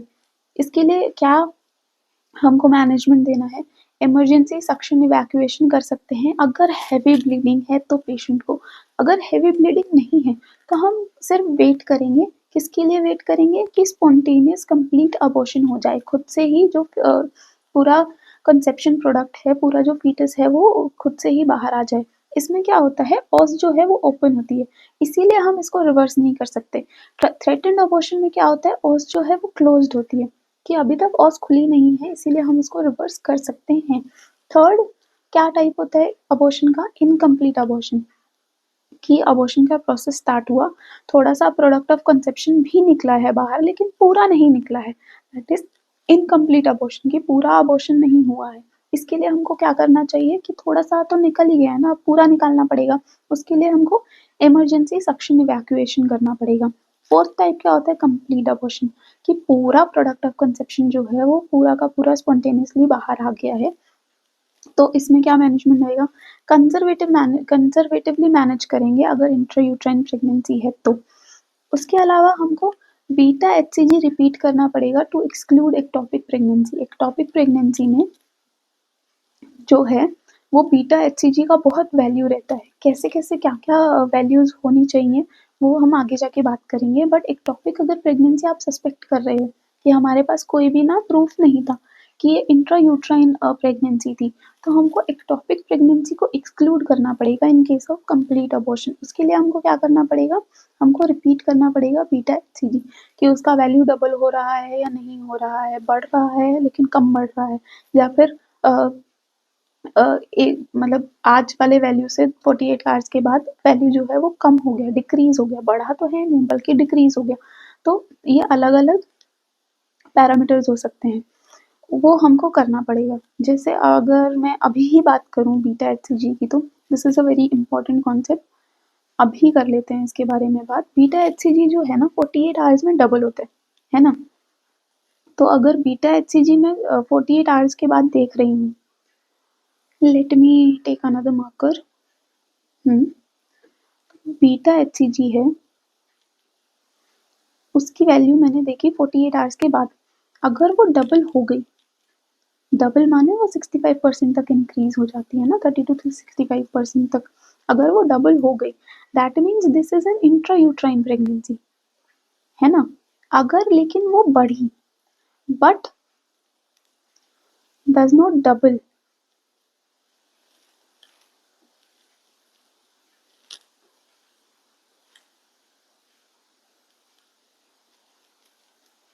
तो क्या होगा? वो एक्टोपिक प्रेगनेंसी हो सकती है, कि प्रेगनेंसी तो है, बीटा एचसीजी बढ़ तो रहा है लेकिन वो डबल नहीं हो रहा, दैट मीन्स एक्टोपिक प्रेगनेंसी है।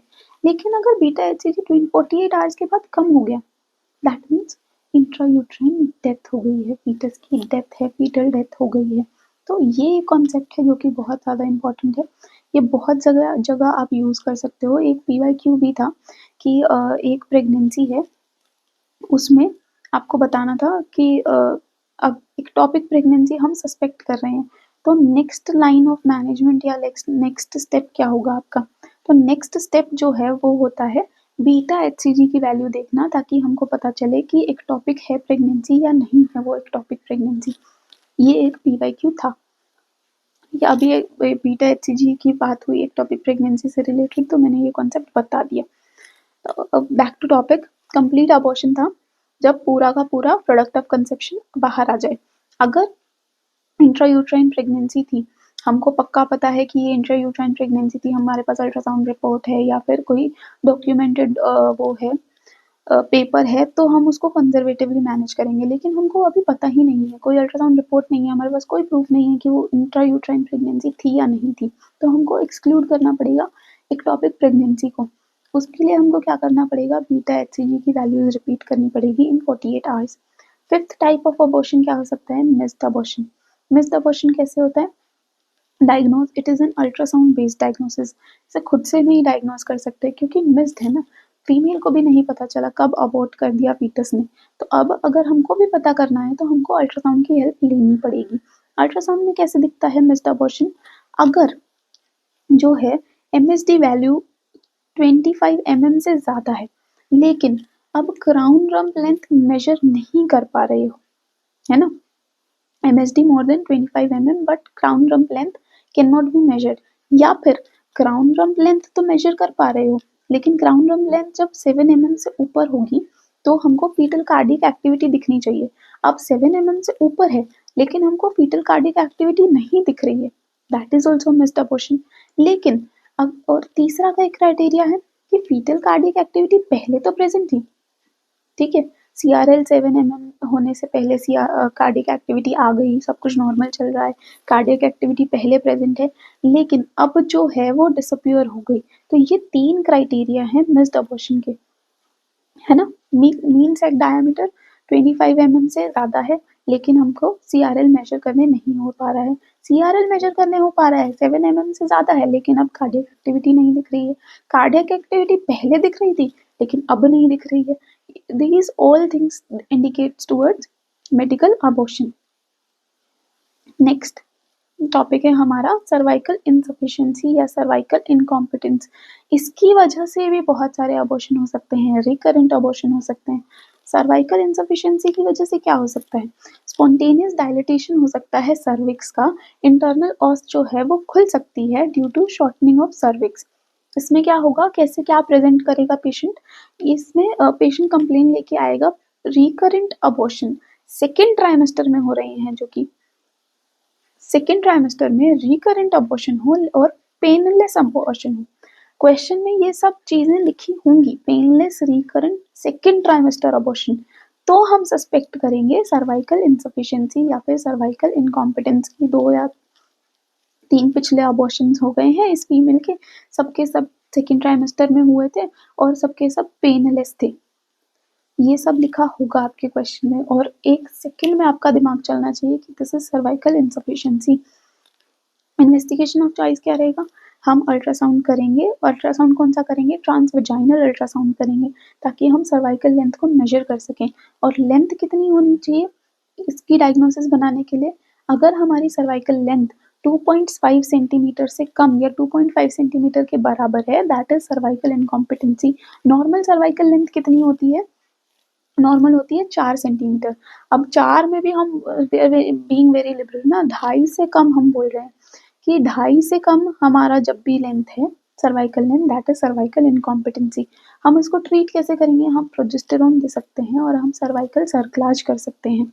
अगर सर्वाइकल सर्कलाज करना है तो वो सर्वाइकल सर्कलाज कितने टाइप का होता है, ट्रांसवजाइनली कर सकते हैं या ट्रांस अब्डोमिनली कर सकते हैं। ट्रांसवजाइनली कौन कौन से मेथड्स होते हैं, मैकडॉनल्ड्स होता है, शिरोडकर मेथड होता है, वॉर्म्स सर्कलाज होते हैं। इनमें से सबसे कॉमन कौन सा है, मैकडॉनल्ड सर्कलाज है।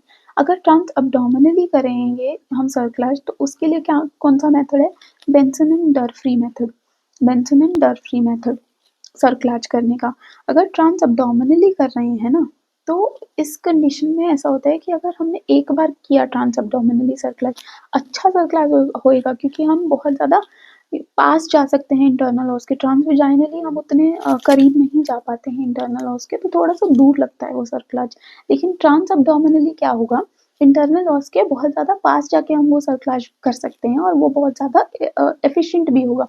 लेकिन हम इसको प्रेफर नहीं करते हैं, क्यों नहीं करते हैं कि एक बार तो सर्जरी कराने आई सर्कलाज के लिए, उसके बाद फिर हमको LSCS करना पड़ेगा क्योंकि हम उस सर्कलाज को खोल नहीं सकते। वो सर्कलाज खुलेगा कब, जब उसकी फैमिली कंप्लीट हो जाएगी कि अब मुझे इतनी इसके आगे कोई प्रेगनेंसी चाहिए नहीं है, तो अब मेरा सर्कलाज खोल दो, सर्वाइकल सर्कलाज जो है वो ओपन हो जाएगा। इसीलिए हम जो है ट्रांस अब्डोमिनल सर्कलाज को हम प्रेफर नहीं करते हैं क्योंकि उसमें LSCS करना ही पड़ता है हमको और कोई ऑप्शन ही नहीं होता, है ना।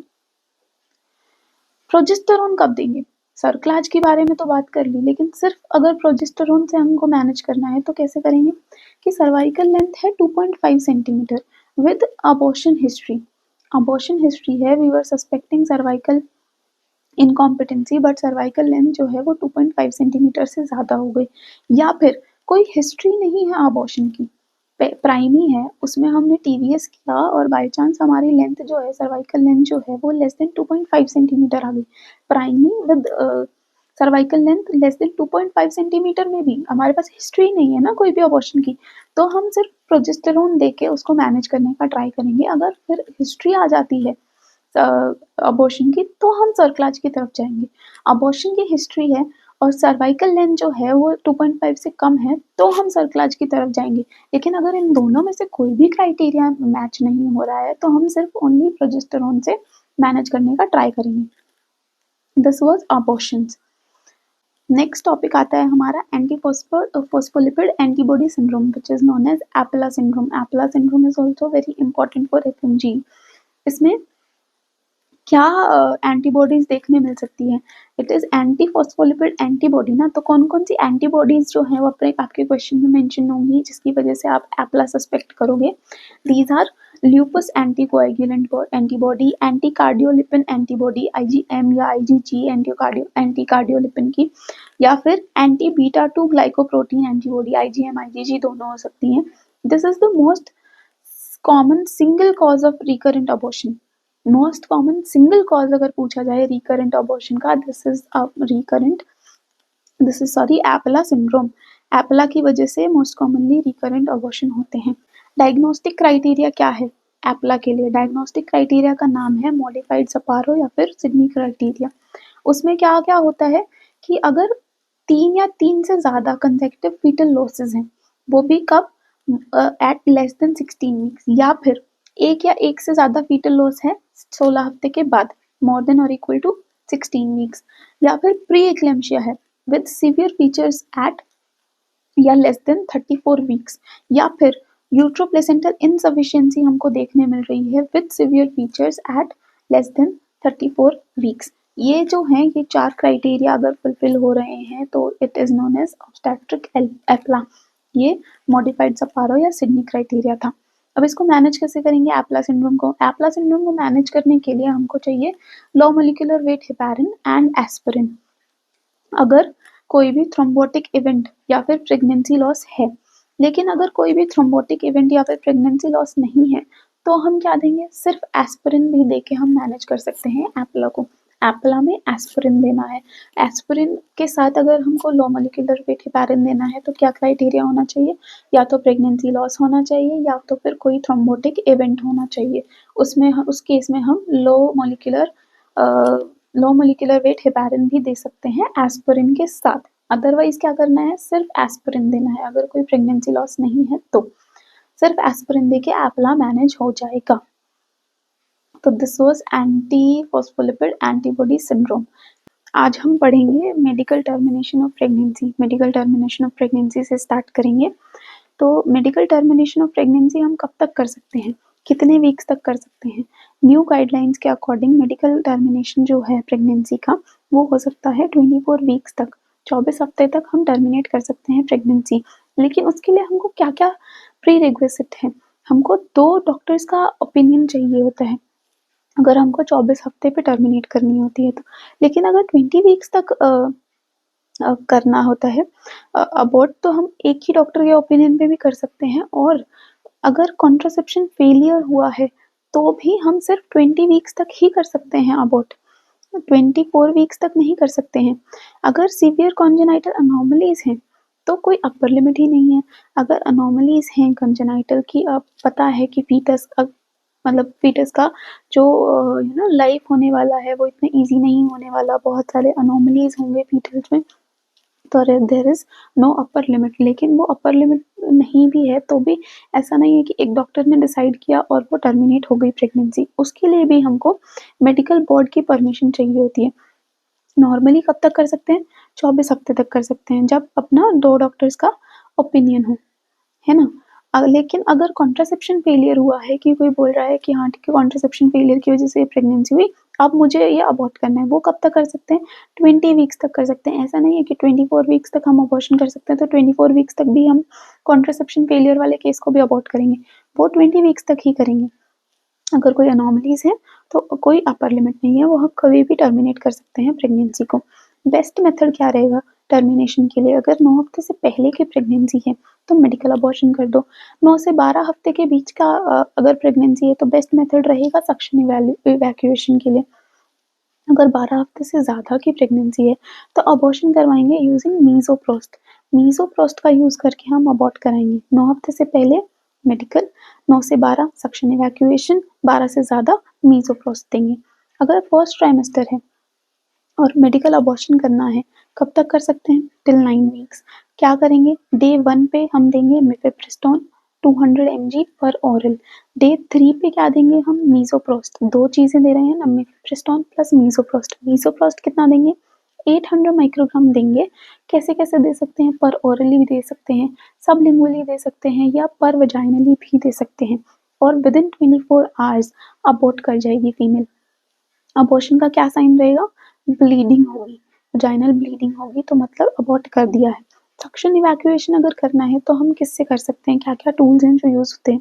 That is Karman cannula. Karman cannula चाहिए और एक सक्शन मशीन चाहिए। अगर मैनुअल वैक्यूम एस्पिरेशन करना है तो उसके लिए क्या क्या इंस्ट्रूमेंट चाहिए? एमबीए सिरिंज चाहिए। अगर मेंस्ट्रुअल रेगुलेशन करना है तो उसके लिए भी एक सिरिंज यूज होती है। और एमबीए सिरिंज और मेंस्ट्रुअल रेगुलेशन वाली सिरिंज में क्या डिफरेंस है? अगर तुमको 2 पिंच वॉल्व दिखे, ये आपकी सिरिंज है, अगर 2 पिंच वॉल्व दिखे that means that is MBA syringe. लेकिन सॉरी, लेकिन अगर एक ही पिंच वॉल्व दिखे दैट मीन्स वो मेंस्ट्रुअल रेगुलेशन सिरिंज है। कब तक हो सकता है मेंस्ट्रुअल रेगुलेशन? 6 हफ्ते तक कर सकते थे, लेकिन ये हम पहले करते थे, अब नहीं करते। This is an outdated measure. अगर सेकेंड ट्राइमेस्टर में हमको करना है अबॉर्शन तो कैसे कैसे कर सकते हैं? मेडिकल अबॉर्शन कर सकते हैं मीज़ोप्रोस्ट से, है ना, ये किया था ना हमने। मीज़ोप्रोस्ट से कर सकते हैं हम अबॉर्शन, तो मीज़ोप्रोस्ट से कर सकते हैं, या फिर एक्स्ट्रा एमनियोटिक इथाक्रिडिन दे सकते हैं। ये सारे अबॉर्टिंग मेथड्स हैं। इंट्रा एमनियोटिक सलाइन दे सकते हैं, या फिर ऑक्सीटोसिन दे सकते हैं, यूट्राइन कंट्रैक्शन होगा। इन सब से मेडिकल अबॉर्शन करा जा सकता है। ये सब दवाइयाँ दे के अबॉर्शन किया जा सकता है सेकेंड ट्राइमेस्टर में। या फिर हम क्या कर सकते हैं? सक्शन इवैक्यूएशन कर सकते हैं।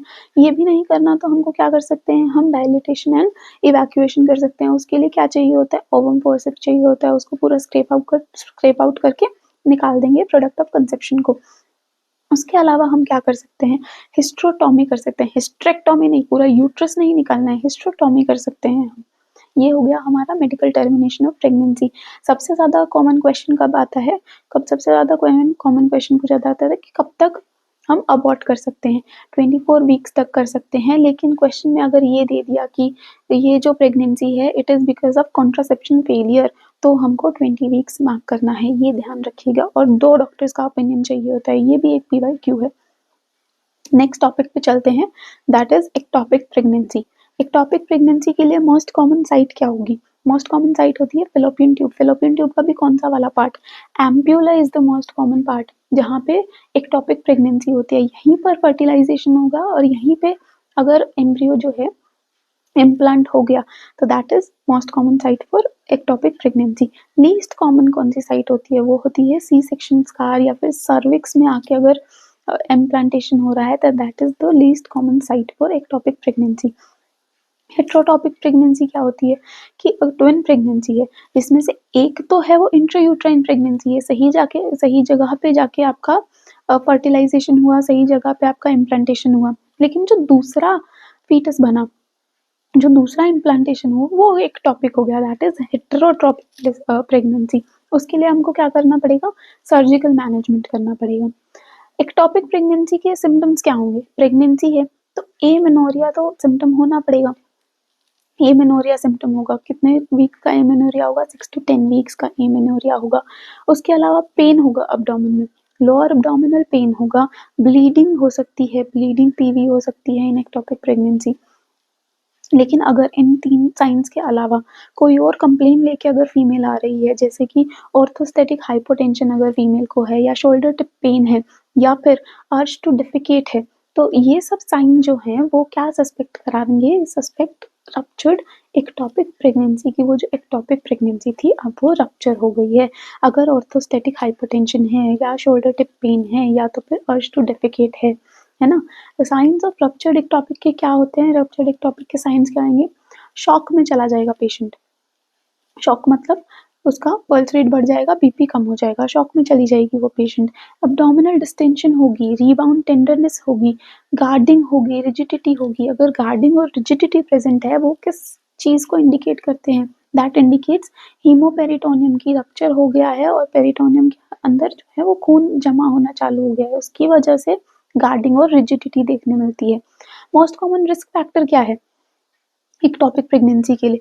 Most common risk factor is PID या फिर साल्पिंजाइटिस, कि फेलोपियन ट्यूब का इन्फ्लेमेशन इन्फेक्शन हो रहा है। पीआईडी या salpingitis is the most common risk factor. Most common contraception failure जिसकी वजह से एक्टोपिक प्रेगनेंसी होती है, वो क्या होता है कि हमने कॉन्ट्रासेप्शन तो दिया, लेकिन अब वो कॉन्ट्रासेप्शन फेल हो गया, उसकी वजह से एक्टोपिक प्रेगनेंसी हो गई। दैट उसके लिए most common is tubal sterilisation. जो हमने ट्यूब्स को बांधा था वो वापस से मिल गई, और उसकी वजह से वहां पर वो इम्प्लांटेशन हो गया ट्यूब में ही। उसके अलावा क्या हो सकता है? मेरीना, प्रोजेस्टेरोन कंटेनिंग है ना ये इम्प्लांट। तो प्रोजेस्टेरोन क्या था? स्मूथ मसल रिलैक्सेंट था। तो अब अगर फेलोपियन ट्यूब वाला स्मूथ मसल रिलैक्स हो रहा है, तो जो फर्टिलाइजेशन वाला प्रोडक्ट है वो आगे आगे बढ़ ही नहीं सकता ना, पेरिस्टालसिस चाहिए फेलोपियन ट्यूब की, तो और वो फेलोपियन ट्यूब में ही इम्प्लांट हो जाता है। तो दैट इज मेरीना। मेरीना की वजह से ऐसा होता है। मोस्ट कॉमन क्या था? Tubal sterilisation. उसके बाद second most common is Mirena. उसके बाद third most common is IUCD. और उसके बाद अगर ओरल जो है वो देखा जाए कि ओरल कॉन्ट्रासेप्टिव्स जो हैं उनमें से सबसे ज़्यादा कॉमनली कौन ये करता है? वो होता है प्रोजेस्टेरोन ओनली पिल्स, क्योंकि progesterone is the main culprit ना, कि स्मूथ मसल रिलैक्स था और अब वो आगे कंसेप्शन को बढ़ने ही नहीं दे रहा है ना? मोस्ट कॉमन पीवी फाइंडिंग्स क्या होंगी? कि एक टॉपिक प्रेगनेंसी है, उसमें हमने पीवी करके देखा, तो हमको क्या क्या फाइंडिंग्स देखने मिल सकती हैं? एडेनेक्सल मास देखने मिल सकता है, सर्वाइकल मोमेंट टेंडरनेस देखने मिल सकते हैं कि टच करते से ही सर्वाइकल में सर्विक्स में बहुत ज़्यादा पेन हो रहा है पेशेंट को। यूट्रस जो है वो सॉफ्ट हो सकता है, एनलार्ज हो सकता है, बट प्रेगनेंसी अब यूट्रस में नहीं है ना, कहीं और है। तो पीओजी के कंपैरिजन में कि जिस जेस्टेशनल एज पे इतना यूट्रस होना चाहिए, इतना बड़ा यूट्रस होना चाहिए, इस लेवल पे यूट्रस होना चाहिए, उस लेवल पे नहीं है, लेकिन वो बड़ा हुआ है, लेकिन वो उस लेवल जितना नहीं बड़ा हुआ है। That means uterus is soft and enlarged but the size is less than POG. वो इंडिकेट करेगा एक्टोपिक प्रेगनेंसी को। मैनेजमेंट क्या होगा? रप्चर्ड एक्टोपिक का मैनेजमेंट क्या होगा? सर्जरी करनी पड़ेगी हमको। तो क्या? यूनिलेटरल साल्पिंगेक्टोमी, कि वो एक जो साइड का ट्यूब है, फेलोपियन ट्यूब जो है, वो हम निकाल देंगे। उसमें भी हम वो लेप्रोस्कोपिकली कर सकते हैं, या फिर पूरा एब्डोमेन भी खोल सकते हैं, लेप्रोटमी भी कर सकते हैं। वो कैसे कैसे करेंगे? अगर वाइटल स्टेबल हैं तो लेप्रोस्कोपी के लिए जाइए, अगर वाइटल्स अनस्टेबल हैं तो लेप्रोटोमी के लिए जाइए, है ना? लेकिन वो ट्यूब हटानी ज़रूरी है, क्योंकि वो रप्चर हो गई है because of the ruptured ectopic. अब एक जो नॉर्मल एक्टोपिक प्रेगनेंसी है उसको डायग्नोज कैसे करेंगे? पहले हम करेंगे टीवीएस, है ना? टीवीएस में अगर जेस्टेशनल सैक और यॉक सैक फेलोपियन ट्यूब में दिख रहा है, हम मेडिकल मैनेजमेंट कर देंगे। एक्टोपिक प्रेगनेंसी है, फेलोपियन ट्यूब में हमको दिख गया gestational sac and yolk sac, medical management कर देंगे। लेकिन साइंस जो वो अब टीवीएस किया, हमको जेस्टेशनल सैक और यॉक सैक नहीं दिखा फेलोपियन ट्यूब में, लेकिन अभी भी कुछ साइंस दिखे जिसकी वजह से हम सस्पेक्ट कर रहे हैं एक टॉपिक। अभी हमारा डायग्नोज नहीं हुआ है कि ये एक टॉपिक है, हम सस्पेक्ट कर रहे हैं। वो साइंस क्या क्या हो सकते हैं? एडेनेक्सल मास दिख सकता है हमको, बेगल साइन दिख सकता है हमको, रिंग ऑफ फायर अपीयरेंस, क्योंकि बहुत सारी वेस्कुलैरिटी होगी तो वो डॉपलर पे रिंग ऑफ फायर अपीयरेंस दिखाएगा। एम्प्टी यूट्रस, यूट्रस में कुछ है ही नहीं, प्रेगनेंसी है लेकिन यूट्रस में नहीं है तो मतलब एक्टॉपिक है ना। ये सब साइंस हैं, इसकी वजह से हम सस्पिशन में चले जाते हैं कि ये एक्टॉपिक है, लेकिन अभी हमको डायग्नोज नहीं हुआ है कि ये एक्टॉपिक है। तो अगर इनमें से एक या एक से ज़्यादा साइन दिखे हमको, तो हमको नेक्स्ट स्टेप क्या करना चाहिए ताकि हमारी डायग्नोसिस बन जाए। वहाँ पे आता है हमारा रोल बीटा HCG का। लास्ट वीडियो में भी जो मैंने कॉन्सेप्ट बताया था, दिस वाज द कॉन्सेप्ट कि बीटा HCG की वैल्यू के अकॉर्डिंग हम ये पता कर सकते हैं कि ये प्रेगनेंसी जो है वो एक्टॉपिक है या नहीं है। कि वैल्यू देखनी पड़ेगी हमको बीटा HCG की। अगर क्रिटिकल टाइटर से ऊपर है ना, तो क्रिटिकल टाइटर क्या होता है, मोर देन और इक्वल टू 200 इंटरनेशनल यूनिट। अगर क्रिटिकल टाइटर से ऊपर है तो ये कंफर्म करेगा कि ये अनरप्चर्ड एक्टॉपिक है, हमको मेडिकल मैनेजमेंट दे देना है। लेकिन अगर क्रिटिकल टाइटर से कम है तब अब क्या करें, अब हमको रिपीट करना पड़ेगा HCG। 48 आवर्स में हमको रिपीट करना पड़ेगा HCG, फिर हम डिसाइड करेंगे कि ये एक्टॉपिक है या नहीं है। वो क्या रूल होता है कि 48 आवर्स में HCG को है ना डबल होना होता है। डबल होना होता है मतलब 33 to 65% तक बढ़ना होता है, ना कि 100% बढ़ना होता है। डबल का मतलब होता है 33 to 65% बढ़ना। तो अगर वो डबल हो रहा है मतलब तो वो इंट्रायूट्राइन प्रेगनेंसी ही है। वो जो साइंस दिख रहे थे वो किसी और रीजन की वजह से दिख रहे थे, या फिर वो मिसडायग्नोसिस कर रहा था। तो अगर डबल हो रहा है तो that means viable intrauterine pregnancy है। अगर लेकिन HCG बढ़ रहा है लेकिन डबल नहीं हो रहा है, 33% से अभी भी कम ही है, बढ़ जरूर रहा है लेकिन 33% से कम है, बढ़ रहा है दैट मीन्स प्रेगनेंसी है, लेकिन वो इतना डबल नहीं हो पा रहा है दैट मीन्स एक्टॉपिक प्रेगनेंसी है। लेकिन अगर सपोजिटली HCG जो है वो कम हो जाए 48 आवर्स में, बढ़ा ही नहीं, वो क्या इंडिकेट करेगा, वो इंडिकेट करेगा हमारा कि अबॉर्शन हो चुका है, फीटल डेथ हो चुकी है। इसकी वजह से HCG अब हमारा बढ़ नहीं रहा है, HCG कम हो गया है। मेडिकल मैनेजमेंट जो हम इतनी देर से बोल रहे हैं कि अगर ये कंफर्म हो जाए अनरप्चर्ड एक्टॉपिक है तो हम मेडिकल मैनेजमेंट देंगे, वो मेडिकल मैनेजमेंट क्या है? मेडिकल मैनेजमेंट है कि हम उसको फीमेल को मेथोट्रेक्सेट देंगे। मेथोट्रेक्सेट कितना देंगे, कैसे देंगे? 1 मिलीग्राम पर केजी देंगे। कैसे देंगे? IM देंगे, इंट्रामस्कुलरली देंगे मेथोट्रेक्सेट 1 मिलीग्राम पर केजी। ठीक है, कैसे कैसे क्या एल्गोरिदम रहेगा हमारा ट्रीट करने का कि हमने डे 1 पे बीटा HCG का वैल्यू देखा है ना, या तो हमको डायग्नोसिस बनाने के लिए बीटा HCG का वैल्यू चाहिए, या तो फिर हमने TVS से डायग्नोस कर लिया, बट स्टिल हमको बीटा HCG वैल्यू तो चाहिए ही चाहिए। डे 1 पे हमने बेसलाइन बीटा HCG देखा और हमने इंजेक्शन मेथोट्रेक्सेट उसको दे दिया। उसके बाद हमको बीटा HCG का वैल्यू दोबारा देखना है। कब देखना है? 4 to 7 डेज में देखना है। अगर तो ये डिक्रीज हो जाए बाय 15% या फिर 15% से ज्यादा, HCG का वैल्यू जो है डिक्रीज हो जाए, दैट मीन्स अबॉर्शन हो चुका है, सक्सेसफुल है हमारा ट्रीटमेंट मेथोट्रेक्सेट का। लेकिन वो डिक्रीज हुआ बट लेस देन 15% डिक्रीज हुआ, दैट मीन्स हमारा अभी सक्सेसफुल नहीं हुआ है बट चांसेस हैं सक्सेसफुल होने के। तो हम उसको एक बार और मेथोट्रेक्सेट दे देंगे। ये मेथोट्रेक्सेट हम कितनी बार दे सकते हैं? 1 मिलीग्राम पर केजी। वो 3 बार मैक्सिमम दे सकते हैं कि एक बार फेल हो गया, दूसरी बार दिया, दूसरी बार भी फेल हो गया, तीसरी बार भी दे दिया, है ना। लेकिन अगर तीसरी बार भी फेल हो जाता है तो हम नहीं दे सकते। लेकिन अगर HCG बढ़ जाए, कम ही नहीं हुआ ना, 15% छोड़ो ना कुछ छोड़ो, वो HCG बढ़ ही गया, अब बढ़ गया है तो मतलब कि वो फेल ही हो गया है। बार बार आप मेथोट्रेक्सेट दोगे तो भी कोई फायदा नहीं है। अगर कम होना होता एक डोज में भी होता, भले ही कम होता, मतलब थोड़ा सा कम होता कि लेस देन 15% ही कम हुआ है, लेकिन कम तो हुआ है ना। अब अगर बढ़ रहा है तो दैट मीन्स हमारा जो मेडिकल मैनेजमेंट है वो फेल हो गया है। ठीक है, अगर 3 बार रिपीट किया फिर भी नहीं हुआ, दैट मीन्स ऑल्सो कि हमारा मेडिकल मैनेजमेंट जो है वो फेल हो गया है। तो अब क्या कर सकते हैं हम? मेडिकल मैनेजमेंट फेल हो गया तो हमको सर्जरी करनी पड़ेगी। सर्जरी क्या करेंगे? लैप्रोस्कोपिक सर्जरी कर सकते हैं हम, है ना। तो अगर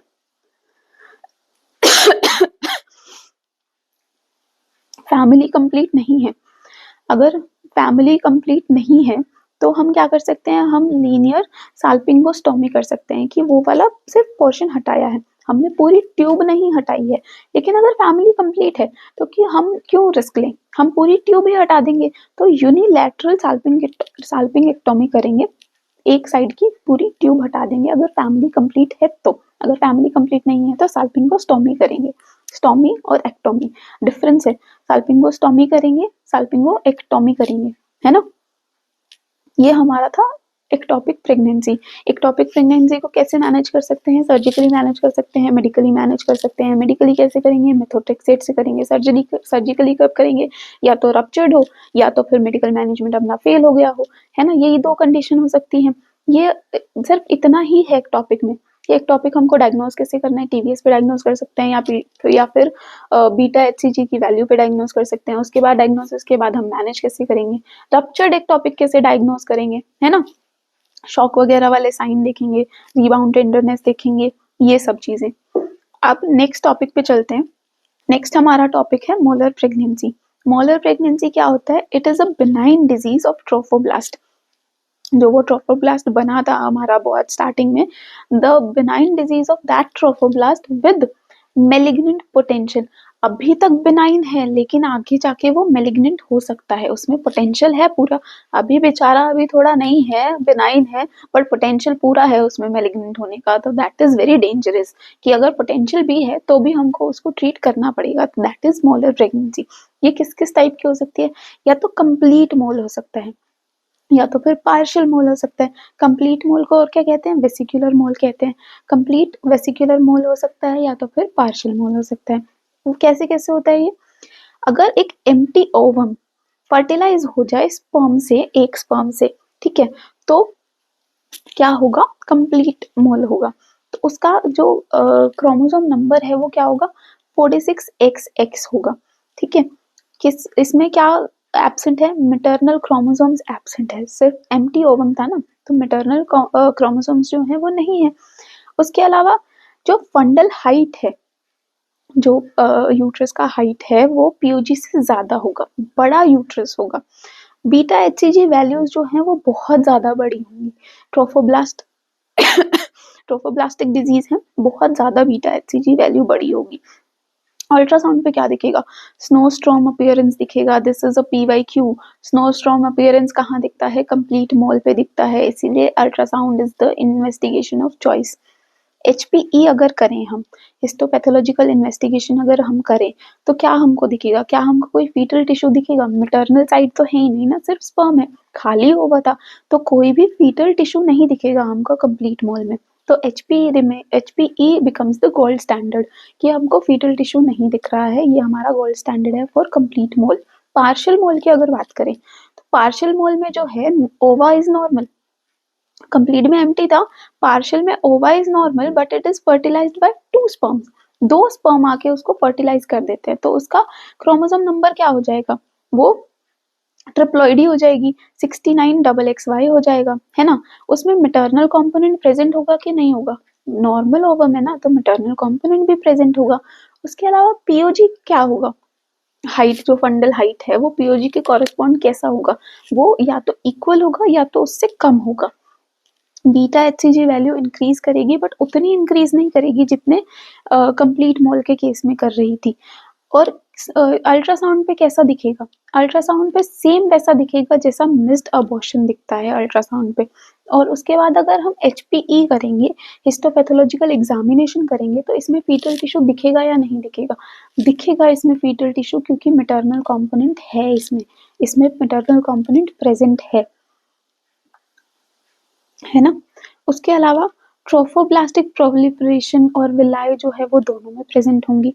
फीटल हार्ट साउंड्स जो है वो एब्सेंट होंगी, no fetal parts felt. Fetal part इसमें सम टिश्यू दिख रहा था लेकिन फीटल पार्ट्स नहीं बने हैं, इतना भी सक्षम नहीं है कि फीटल पार्ट्स बना सके।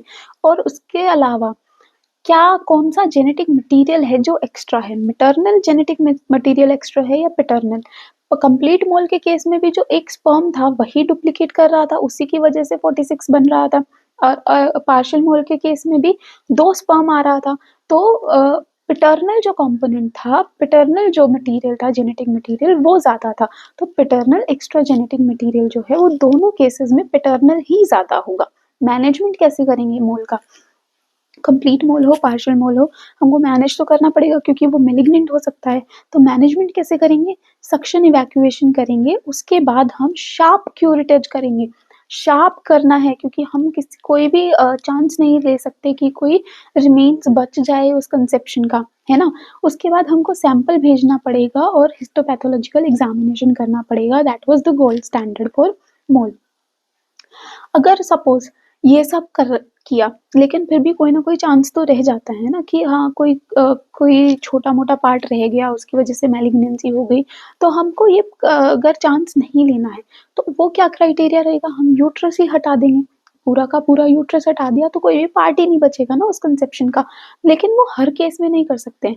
वो कब करेंगे? अगर 40 ईयर से ज़्यादा है फीमेल और उसकी फैमिली कंप्लीट है तो आप यूट्रस हटा सकते हैं, टोटल एब्डोमिनल हिस्टेरेक्टोमी कर सकते हैं। टोटल एब्डोमिनल हिस्टेरेक्टोमी मतलब यूट्रस भी हटाया और सर्विक्स भी हटाया, तो टीएएच कर सकते हैं अगर फैमिली कंप्लीट है तो। उसके बाद हम ये सब करने के बाद भी हमको फॉलो अप करना पड़ेगा कि हमने ठीक प्रोसीजर किया है या नहीं किया है। तो फॉलो अप कैसे करेंगे हम? वीकली हम बीटा एचसीजी लेवल देखेंगे। कब तक देखेंगे?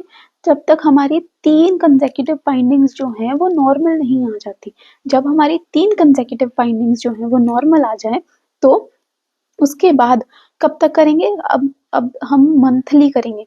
पहले हम वीकली कर रहे थे, 3 कंसेक्यूटिव फाइंडिंग्स नॉर्मल आ गई। अब हम मंथली बीटा एचसीजी की वैल्यू देखेंगे, मॉनिटर करेंगे। कब तक करेंगे? 6 महीने तक करेंगे। और इस पूरे पीरियड में जब तक हम वीकली एचसीजी देख रहे हैं, नॉर्मल आ रहा है एचसीजी, उसके बाद भी 6 महीने, तब तक जो है वो प्रेगनेंसी कॉन्ट्राइंडिकेटेड रहती है। हमको पेशेंट को बताना पड़ेगा कि आप इस दौरान प्रेग्नेंट नहीं हो सकते, प्रेगनेंसी इज कॉन्ट्राइंडिकेटेड। अब ये जो मोल था, है ना, ये जो मोल थे हमारे, मोलर प्रेगनेंसी थी, वो क्या था? उसके अंदर मेलिग्नेंसी का पोटेंशियल था। कौन सी वाली मेलिग्नेंसी हो सकती है ये? That we will know in gestational trophoblastic neoplasia. Trophoblast का ही डिजीज था ना वो, तो अगर उसका न्यूप्लेजिया हो रहा है, जेस्टेशनल ट्रोफोब्लास्टिक न्यूप्लेजिया कि जो मोलर प्रेगनेंसी थी उसमें मेलिग्नेंसी पोटेंशियल था, तो कौन सा वाला कैंसर कर सकती है वो?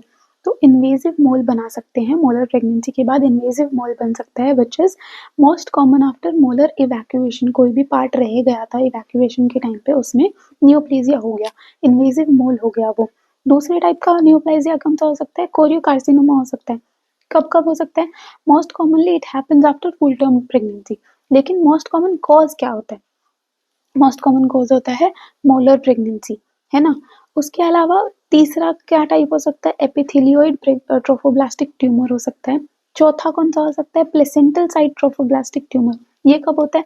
Occurs after full term pregnancy की प्लेसेंटल साइट पे जो था वहां पे ट्यूमर बन गया, ट्रोफोब्लास्टिक ट्यूमर। इनको मैनेज कैसे करेंगे? अगर ये 3 केसेस हैं तो हम कीमोथेरेपी नहीं, अब हम इनको मैनेज कैसे करेंगे? अगर इन्वेजिव मोल है या कोरियोकार्सिनोमा है तो हम कीमोथेरेपी कर सकते हैं। लेकिन अगर हमारा एपिथेलियोइड ट्रोफोब्लास्टिक ट्यूमर है या प्लेसेंटल साइट ट्रोफोब्लास्टिक ट्यूमर है तो हमको हिस्टेरेक्टोमी करनी पड़ेगी विद कीमोथेरेपी। हिस्टेरेक्टोमी भी करो और कीमोथेरेपी भी दो, है ना। Most commonly science and symptoms क्या होंगे जीटीएन के? साइंस एंड सिम्टम्स होंगे परसिस्टेंट ब्लीडिंग होगी, परसिस्टेंट थीका ल्यूटेन सिस्ट होगी कि थीका ल्यूटेन सिस्ट का नंबर नहीं बढ़ रहा है लेकिन वो परसिस्टेंट है कि उसका साइज कम भी नहीं हो रहा है या साइज बढ़ रहा है, नंबर नंबर नहीं बढ़ता है। थीका ल्यूटेन सिस्ट का नंबर नहीं बढ़ता है, सिर्फ साइज बढ़ता है, या साइज सेम रहता है, डिक्रीज नहीं होता है। That means that is persistent theca lutein cyst. Shock हो सकता है, इन सब इन्वोल्यूशन ऑफ यूट्रस हो सकता है कि अच्छे से इन्वोल्यूट नहीं हुआ यूट्रस प्रेगनेंसी के बाद। मेटास्टेसिस हो सकता है, लंग्स में अगर मेटास्टेसिस चला जाए तो लंग्स में मोस्ट कॉमनली जाता है मेटास्टेसिस। अगर लंग्स में जा रहा है तो वो कौन सा ग्रेड होगा? ग्रेड 3 होगा। अगर कहीं और मेटास्टेसिस हो रहा है तो दैट इज ग्रेड 4। ये भी ध्यान रखिएगा। तो मेटास्टेसिस सबसे कॉमन कहाँ है? लंग्स में है ना। लंग्स में क्या दिखेगा आपको कि जिससे पता चले कि ये मेटास्टेसिस हुआ है? उसमें लंग्स में दिखेगा कैनन बॉल अपीयरेंस दिखेगा या स्नो स्टॉर्म अपीयरेंस दिखेगा। अगर लंग्स में हो रहा है स्नोस्टॉर्म अपीयरेंस तो दैट मीन्स मेटास्टैसिस हुआ है। अगर हमको यूट्रस में दिख रहा है स्नोस्टॉर्म अपीयरेंस तो क्या होगा? तो क्या हुआ था? मोलर प्रेगनेंसी में कंप्लीट मोल की वजह से था वो स्नोस्टॉर्म अपीयरेंस, है ना? लैब्स में क्या-क्या दिख सकता है हमको अगर जीटीएन हम सस्पेक्ट कर रहे हैं तो इन 3 कंसेक्यूटिव वीक्स हमारा जो एचसीजी है वो बढ़ रहा है। कितना बढ़ रहा है? मोर देन 10% बढ़ रहा है। या फिर इन 4 कंसेक्यूटिव वीक्स 4 कंसेक्यूटिव वीक्स में हमारा जो एचसीजी है वो एक लेवल पे प्लेट्यू पे खड़ा हुआ है with in 10% of normal range में है, लेकिन वो एक प्लेट्यू पे है। घटना चाहिए ना एचसीजी, वो घट नहीं रहा है, वो एक प्लेट्यू पे ही है। जब हम बीटा एचसीजी की मॉनिटरिंग कर रहे थे उसमें मोलर प्रेगनेंसी में हमारा इवैक्यूएशन के बाद, this is that beta HCG. अगर वो बढ़ रहा है तो भी हम जीटीएन सस्पेक्ट करेंगे, या फिर अगर वो प्लेट्यू पे है, क्योंकि हमारा 3 कंसेक्यूटिव नॉर्मल रेंज आना चाहिए ना, लेकिन नॉर्मल रेंज नहीं आ रहा है, एक प्लेट्यू पे अटक गया है। या फिर HCG detected even after 6 months of suction evacuation, कि हमने 6 मंथ्स तक फॉलो अप किया तो भी एचसीजी जो है वो खत्म ही नहीं हो रहा है, अभी भी एचसीजी प्रेजेंट है ब्लड में, तो दैट मीन्स जीटीएन हमको सस्पेक्ट करना चाहिए। या फिर गोल्ड स्टैंडर्ड एचपीई, अगर हिस्टोपैथोलॉजिकल इवैल्यूएशन पे हमको क्या दिख रहा है? जीटीएन दिख रहा है, तो ये तो पूरा डायग्नोस्टिक ही हो गया कि जीटीएन है ना? नेक्स्ट टॉपिक पे चलते हैं। Next topic is antepartum haemorrhage. Antepartum haemorrhage क्या होता है? जब हेमरेज हो, कब हो? 28 वीक्स या उससे ज़्यादा पे हो और बिफोर प्लेसेंटल सेपरेशन हो, दैट इज एंटीपार्टम हेमरेज। किस किस वजह से हो सकता है? प्लेसेंटा प्रीविया की वजह से हो सकता है, वासा प्रीविया की वजह से हो सकता है, अब्रप्शो प्लेसेंटा की वजह से हो सकता है, यूट्राइन रप्चर की वजह से हो सकता है। क्या क्या साइंस होंगे प्लेसेंटा प्रीविया में? अब्डोमिनल पेन नहीं होगा, रिकरेंट होगा। प्लेसेंटा प्रीविया में जो हेमरेज है वो रिकरेंट होगा और ब्राइट रेड कलर का हेमरेज होगा। वसा प्रीविया में क्या होगा? इसमें भी पेन नहीं होगा, पेनलेस हेमरेज है, लेकिन कम ब्लड लॉस होगा और मार्क्ड फीटल डिस्ट्रेस। कि अगर ब्लड लॉस के कंपैरिजन में फीटल डिस्ट्रेस बहुत ज्यादा देखने मिल रहा है, ये अपने एक दूसरे को कॉरेस्पॉन्ड नहीं कर रहे हैं, बहुत थोड़े ब्लड लॉस में भी अगर फीटल डिस्ट्रेस बहुत ज्यादा है, दैट मीन्स ये फीटल ब्लड है जो निकल रहा है। वासा प्रीविया हुआ है पेशेंट को।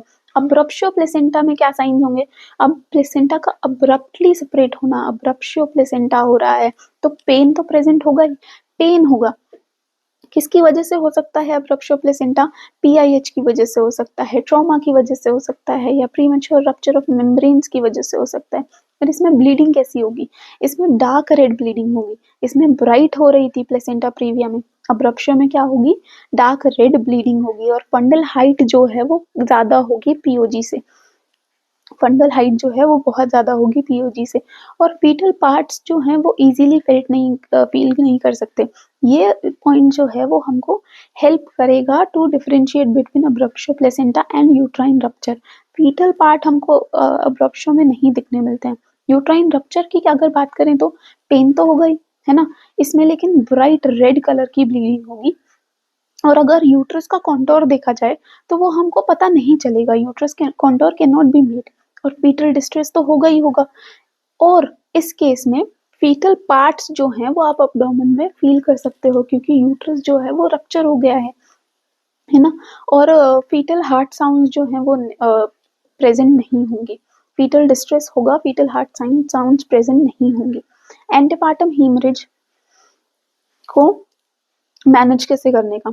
अब मैनेज करने के लिए हमको देखने पड़ेंगे कि पेशेंट के वाइटल्स जो हैं वो स्टेबल हैं या नहीं, फीटल हार्ट रेट जो है वो नॉर्मल है या, और कोई भी डीआईसी तो नहीं है पेशेंट को। अगर ये सब नहीं है, सब कुछ नॉर्मल है, तो हम स्क्रीनिंग टेस्ट करेंगे, ट्रांस अब्डोमिनल अल्ट्रासाउंड करेंगे। अगर हमको देखने को मिल रहा है प्लेसेंटा प्रीविया, तो हम टीवीएस करेंगे, that is the investigation of choice. लेकिन अगर वाइटल्स अनस्टेबल है एंटीपार्टम हीमरेज के केस में, या फीटल डिस्ट्रेस देखने को मिल रहा है, या फिर डीआईसी देखने को मिल रहा है, तो हमको क्या करना पड़ेगा? हमको इमीडिएटली टर्मिनेट करनी पड़ेगी वो प्रेगनेंसी, इमीडिएटली हमको सी सेक्शन करना पड़ेगा। अब हमने डायग्नोज तो कर लिया placenta previa, TVS was the investigation of choice. हमने डायग्नोज तो कर लिया प्लेसेंटा प्रीविया, अब उसको मैनेज कैसे करेंगे प्लेसेंटा प्रीविया में? प्लेसेंटा प्रीविया में ब्लीडिंग जो है, प्लेसेंटा प्रीविया हमने डायग्नोज तो कर लिया, टीवीएस पे, है ना? अब उसको मैनेज भी करना पड़ेगा, उसको मैनेज कैसे करेंगे? उसके लिए हमको वेरियस फैक्टर्स देखने पड़ेंगे कि वाइटल स्टेबल है या नहीं, एक्टिव ब्लीडिंग है या नहीं, फीटल हार्ट रेट जो है वो नॉर्मल है या नहीं, सीटीजी करनी पड़ेगी, सीटीजी नॉर्मल है या नहीं, gestational age less than 37 weeks है या नहीं, या 37 वीक्स से ज़्यादा है या नहीं, और अल्ट्रासाउंड पे कोई भी एनॉमली तो नहीं, कोई भी कॉन्जेनाइटल एनॉमली तो नहीं। अगर इनमें से कुछ भी प्रेजेंट है, अगर इनमें से कुछ भी प्रेजेंट है, वाइटल्स अनस्टेबल है, एक्टिव ब्लीडिंग है, फीटल हार्ट साउंड नॉर्मल नहीं है, सीटीजी नॉर्मल नहीं है, या फिर जेस्टेशनल एक एज जो है वो लेस देन 37 वीक्स है, तो हमको एक्टिव मैनेजमेंट करना पड़ेगा और हमको सी सेक्शन करना पड़ेगा। ये सब स्ट्रेसफुल कंडीशन है ना फीटस के लिए, हम फीटल लॉस नहीं अफोर्ड कर सकते, तो हम उस केस में सी सेक्शन कर देंगे, है ना? अगर लेकिन ये सब एब्सेंट है, इनमें से कुछ भी प्रेजेंट नहीं है, तो एक्सपेक्टेंट मैनेजमेंट करेंगे, which is Macafee and Johnson regime. कब? और उसके बाद क्या करेंगे? 36 टू 37 वीक्स पे हम सी सेक्शन करके टर्मिनेट कर देंगे प्रेगनेंसी को। अब ये मैकेफ्री और जॉनसन रिजीम क्या है? उसमें हमको करना होता है, पहले तो हमको पेशेंट एडमिट करना पड़ेगा, हमको ब्लड के लिए अरेंज करना पड़ेगा क्योंकि हेमरेज हो रहा है, ठीक है? उसके अलावा हमको कॉर्टिकोस्टेरॉइड्स देने पड़ेंगे फॉर लंग मैच्योरिटी। अगर कॉन्ट्रैक्शन प्रेजेंट है और जेस्टेशनल एज जो है वो लेस देन 34 वीक्स है, तो हमको टोकोलिटिक्स भी देने पड़ेंगे ताकि हम यूट्रस की कॉन्ट्रैक्शन को रोक सकें। उसके बाद हमको MgSO4 देना है। MgSO4 क्यों देना है? न्यूरो प्रोटेक्शन के लिए देना है। और कब तक दे सकते हैं हम MgSO4? हम MgSO4 दे सकते हैं, मैग्नीशियम सल्फेट दे सकते हैं, अगर जेस्टेशनल एज 32 वीक से कम है तब तक। उसके अलावा अगर RH नेगेटिव पेशेंट है तो हमको एंटी डी भी देना पड़ेगा प्लेसेंटा प्रीविया के केस में। मैनेजमेंट कैसा होगा? अब्रप्शो प्लेसेंटा का। प्लेसेंटा प्रीविया हमने मैनेज कर लिया, है ना, कि अगर कुछ भी स्ट्रेसफुल कंडीशन है तो हम सी सेक्शन कर रहे हैं, वरना एक्सपेक्टेंट मैनेजमेंट के बाद टर्मिनेशन ऑफ प्रेगनेंसी कर रहे हैं 36 टू 37 वीक्स पे। मैनेजमेंट देखेंगे हम अब्रप्शो प्लेसेंटा का। उसमें क्या देखना पड़ेगा हमको कि पेशेंट अगर स्टेबल है, DIC नहीं है, फीटल डिस्ट्रेस नहीं है, तो देखेंगे कि 34 वीक्स से ज़्यादा की प्रेगनेंसी है या कम की प्रेगनेंसी है। अगर ज़्यादा की प्रेगनेंसी है तो हमको लेबर इंड्यूस करना पड़ेगा, लेकिन अगर कम की प्रेगनेंसी है तो हम एक्सपेक्टेंटली मैनेज कर सकते हैं उस पेशेंट को। अगर वहीं अब्रप्शो के केस में अगर अनस्टेबल है पेशेंट, अगर DIC प्रेजेंट है या फीटल डिस्ट्रेस प्रेजेंट है, तो हमको इमीडिएटली LSCS करना पड़ेगा, टर्मिनेट करनी पड़ेगी वो प्रेगनेंसी। कॉम्प्लिकेशंस क्या-क्या हो सकते हैं? DIC कॉम्प्लिकेशन हो सकता है, कॉन्वोलर यूट्रस जो है वो जो ब्लू कलर का यूट्रस एक पिक्चर आपने देखी होगी PYQ में, वो हो सकता है, या प्रीटर्म लेबर हो सकता है इसका कॉम्प्लिकेशन, है ना? नेक्स्ट टॉपिक पे जाते हैं। नेक्स्ट टॉपिक इज़ अपना ट्विन प्रेगनेंसी। ट्विन प्रेगनेंसी में किस-किस टाइप की ट्विन प्रेगनेंसी हमको देखने मिल सकती है? मोनोज़ाइगोटिक ट्विन्स देखने मिल सकते हैं या डाइज़ाइगोटिक ट्विन्स देखने मिल सकते हैं। कैसे पता चलेगा मोनोज़ाइगोटिक ट्विन्स कैसे होंगे? कि सेम सेक्स होगा, सेम कैरियोटाइप होगा, सेम HLA टाइप भी होगा और सेम ब्लड ग्रुप भी होगा। तो हम डिफरेंशिएट कैसे करेंगे इन इंडिविजुअल्स में? 2 इंडिविजुअल हैं जिनका कैरियोटाइप तक सेम है, हमारा सेम HLA टाइप है, सेम ब्लड ग्रुप है, सेम सेक्स है, हम कैसे डिफरेंशिएट करेंगे? उनके फिंगरप्रिंट्स जो हैं वो डिफरेंट होंगे। अगर जो है अगर मान लो कि मोरुला है वो डिवाइड हो रहा है 2 ट्विन बनाने के लिए, लेकिन वो अगर 4 दिन से पहले डिवाइड हो जा रहे हैं, तो कैसा ट्विन बनेगा? कैसा ट्विन बनेगा? डाइकोरियोनिक, डाइएमनियोटिक, कि 2 कोरियन प्रेजेंट है, 2 एमनियन प्रेजेंट है। फीटल वो होता है ना मेम्ब्रेन्स, कि 2 कोरियन 2 एमनियन। लेकिन अगर 4 से 8 डेज के बीच में डिवाइड हो रहा है, ब्लास्टोसिस स्टेज पे डिवाइड हो रहा है, तो कैसा ट्विन बनेगा? मोनोकोरियोनिक डाइएमनियोटिक ट्विन बनेगा। ये जो है ये मोस्ट कॉमन ट्विन यही होता है कि कोरियन एक है लेकिन एमनियन 2 है। उसके अलावा अगर 9 से 12 दिन के इंटरवल में डिवाइड हो रहा है तो क्या? एक ही कोरियन एक ही amnion, mono amniotic, monochorionic mono amniotic twin बनेंगे। अगर 12 दिन से भी ऊपर अगर डिवीजन हो रहा है तो कैसे ट्विन्स आएंगे? तो कॉन्जॉइंट ट्विन्स आएंगे। मोस्टली कहाँ से कंजॉइन होंगे? पैराफेगस जो ट्विन्स हैं वो मोस्ट कॉमन है, और लीस्ट कॉमन कौन से हैं? रैकीफेगस ट्विन्स जो हैं वो लीस्ट कॉमन है। अगर डायज़ाइगोटिक ट्विन्स हैं, 2 ज़ाइगोट वाले ट्विन्स हैं, तो वो कैसे ट्विन्स होंगे? वो डायकोरियोनिक डायम्नियोटिक, अलग-अलग कोरियन है, अलग-अलग एम्नियन है। कैसे दिख सकते हैं ये हमको? अगर डायकोरियोनिक डायम्नियोटिक है तो 2 कोरियन है। कोरियन कौन-सा था? बाहर वाला था कि अंदर वाला था? अगर डायकोरियोनिक डायम्नियोटिक है तो 2 अलग-अलग कोरियन हैं, 2 अलग-अलग एम्नियन हैं। आउटर मोस्ट जो होता है वो कोरियन होता है, इनर मोस्ट जो होता है वो एम्नियन होता है ना? ये कोरियन, ये एम्नियन होता है। 2 अलग-अलग कोरियन, 2 अलग-अलग एम्नियन। बीच में कितने मेम्ब्रेन्स हो गए? 4 मेम्ब्रेन्स हो गए, 2 एम्नियन हो गए, 2 कोरियन हो गए, है ना? तो इसमें 2 प्लेसेंटा होंगे, लेकिन वो दिखेगा ऐसे कि सिंगल प्लेसेंटा, जैसे इसमें दिख रहा है कि ये सिंगल प्लेसेंटा है, बट वो 2 प्लेसेंटा होंगे और उसके बीच में भी प्लेसेंटा जाएगा। 2 मेम्ब्रेन्स के बीच में भी प्लेसेंटा जाएगा, which is known as twin peak sign या फिर लैम्डा साइन। अल्ट्रासाउंड पे ऐसा ट्विन पीक या लैम्डा साइन दिखेगा आपको। टर्मिनेशन कब करना है इस केस में प्रेगनेंसी का? 38 वीक्स पे करो आराम से, कोई प्रॉब्लम नहीं है, कोई जल्दी नहीं है।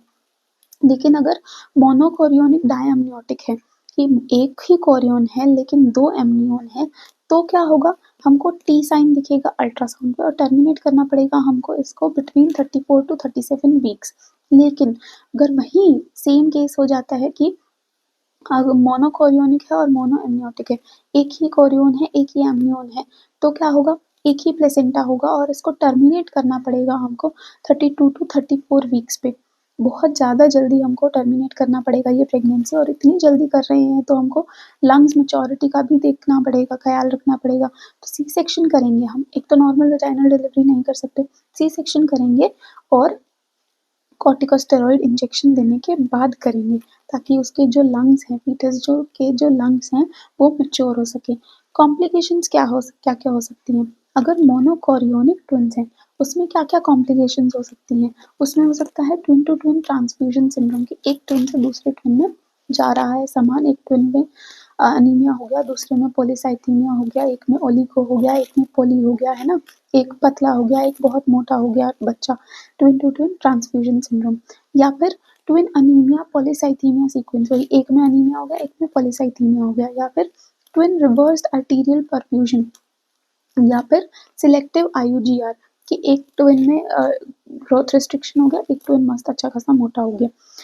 और अगर मोनो एम्नियोटिक देखें कि एक ही एम्नियन है, तो उसमें क्या क्या स्पेसिफिकली कॉम्प्लिकेशंस हो सकती हैं? वो हो सकते हैं कॉन्जॉइंट ट्विन्स हो सकते हैं कि एक ही है, कॉन्जॉइंट हो गया। या फिर कॉर्ड एंटेंगलमेंट, की एक ही सैक में है तो जो अम्बिलिकल कॉर्ड है उनकी वो आपस में इंटेंगल हो गई, है ना? ये कब कब स्पेसिफिक है? जब जब एम्नियन जो है वो एक ही होगा। अगर दो अलग अलग एम्नियन है तो वो कॉन्जॉइंट नहीं हो सकते ट्विन्स, या फिर उनके कॉर्ड्स जो है वो इंटेंगल नहीं हो सकते, क्योंकि बीच में एक मेम्ब्रेन है ना।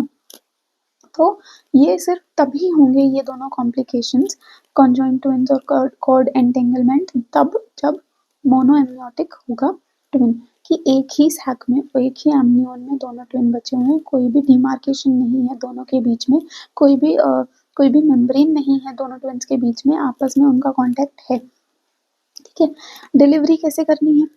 जब ट्विन्स के केस में, इसके केस में मोनोकोरियोनिक मोनोएम्नियोटिक केस में तो हम सी सेक्शन कर रहे थे, लेकिन अगर डाइकोरियोनिक डायम्नियोटिक है और मोनो या फिर मोनोकोरियोनिक डायम्नियोटिक है, तो किस केस कैसे करनी है हमको डिलीवरी? उसमें हमको देखना पड़ेगा कि पहला ट्विन कैसा है। पहला ट्विन अगर सिफेलिक है तो हम वजाइनल डिलीवरी अटेम्प्ट कर सकते हैं। अगर दोनों ट्विन सिफेलिक है तो वजाइनल कर ही लेंगे, ठीक है। लेकिन अगर फर्स्ट सिफेलिक है और सेकंड ब्रीच है, तो कैसे करेंगे? हम वजाइनल डिलीवरी करेंगे फर्स्ट की, और सेकंड की जो है वो असिस्टेड ब्रीच डिलीवरी करेंगे। असिस्टेड ब्रीच डिलीवरी में बहुत सारे मैन्यूवर्स होते हैं।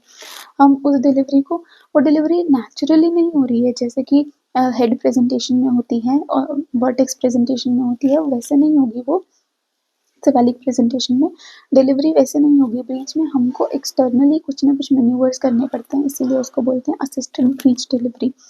लेकिन वहीं पे अगर फर्स्ट ब्रीच है और या फिर ट्रांसवर्स लायर, सिफेलिक नहीं है पहला ट्विन, तो हमको सी सेक्शन के लिए जाना पड़ेगा।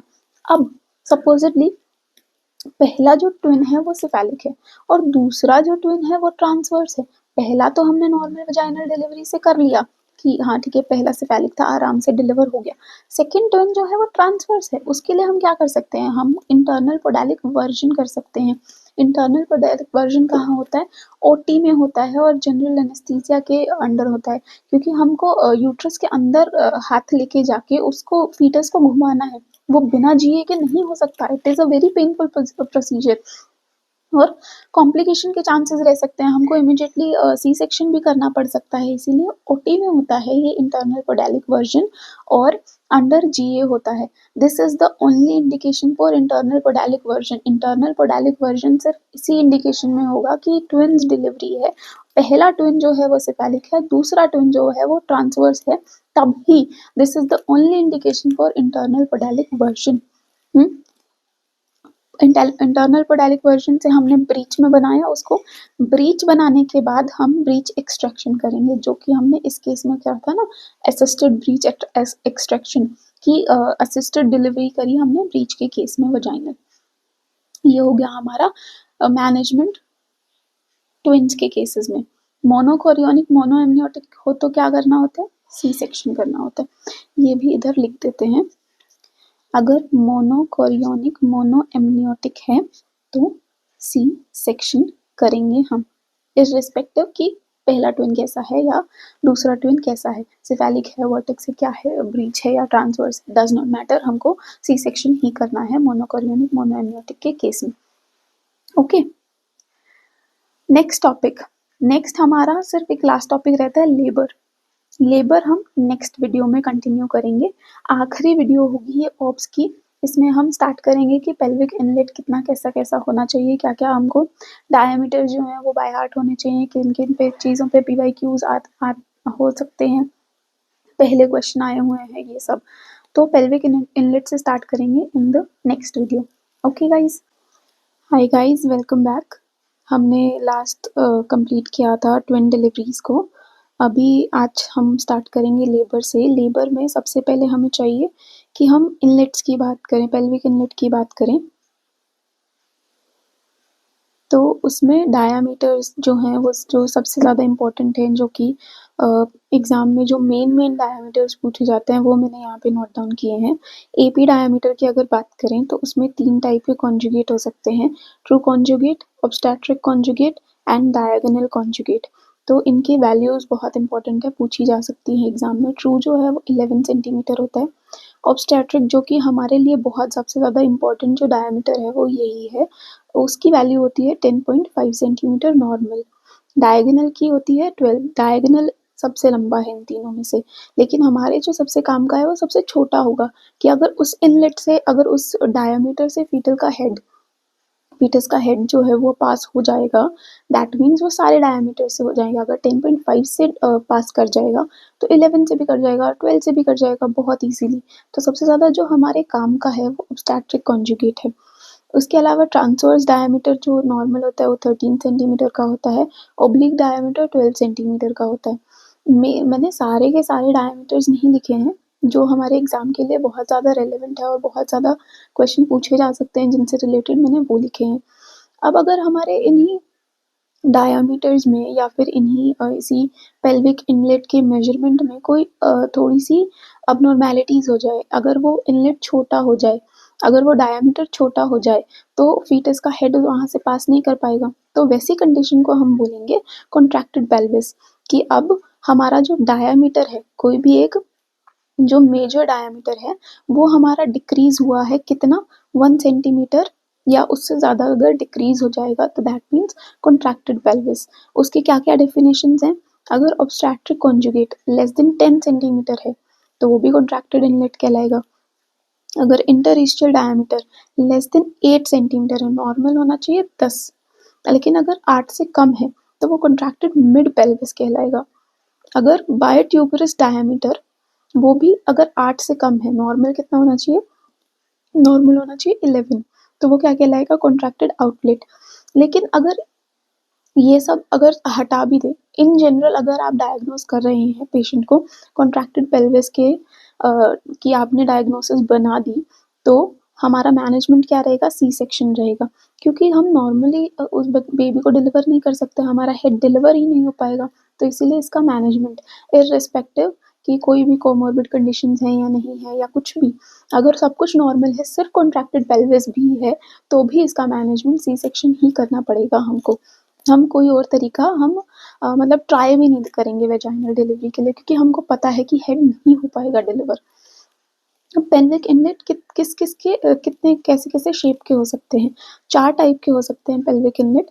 गायनेकॉइड, जो कि बहुत ज़्यादा सबसे ज़्यादा कॉमन है वो वाला। एंड्रॉइड, मेल टाइप का अगर पेल्विस अगर हो तो दैट इज़ एंड्रॉइड। उसके अलावा एंथ्रोपॉइड हो सकता है, उसके अलावा एंथ्रोपॉइड हो सकता है और प्लेटिप्लॉइड हो सकता है। गायनेकॉइड कैसा होता है? ट्रांसवर्स ओवल होता है। अगर ट्रांसवर्स ओवल दिखे दैट मीन्स गायनेकॉइड, लेकिन अगर ये इंटीरियर पोस्टीरियर ओवल दिखे दैट मीन्स एंथ्रोपॉइड है। अगर हार्ट शेप का दिखे, एंड्रॉइड। अगर फ्लैट बोल शेप का अगर पेल्विस दिखे दैट मीन्स प्लेटिप्लॉइड। तो ये जो है वो इनलेट का बाउंड्रीज हम देखेंगे ना, उसके हिसाब से हम शेप डिसाइड करेंगे, ना कि बोन्स के हिसाब से। हम इनलेट का शेप देखेंगे, वो ओवल है, हार्ट शेप्ड है या फ्लैट बोल है, उसके अकॉर्डिंग हम पेल्विस डिसाइड करेंगे। गायनेकॉइड में क्या होता है? ट्रांसवर्स डायमीटर जो है वो एपी डायमीटर से ज़्यादा होता है, लेकिन जो एंथ्रोपॉइड है उसमें जो एपी डायमीटर है वो ज़्यादा है, ट्रांसवर्स डायमीटर जो है वो कम है, तो एपी डायमीटर ज़्यादा है ट्रांसवर्स से। एंथ्रोपॉइड में भी ट्रांसवर्स ज़्यादा है और इंटीरियर पोस्टीरियर डायमीटर जो है वो कम है।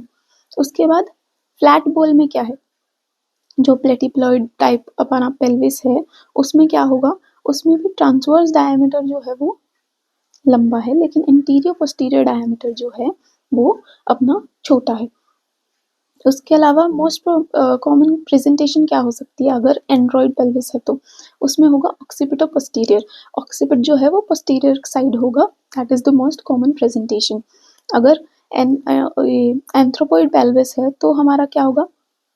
परसिस्टेंट ऑक्सीपिटो पोस्टीरियर पोजीशन भी हो सकती है कि वो सीधी ही नहीं हो रही है, जिस पोजीशन में हमको डिलीवर करना है उसमें आ ही नहीं रही है, या फिर डायरेक्ट ऑक्सीपिटो पोस्टीरियर भी हो सकती है।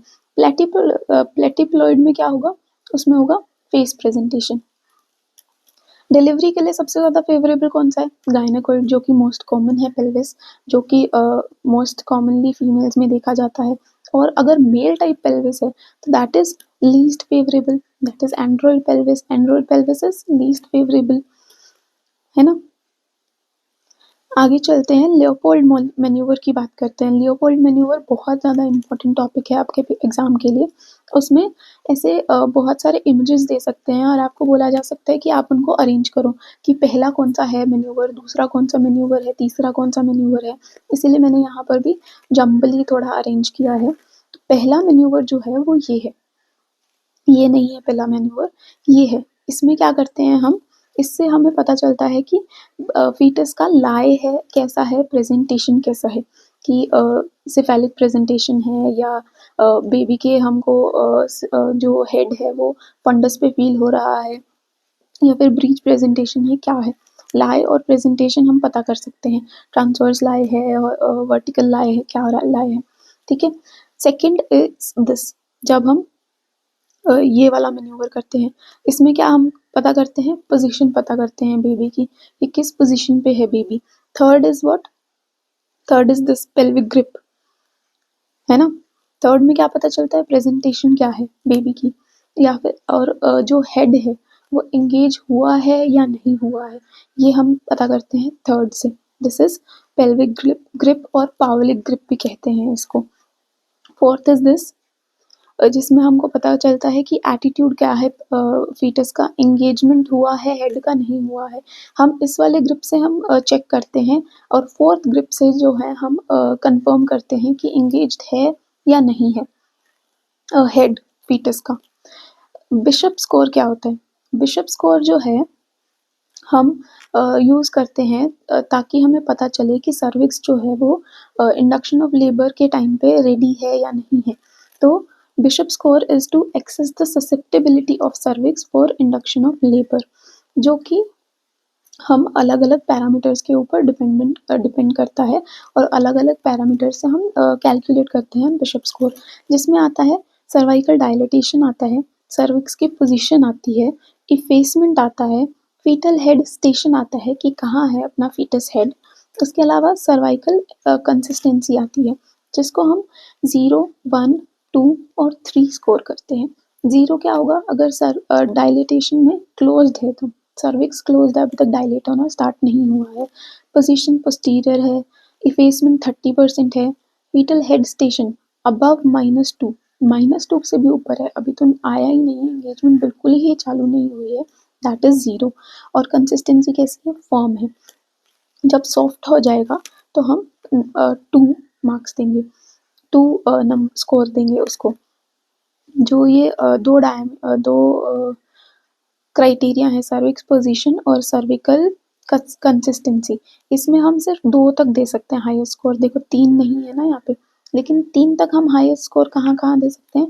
डायलेटेशन में अगर 5 से ज़्यादा डायलेटेड है तो, इफेसमेंट में अगर 80% से ज़्यादा इफेस्ड है सर्विक्स तो, और फीटल हेड स्टेशन अगर 0 से भी नीचे आ गया है तो। बिशप स्कोर के और क्या-क्या वेरिएंट्स हो सकते हैं? वेरिएंट्स में हो सकता है कि अगर हम सिंप्लीफाइड बिशप स्कोर की बात करें, तो हम सिर्फ वही 3 वो क्राइटेरिया यूज़ कर रहे हैं जिसमें हम 3 मार्क्स दे सकते हैं। डायलेटेशन यूज़ कर रहे हैं, इफेसमेंट यूज़ कर रहे हैं और station. Dilatation, effacement and station use कर रहे हैं। लेकिन अगर हम मॉडिफाइड बिशप की बात करें, तो उसमें इफेसमेंट की जगह हम सर्वाइकल लेंथ यूज़ करते हैं। सर्विक्स की लेंथ यूज़ करते हैं हम मॉडिफाइड बिशप स्कोर में। अब इंडक्शन ऑफ लेबर की तरफ चलते हैं। इंडक्शन ऑफ लेबर हम कैसे-कैसे कर सकते हैं? हम मैकेनिकल कर सकते हैं इंडक्शन ऑफ लेबर, जिसमें हम यूज़ करते हैं फोलीज़ कैथेटर, या फिर हम स्वाइपिंग ऑफ द मेम्ब्रेन कर सकते हैं, that is stripping of the membrane, that is mechanical method. Medically हम कर सकते हैं इंड्यूस लेबर, उसके लिए हम क्या-क्या यूज़ कर सकते हैं? मीसोप्रोस्ट यूज़ कर सकते हैं 25 माइक्रोग्राम्स हर 4 घंटे में। हर 4 घंटे में पीवी देना होता है हमको मीसोप्रोस्ट, या फिर हम डायनोप्रोस्टोन यूज़ कर सकते हैं, जिसमें कि हमारे पास ऑप्शंस हैं। हम सर्विप्राइम जेल यूज़ कर सकते हैं हर 6 घंटे में, या फिर हम सर्विडिल यूज़ कर सकते हैं 10 मिलीग्राम, जो कि स्लो रिलीज़ होती है।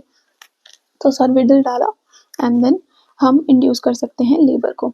लेबर इंड्यूस करने के कॉन्ट्रा इंडिकेशंस क्या होंगे कि हम इन कंडीशन में लेबर जो है वो इंड्यूस करेंगे ही नहीं, हम सीधा सी सेक्शन की तरफ बढ़ेंगे। वो क्या होंगे?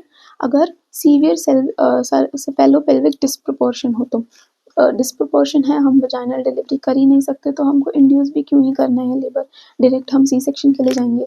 और ऊपर हमने बात की थी कॉन्ट्रैक्टेड पेल्विस की, कॉन्ट्रैक्टेड पेल्विस है तो भी हम नहीं करेंगे। ट्रांसवर्स लाए है तो भी हमको सी सेक्शन करना ही है। ब्राउ प्रेजेंटेशन हो या फेस पोजिशन हो तो भी हम इंड्यूस नहीं करेंगे।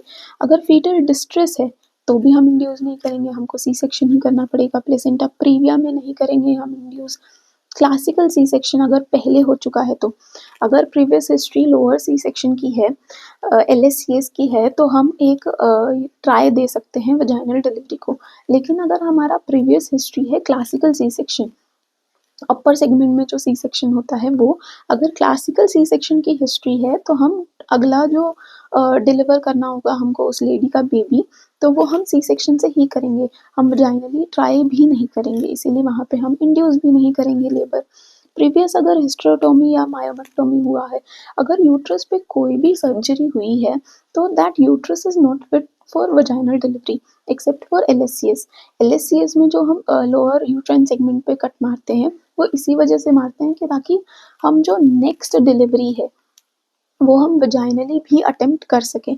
लेकिन अगर क्लासिकल सी सेक्शन हुआ है या कोई और सर्जरी हुई है यूट्रस पे, तो हम नेक्स्ट बेबी के डिलीवरी के टाइम हम ट्राई भी नहीं करेंगे वजाइनली उसको डिलीवर करने की, हम सीधा सी सेक्शन के लिए ही जाते हैं, तो इसीलिए हम इंड्यूस भी नहीं करेंगे labour.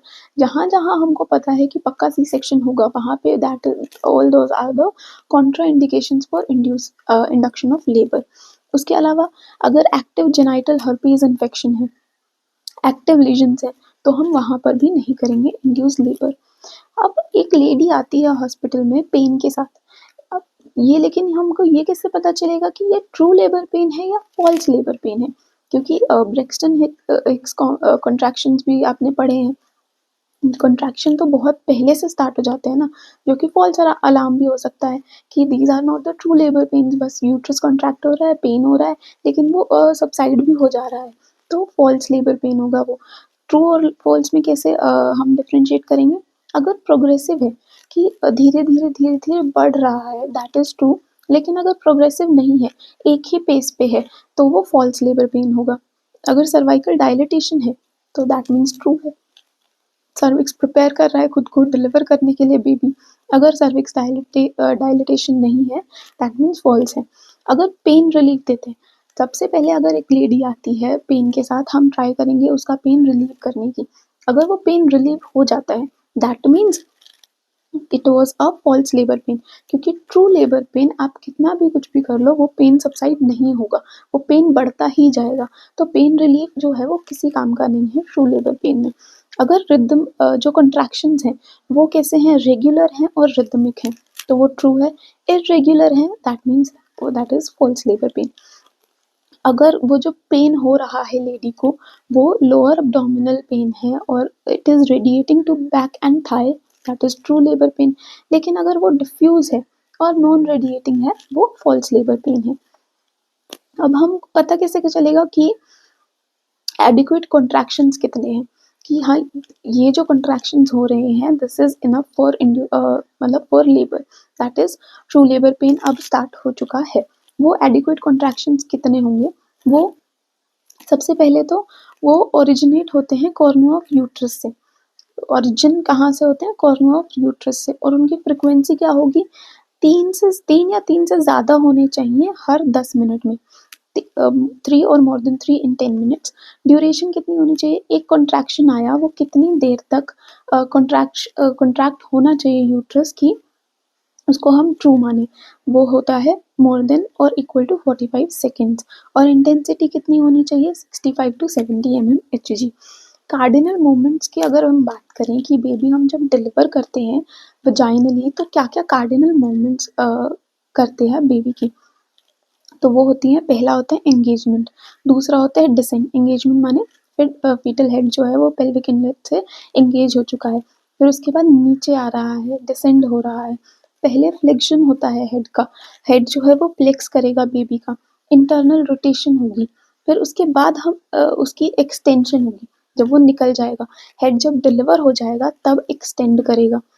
Delivery, head of the baby is delivered, तो एक्सटेंड करेगा। उसके बाद रेस्टिट्यूशन होगा, उसके बाद एक्सटर्नल रोटेशन होगा। लेकिन शोल्डर्स का क्या होगा? Internal rotation. हेड तो एक्सटर्नली रोटेट कर रहा है, शोल्डर्स जो है वो इंटरनली रोटेट कर रहे हैं, इंटरनल रोटेशन ऑफ शोल्डर। उसके बाद लास्ट कार्डिनल मूवमेंट क्या होगा? Lateral flexion.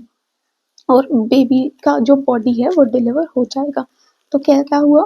एंगेजमेंट हुआ, डिसेंड हुआ, फ्लेक्शन हुआ फीटल हेड का, इंटरनल रोटेशन हुआ, एक्सटेंशन हुआ जहाँ पर बेबी का जो हेड है वो डिलीवर हो गया, रेस्टिट्यूशन हुआ, एक्सटर्नल रोटेशन हुआ हेड का, लेकिन शोल्डर्स का क्या हुआ? Internal rotation. और लेटरल फ्लेक्शन हुआ जहाँ पर बॉडी भी डिलीवर होके आ गई। स्टेजेस क्या क्या होंगे लेबर के? स्टेज हो सकते हैं 4, जिसमें से पहला स्टेज जो है वो डिवाइडेड है लेटेंट और एक्टिव में। लेटेंट फेज क्या होता है? जिसमें इफेसमेंट होता है सर्विक्स का, और डायलिटेशन भी होता है, लेकिन that is up to 5 centimetre अगर ACOG के क्राइटेरिया से देखा जाए तो। लेकिन अगर WHO क्राइटेरिया से देखोगे तो दैट इज 4 सेंटीमीटर। जब तक 4 सेंटीमीटर डायलेटेड है तब तक लेटेंट फेज। प्राइमरी में कितना टाइम तक चल सकता है ये लेटेंट फेज? 20 घंटे तक, और मल्टी में 14 घंटे तक। और दूसरा फेज क्या है? एक्टिव फेज, जहाँ पे एक्टिवली जो है सर्विक्स डायलेट हो रहा है। तो 6 से 10, या फिर अगर WHO की तरफ से देखा जाए तो 5 से 10 सेंटीमीटर का जो डायलिटेशन है that is active phase. Cervix जो पूरा डायलेट हो जाता है वो स्टेज 1 में ही हो जाता है। एक्टिव फेज खत्म होने के बाद पूरा 10 सेंटीमीटर डायलेटेड ही रहता है सर्विक्स। प्राइमरी में कितना डायलिटेशन होना चाहिए नॉर्मल जो हम कंसिडर करते हैं? That is 1.2 centimetre per hour, और मल्टी में 1.5 सेंटीमीटर पर आवर। जल्दी जल्दी डायलेट होगा मल्टी में। स्टेज 2 क्या कहलाएगी? जब डिलीवरी होती है बेबी की, 10 सेंटीमीटर डायलेटेड है, जब एक्टिव फेज खत्म हुआ, 10 सेंटीमीटर डायलिटेशन हो गया सर्विक्स का, दैट मीन्स एक्टिव फेज खत्म हो गया, और जब तक बेबी डिलीवर नहीं हो जाता, that is the second phase of labour, second stage of labour. तो 10 सेंटीमीटर डायलिटेशन से delivery of baby is second stage. और अब डिलीवरी ऑफ बेबी से डिलीवरी ऑफ प्लेसेंटा क्या होगा? थर्ड स्टेज होगा। तो डिलीवरी ऑफ बेबी से डिलीवरी ऑफ प्लेसेंटा, प्लेसेंटा कहाँ कौन सी स्टेज पे डिलीवर होता है? थर्ड स्टेज पे डिलीवर होता है।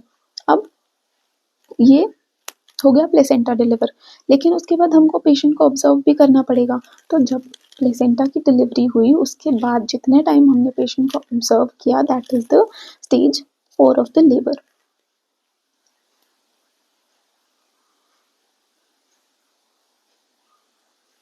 जब हम बेबी को डिलीवर करते हैं तो एक मैन्यूवर यूज करते हैं जहाँ पर बेबी का हेड जो है पहले फ्लेक्स किया जाता है, फिर एक्सटेंड किया जाता है एक हाथ से, और दूसरा हाथ जो होता है वो कहाँ होता है? पेरिनियम को सपोर्ट कर रहा होता है। That manoeuvre is known as modified Ritgen manoeuvre. पहले फ्लेक्स किया, फिर एक्सटेंड किया बेबी के हेड को टू डिलीवर द बॉडी, और दूसरा हाथ जो है वो क्या कर रहा है? सपोर्ट कर रहा है पेरिनियम को। That is modified Ritgen manoeuvre. ठीक है। एक प्रोलॉन्ग लेटेंट फेज होता है कि अगर लेटेंट फेज बहुत ज़्यादा लंबा चल जाए तो क्या कहेंगे, क्या कैसे उसको मैनेज करेंगे? तो कैसे मैनेज करेंगे? थेराप्यूटिक रेस्ट देंगे। लेटेंट फेज में अब अभी हम सी सेक्शन के बारे में नहीं सोच रहे हैं, उसको रेस्ट देंगे, पेशेंट को रेस्ट देंगे अगर प्रोलॉन्ग लेटेंट फेज है तो। एक टर्म होती है प्रोट्रैक्टेड एक्टिव फेज, जिसमें क्या होता है? स्लो प्रोग्रेशन होता है। एक्टिव फेज में तो है पेशेंट, लेकिन वो बहुत ज़्यादा स्लोली प्रोग्रेस हो रही है। जो हमने प्राइमी में बात करी थी कि 1.2 सेंटीमीटर पर आवर होना चाहिए, या अगर हम मल्टी की बात करें 1.5 सेंटीमीटर पर आवर डायलिटेशन होना चाहिए, वो नहीं हो रहा है, बहुत स्लोली प्रोग्रेस हो रहा है कि 4 घंटे बीत गए बट अभी भी सिर्फ 1 ही सेंटीमीटर डायलेशन बहुत ज़्यादा आगे बढ़ी है। तब हमें क्या देखना है और कैसे मैनेज करना है? अगर जो है कॉन्ट्रैक्शंस जो हैं वो नॉर्मल हैं, तो क्या करेंगे? हम देखेंगे कि अगर वो ओपी पोजीशन में है, कभी-कभी जो फीटस का हेड है वो ऑक्सीपिटो पोस्टीरियर पोजीशन में हो सकता है, जिसमें हम डिलीवर नहीं कर सकते बेबी को, जिसको खुद से रोटेट होना पड़ता है ताकि वो ऑक्सीपिटो एंटीरियर पोजीशन में आए और हम बेबी का हेड डिलीवर कर सकें। तो अगर ओपी पोजीशन में है तो हमको क्या करना है? Wait and watch. हम रुकेंगे, खुद से वो हेड जो है वो रोटेट होगा, नॉर्मल पोजीशन में आएगा, और जब हम बेबी को डिलीवर करेंगे। लेकिन अगर डिस्प्रोपोर्शन है, नॉर्मल कॉन्ट्रैक्शंस हैं लेकिन डिस्प्रोपोर्शन है, सेफेलोपेल्विक डिस्प्रोपोर्शन है, तो हम वेट करके भी कुछ फ़ायदा नहीं है। हमने न्यूज़ नहीं किया, लेकिन अगर मान लो हमारा पेशेंट आया है नॉर्मली नेचुरल लेबर के साथ और वो एक्टिव फेज में है और सेफेलोपेल्विक डिस्प्रोपोर्शन है, तो हम आगे वेट नहीं करेंगे कि बेबी का हेड रोटेट होगा, खुद से नॉर्मली डिलीवर होगा। हमको पता है वो बेबी डिलीवर हो ही नहीं पाएगा क्योंकि डिस्प्रोपोर्शन है, सेफेलोपेल्विक डिस्प्रोपोर्शन है। तो हम क्या करेंगे? डायरेक्ट सी सेक्शन कर देंगे। लेकिन अब अगर वहीं, अब ये तो थी नॉर्मल यूट्राइन कॉन्ट्रैक्शंस की बात। अगर हाइपोटोनिक यूट्राइन कॉन्ट्रैक्शन है, अगर हाइपोटोनिक है, कम कॉन्ट्रैक्शंस हो रही हैं, तो हमें देखना है कि फीटस का हेड जो है वो फिक्स्ड है या फिर मोबाइल है, अभी तक एंगेज हुआ है या नहीं हुआ है। एंगेज होने के बाद फिक्स हो जाएगा ना, कि अगर फीटस का हेड फिक्स्ड है तो हम क्या करेंगे? हम करेंगे आर्टिफिशियल रप्चर ऑफ मेम्ब्रेन, और उसके बाद 30 मिनट्स के बाद ऑक्सीटोसिन दे देंगे। अगर हाइपोटोनिक कॉन्ट्रैक्शंस है, हमको देना ये 2 चीज़ है, ऑक्सीटोसिन देना है और आर्टिफिशियल रप्चर ऑफ मेम्ब्रेन करना है। लेकिन पहले कौन सा करेंगे, बाद में कौन सा करेंगे, वो देखना पड़ेगा। तो अगर फीटस का हेड जो है वो फिक्स्ड है तो हम पहले आर्टिफिशियल रप्चर ऑफ मेम्ब्रेन करेंगे और उसके बाद हम ऑक्सीटोसिन देंगे 30 मिनट्स के बाद। लेकिन अगर फीटस का हेड मोबाइल है तो हम पहले ऑक्सीटोसिन देंगे और उसके बाद आर्टिफिशियल रप्चर ऑफ मेम्ब्रेन कर देंगे 30 मिनट्स के बाद। लेकिन अगर वहीं पे अगर एक्टिव फेज जो है वो अरेस्ट हो जाए कि आगे सर्विक्स डायलेट हो ही नहीं रहा है, वो आगे बढ़ ही नहीं रहा है, तो हम कैसे मैनेज करेंगे? अगर वो आगे बढ़ ही नहीं रहा है हमारे सारा कुछ करने के बाद भी, तो हम सी सेक्शन कर देंगे। अगर अरेस्ट हो गया है तो हमको बेबी तो डिलीवर करना ही है ना, तो सी सेक्शन से कर देंगे हम बेबी डिलीवर। वही ये तो थी फर्स्ट स्टेज की बात। लेकिन अगर सेकंड स्टेज में जब 10 सेंटीमीटर पूरा डायलेट हो चुका है, बेबी आ रहा है, डिसेंड भी हो रहा है, उसके बाद लेकिन अगर वहाँ पे सेकंड स्टेज में अरेस्ट हो जाए या फिर सेकंड स्टेज जो है वो प्रोलॉन्ग्ड हो जाए, तो हम क्या देखेंगे कि फीटस का जो हेड है वो कौन से स्टेशन पे है। क्योंकि हमें पता है कि अगर हमें वैक्यूम असिस्टेड डिलीवरी करनी है या फिर फोर्सेप असिस्टेड डिलीवरी करनी है, आउटलेट फोर्सेप अगर हमें यूज़ करना है, तो वो हम कहाँ करते हैं, जब फीटस का हेड +2 स्टेशन से नीचे हो, +2 हो या +3 हो या +4 हो, जो भी हो, लेकिन +2 से नीचे हो, तो हम क्या कर सकते हैं, हम फोर्सेप लगा सकते हैं या फिर वैक्यूम लगा सकते हैं बिलो +2। लेकिन अगर फीटस का हेड +2 से भी ऊपर है, तो हम वैक्यूम या फोर्सेप डिलीवरी नहीं कर सकते, तब हमको सी सेक्शन ही करना पड़ेगा। जल्दी जल्दी में एग्जाम में ये मत देखना कि अगर अभी सेकंड स्टेज है, सर्विक्स तो फुल्ली डायलेटेड है, हम सीधा फोर्सेप डालेंगे और बेबी को निकाल लेंगे। नहीं, हमारा फोर्सेप का यही एक बहुत क्लियर रिक्वायरमेंट है कि हम फोर्सेप या वैक्यूम तब ही कर सकते हैं जब +2 से नीचे हो हेड बेबी का। जब +2 से नीचे हो और +2 से अगर ऊपर हो तो इर्रिस्पेक्टिव क्या चल रहा है, क्या नहीं चल रहा है, हम अगर हमको डिलीवर करना है बेबी तो हम सी सेक्शन से ही करेंगे अगर +2 के ऊपर है तो, है ना।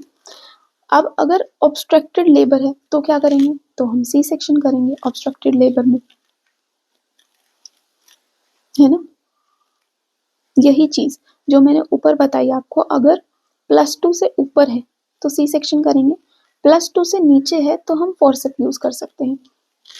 फर्स्ट स्टेज में हमेशा हम क्या करेंगे, फर्स्ट स्टेज में फीटस का हेड मोस्टली +2 से ऊपर ही होता है, तो हम फर्स्ट स्टेज में हमेशा सी सेक्शन करेंगे। लेकिन सेकेंड स्टेज में हम देखेंगे कि +2 है या +2 से ऊपर है या +2 से नीचे है, ठीक है। किसी भी अबनॉर्मैलिटी में यही हमारा जो है वो मेन क्राइटेरिया रहता है ये डिसाइड करने का कि हम सी सेक्शन प्रेफर करेंगे। मान लो फीटल डिस्ट्रेस हो रहा है, फीटल डिस्ट्रेस हो रहा है, हम पहले देखेंगे कि फर्स्ट स्टेज है लेबर की या सेकंड स्टेज है। फर्स्ट स्टेज है, फीटल डिस्ट्रेस हो रहा है, तो हम सोचेंगे ही नहीं इंस्ट्रूमेंट असिस्टेड डिलीवरी करने की, हम सीधा सी सेक्शन के लिए ले जाएंगे मदर को। लेकिन अगर वही सेकंड स्टेज है तो हम देखेंगे कि फीटस का हेड +2 स्टेशन से ऊपर है या +2 स्टेशन से नीचे है, उसके अकॉर्डिंग हम डिसाइड करेंगे कि हमको सी सेक्शन करना है या फिर हमको फोर्सेप्स यूज करनी है। लेकिन अब समरी की अगर बात करें तो अगर ए ओपी पोजीशन है, एक ये कंडीशन है, अगर ओपी पोजीशन है तो हम क्या करेंगे, वेट एंड वॉच करेंगे फर्स्ट स्टेज में।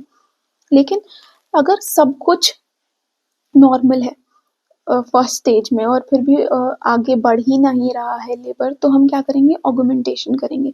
इंडक्शन हमने किया, induction was to start the labour, लेकिन वो बहुत स्लोली प्रोग्रेस हो रहा है, सब कुछ सही है, सब कुछ अच्छे से जा रहा है, अभी हमको समझ नहीं आ रहा कि हम इसको फास्ट कैसे करें लेबर को, तो दैट इज ऑगमेंटेशन। लेबर को फास्ट करना, इंड्यूस करना, लेबर को स्टार्ट करना, लेकिन ऑगमेंटेशन इज लेबर को फास्ट करना। तो अगर सब कुछ नॉर्मल है फर्स्ट स्टेज में तो हम ऑगमेंट भी कर सकते हैं लेबर को। नेक्स्ट टॉपिक स्टार्ट करते हैं। Next topic is breech presentation. Breech presentation is the most common mall presentation.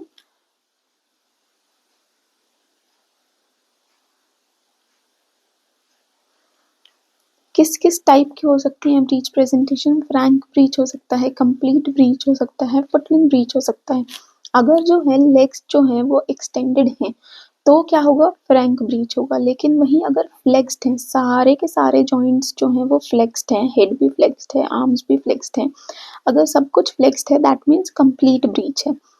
वहीं अगर एक लेग जो है वो फ्लेक्स्ड है और दूसरा लेग जो है वो कैविटी में आ रहा है, इनलेट में आ रहा है, that is footling breach. Management कैसे करेंगे ब्रीच का, जो बेस्ट मैनेजमेंट होगा वो होगा सी सेक्शन कर देंगे हम एट 39 वीक्स। हम वजाइनल डिलीवरी के लिए ट्राई ही नहीं करेंगे।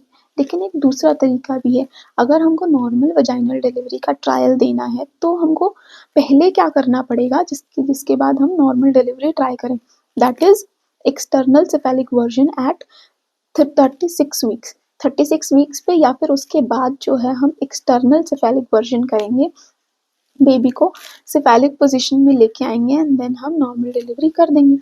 वहीं अगर सपोज करो कि हमने एक्सटर्नल रोटेशन नहीं किया, एक्सटर्नल सेफेलिक वर्जन नहीं किया, तो हम अगर ब्रीच वजाइनल डिलीवरी से हमको अगर डिलीवर करना है तो क्या कहलाएगा वो कहलाएगा असिस्टेड ब्रीच डिलीवरी। क्योंकि हम जब हम नॉर्मली फीटस को डिलीवर करते हैं तो उसमें जो है हम अपनी तरफ से कोई भी मैन्यूवर नहीं करते। जो भी ये अपनी कार्डिनल मूवमेंट्स होती हैं these are very natural. Foetus को पता है कि कैसे पहले फ्लेक्शन में निकलना है, उसके बाद एक्सटेंड करना है और उसके बाद जो है अपना पूरा बॉडी डिलीवर करना है। वो उसका नेचुरल जो है वो रिफ्लेक्स है, ठीक है। लेकिन अगर ब्रीच डिलीवर कर रहे हैं हम तो ब्रीच में हमको एक्सटर्नली अपनी तरफ से कुछ मैन्यूवर करने पड़ते हैं ताकि हम ब्रीच वजाइनली डिलीवर कर सकें। इसी वजह से जो ब्रीच डिलीवरी हम करते हैं वजाइनली उसको हम बोलते हैं असिस्टेड ब्रीच डिलीवरी, जिसमें जो फीटस का हेड है वो कैसे डिलीवर होता है, वो डिलीवर होता है फ्लेक्शन से। Foetal head is born by flexion, जिसमें हमको बहुत सारे मैन्यूवर्स करने पड़ सकते हैं। कि अगर फीटस डिलीवर नहीं हो रहा है तो हम पिनार्ड्स मैन्यूवर कर सकते हैं। हमने अपना हैंड अंदर डाला और उसके बाद जो उसका फीटस का जो ये एक्सटेंडेड लेग था उसमें नी पे हमने टैप किया, फ्लेक्स हुआ, फ्लेक्शन के बाद हमने इसको लेग को पकड़ा और डिलीवर किया, फुटलिंग में किया हमने उसको कन्वर्ट, ठीक है। This is Pinard's manoeuvre. एक मैन्यूवर होता है बर्न्स मार्शल मैन्यूवर, जिसमें पूरा बॉडी डिलीवर हो गया। पिनार्ड मैन्यूवर हमने करके पूरा बॉडी डिलीवर कर दिया। अब जो है वो हेड जो है वो नहीं हो रहा है, डिलीवर नहीं हो रहा है। तो हम क्या करेंगे, जो इसका फीटस का पूरा बॉडी है इसको हम उठाएंगे और फीट मदर के जो यूट्रस की तरफ हम इसको रोटेट करेंगे और हेड को डिलीवर करेंगे। This is Burns Marshall manoeuvre, ठीक है। ये हो गया हमारा ब्रीच। ब्रीच के टाइप्स जो हैं वो इम्पॉर्टेंट है एग्जाम के लिए। अल्टीमेट जो हमारा ट्रीटमेंट है ब्रीच के लिए वो है C section. Assisted breech delivery भी कर सकते हैं, जिसके लिए ये दो आपको मैन्यूवर्स पता होने चाहिए, पहचानने आने चाहिए कि अगर कोई पिक्चर दे रखा है तो ये दो मैन्यूवर्स आप पहचान सको, Pinard's manoeuvre and Burns Marshall manoeuvre. ये बहुत नॉर्मली बहुत फ्रिक्वेंटली यूज़ किए जाते हैं असिस्टेड ब्रीच डिलीवरी के लिए। और बेबी का हेड जो है वो कैसे डिलीवर होता है ब्रीच में, फ्लेक्शन के थ्रू डिलीवर होता है। ये हमारा ज़्यादा इम्पोर्टेंट है ब्रीच में। अगर हम ट्रांसवर्स लाई की बात करें, ट्रांसवर्स लाई में भी हम कर सकते हैं। अल्टीमेट ट्रीटमेंट हमारा सी सेक्शन है कि अगर पेशेंट हमारा एक्टिव फेज में हमको आ रहा है हमारे पास तो हमको सी सेक्शन ही करना है, उसका ट्रांसवर्स लाई है सी सेक्शन करना है। लेकिन हम उससे पहले उस ट्रांसवर्स लाई के लिए भी एक्सटर्नल सेफेलिक वर्जन ट्राई कर सकते हैं। कब करेंगे, 36 वीक्स पे करेंगे। वो फेल हो जाता है तो हम सी सेक्शन करेंगे। हम प्रेफर करते हैं ट्रांसवर्स लाई में कि सी सेक्शन ही करें, बट हम एक ट्रायल दे सकते हैं एक्सटर्नल सेफेलिक वर्जन का भी एट 36 वीक्स। ब्राउ प्रेजेंटेशन की बात करें तो एंगेजिंग डायमीटर क्या होगा, मेंटो वर्टिकल डायमीटर होगा एंगेजिंग। तो मेंटो वर्टिकल डायमीटर जो होता है वो बहुत लंबा डायमीटर होता है, 14 सेंटीमीटर का डायमीटर होता है। वो नॉर्मली वजाइनली हम डिलीवर कर ही नहीं सकते बेबी को इतने लंबे डायमीटर के साथ। अगर एंगेजिंग डायमीटर इतना लंबा है, 14 सेंटीमीटर है, तो हम इसको नॉर्मली डिलीवर नहीं कर सकते। नॉर्मली डिलीवर नहीं कर सकते तो हम क्या करेंगे, इंडक्शन भी नहीं करेंगे, कुछ भी नहीं करेंगे, हम ट्रायल ही नहीं देंगे वजाइनल डिलीवरी का, तो हम सीधा सी सेक्शन की तरफ बढ़ जाएंगे। हमेशा ब्राउ प्रेजेंटेशन में सी सेक्शन ही होता है। वहीं अगर फेस प्रेजेंटेशन है तो उसमें देखना पड़ेगा कि मेंटो पोस्टीरियर पोजीशन है या मेंटो एंटीरियर पोजीशन है। मेंटो पोस्टीरियर अगर पोजीशन है तो हम सी सेक्शन करेंगे, लेकिन अगर मेंटो एंटीरियर पोजीशन है तो हम वजाइनल डिलीवरी भी कर सकते हैं, जिसमें हेड जो है वो फ्लेक्शन के थ्रू ही डिलीवर करा जाता है, जैसे कि हमने ब्रीच डिलीवरी में किया।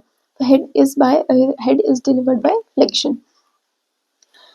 नेक्स्ट टॉपिक पे चलते हैं, रिटेन्ड प्लेसेंटा, कि अब बेबी तो डिलीवर कर दिया हमने, हर प्रेजेंटेशन की बात कर ली कि अगर नॉर्मल है तो कैसे करेंगे हम डिलीवर, कार्डिनल मोमेंट्स की बात कर ली हमने, हम अगर ब्रीच है तो कैसे डिलीवर करेंगे, ट्रांसवर्स प्रेजेंटेशन है तो ट्रांसवर्स लाए है तो हम कैसे डिलीवर करेंगे, फेस प्रेजेंटेशन है तो हम कैसे डिलीवर करेंगे, ब्राउ प्रेजेंटेशन है तो हम कैसे डिलीवर करेंगे, वैक्यूम कहाँ लगाना है, सी सेक्शन कहाँ करना है, ये हमने सब डिस्कस कर लिया।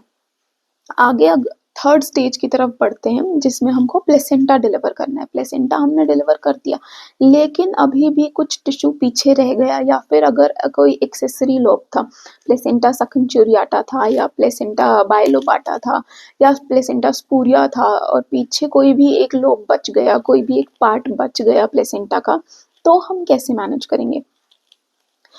अगर रिटेन्ड प्लेसेंटा है तो क्या हो जाएगा, हमारा जो थर्ड स्टेज है लेबर का वो प्रोलॉन्ग्ड हो जाएगा। उसको मैनेज कैसे करेंगे कि अगर ट्रैप्ड प्लेसेंटा है, अगर ट्रैप्ड प्लेसेंटा है, सेपरेशन हो गया है लेकिन एक्सपल्जन नहीं हुआ है, सेपरेट हो गया प्लेसेंटा यूट्रस की वॉल से, लेकिन अभी वो बाहर आ नहीं पाया क्योंकि ऑस क्लोज हो गई, तो हम क्या करेंगे, देखेंगे कि यूट्रस रिलैक्स्ड है या यूट्रस कॉन्ट्रैक्टेड है।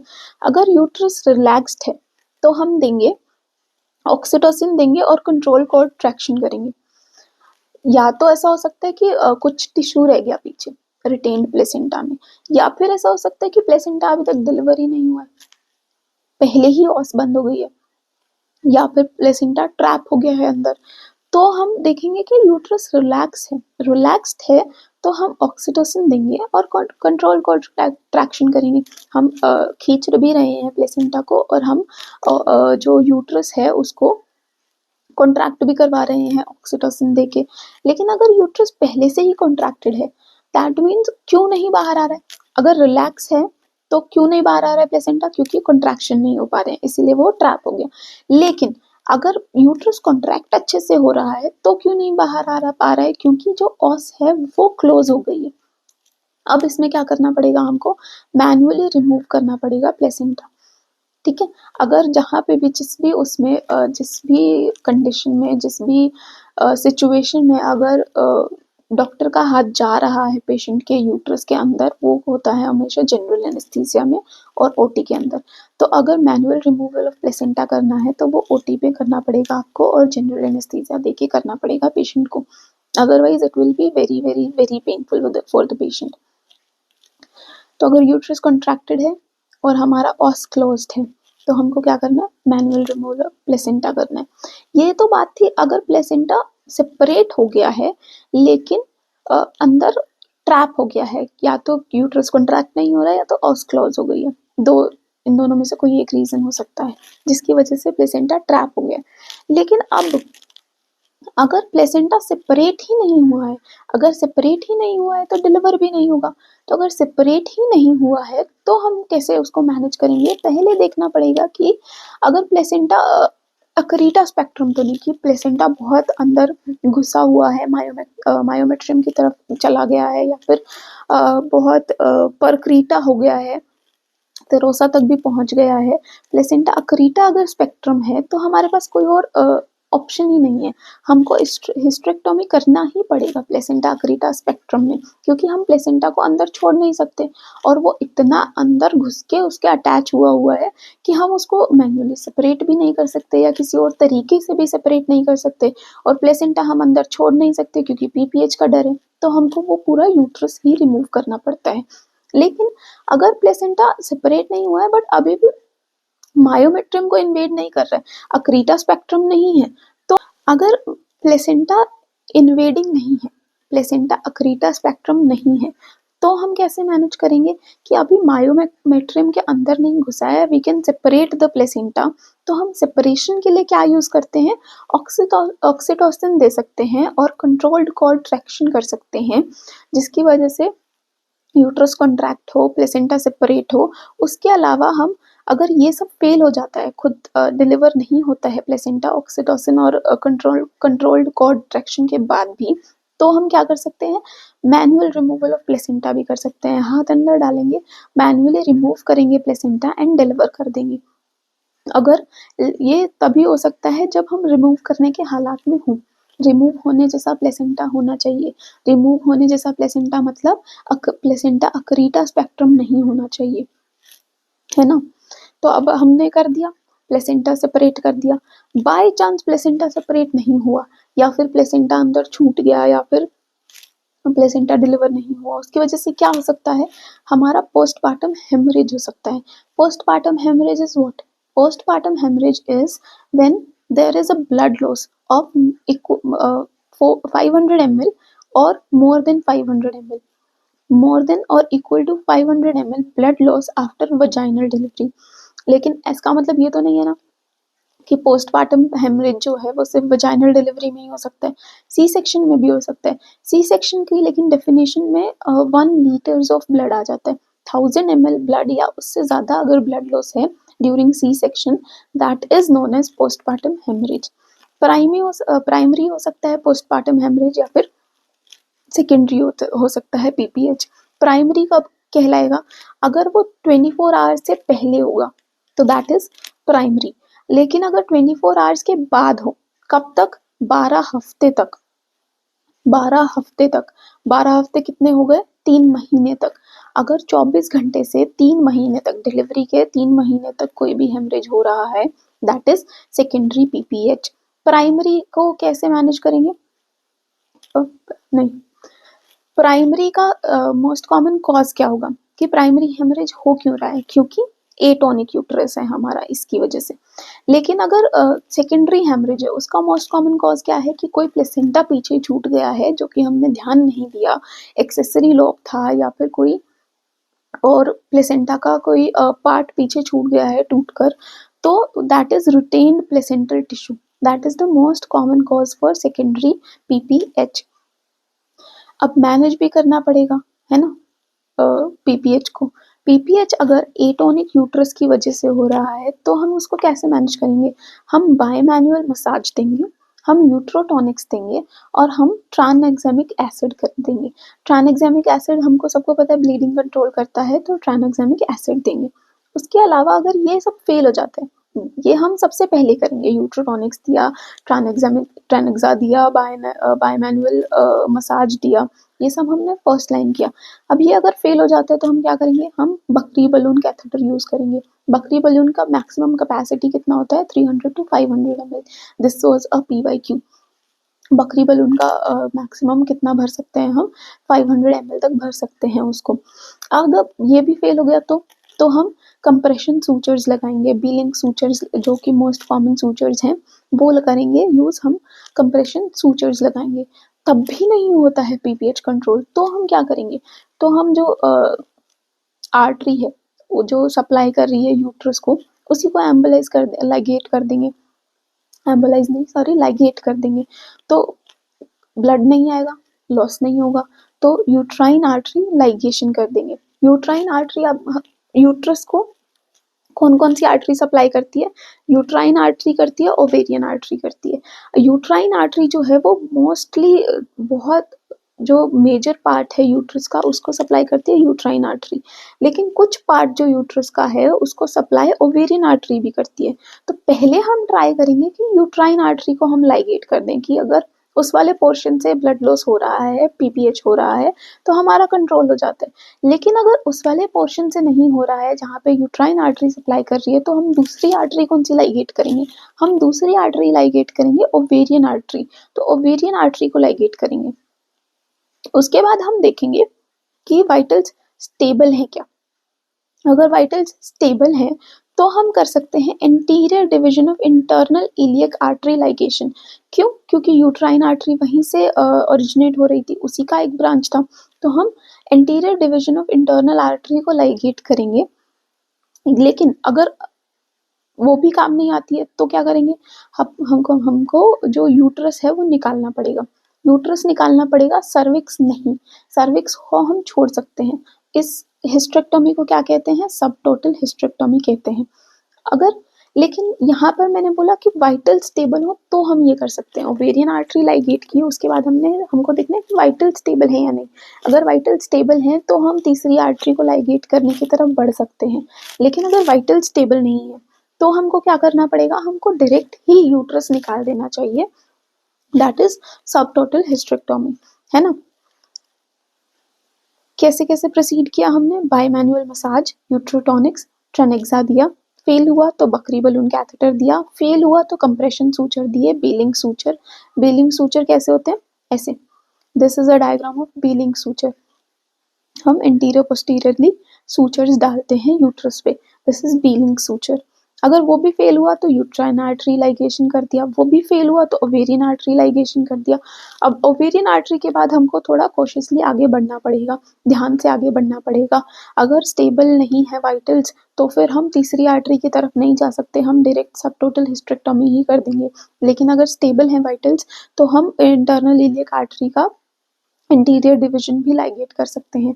फिर भी कंट्रोल नहीं हो रहा है तो एंड तो हमको सबटोटल हिस्टेरेक्टोमी से करना ही है, तो वो हम एंड में सबटोटल हिस्टेरेक्टोमी कर देंगे। ये हो गया हमारा third stage of labour. First stage में क्या क्या कॉम्प्लिकेशन हो सकती है, कैसे मैनेज करना है, हमने डिस्कस किया। सेकेंड स्टेज में क्या क्या प्रेजेंटेशन माल प्रेजेंटेशन होंगी तो उनको कैसे कैसे मैनेज करना है, बेबी डिलीवर किया हमने। थर्ड स्टेज में प्लेसेंटा अगर पीछे छूट जाए, प्लेसेंटा की डिलीवरी के टाइम पे अगर कोई प्रॉब्लम आ रही है तो उसको कैसे मैनेज करना है, वो हमने डिस्कस किया। अब फोर्थ स्टेज की बारी। Fourth stage is when the placenta is also delivered and then we are just observing the patient.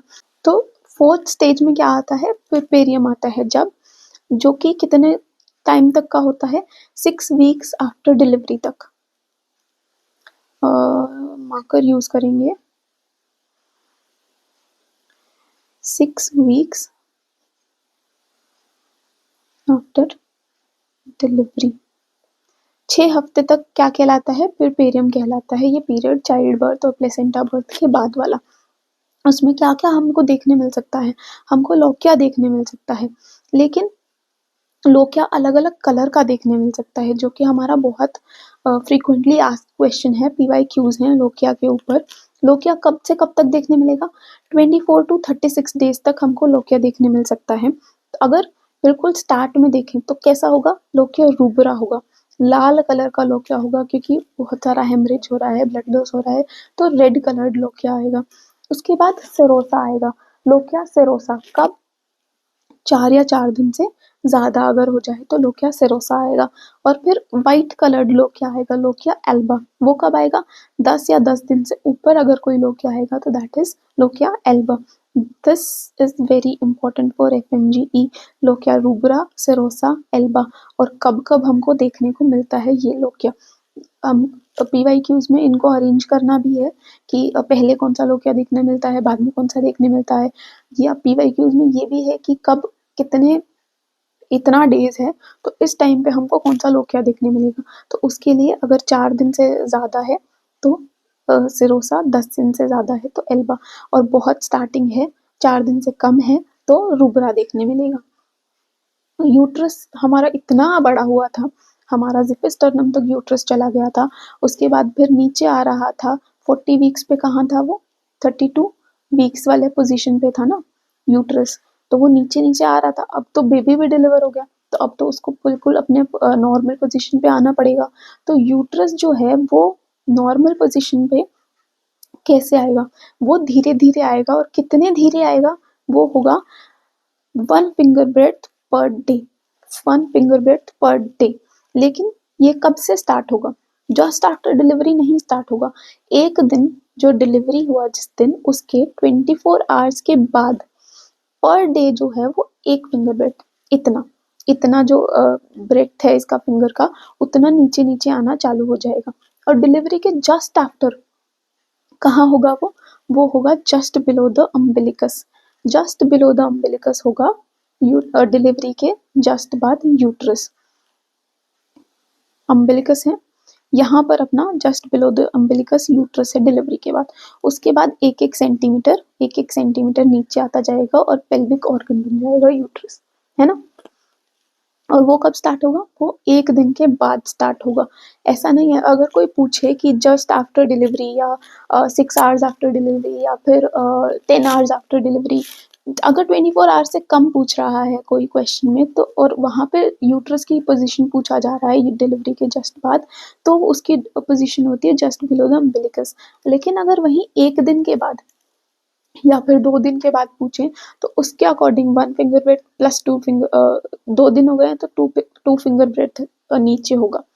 और एक चीज़ का ध्यान रखना क्वेश्चंस में, ये जब भी ऐसे टाइप का क्वेश्चन आप आंसर कर रहे हैं जो उसमें पीओडी लिखा होता है, अगर पीओडी 1 है दैट मीन्स कि हमको सेकेंड डे ऑफ डिलीवरी है ये, है ना?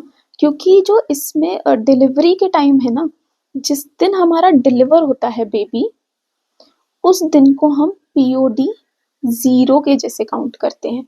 और उसके बाद जो अगला दिन होता है आफ्टर 24 आवर्स, वो हमारा पीओडी 1 होता है, first day after post delivery, first day post operation, है ना? तो वो उस दिन जो है, उस दिन आपका 1 फिंगर ब्रेथ पर डे। अगर सिंपली आपको पीओडी बोला है तो पीओडी जितना होगा, मान लो पीओडी 2 पूछा है तो 2 में 2 फिंगर ब्रेथ पर डे हमारा नीचे आ चुका होगा यूट्रस, लेकिन पर डे नहीं, 2 फिंगर ब्रेथ। लेकिन अगर पीओडी 4 है दैट मीन्स 4 फिंगर ब्रेथ नीचे आ चुका है। पीओडी 0 है तो थोड़ा ध्यान रखना, या फिर अगर आर्स दे रखे हैं तो थोड़ा ध्यान रखना। अदरवाइज पीओडी 1 है तो 1 फिंगर ब्रेथ, पीओडी 2 है तो 2 फिंगर ब्रेथ, 4 है तो 4। जितना भी पीओडी है उतना ही वो यूट्रस, उतने ही फिंगर ब्रेथ नीचे होगा। ठीक है, ये हमारा लास्ट पॉइंट था ऑब्स का। हमारी ऑब्स हो गई है खत्म। अब हम स्टार्ट करेंगे गायनी। मैं यूजुअली ऐसे पढ़ना पसंद करती हूँ, ऑब्स पहले और गायनी बाद में। आप पहले गायनी भी पढ़ सकते हैं, बाद में ऑब्स भी पढ़ सकते हैं, लेकिन अब जैसा हम रिवाइज कर रहे हैं उसमें हम अब जाके गायनी स्टार्ट करेंगे। ठीक है, अब नेक्स्ट वीडियो गायनी के साथ हम मिलते हैं वापस। Okay, bye.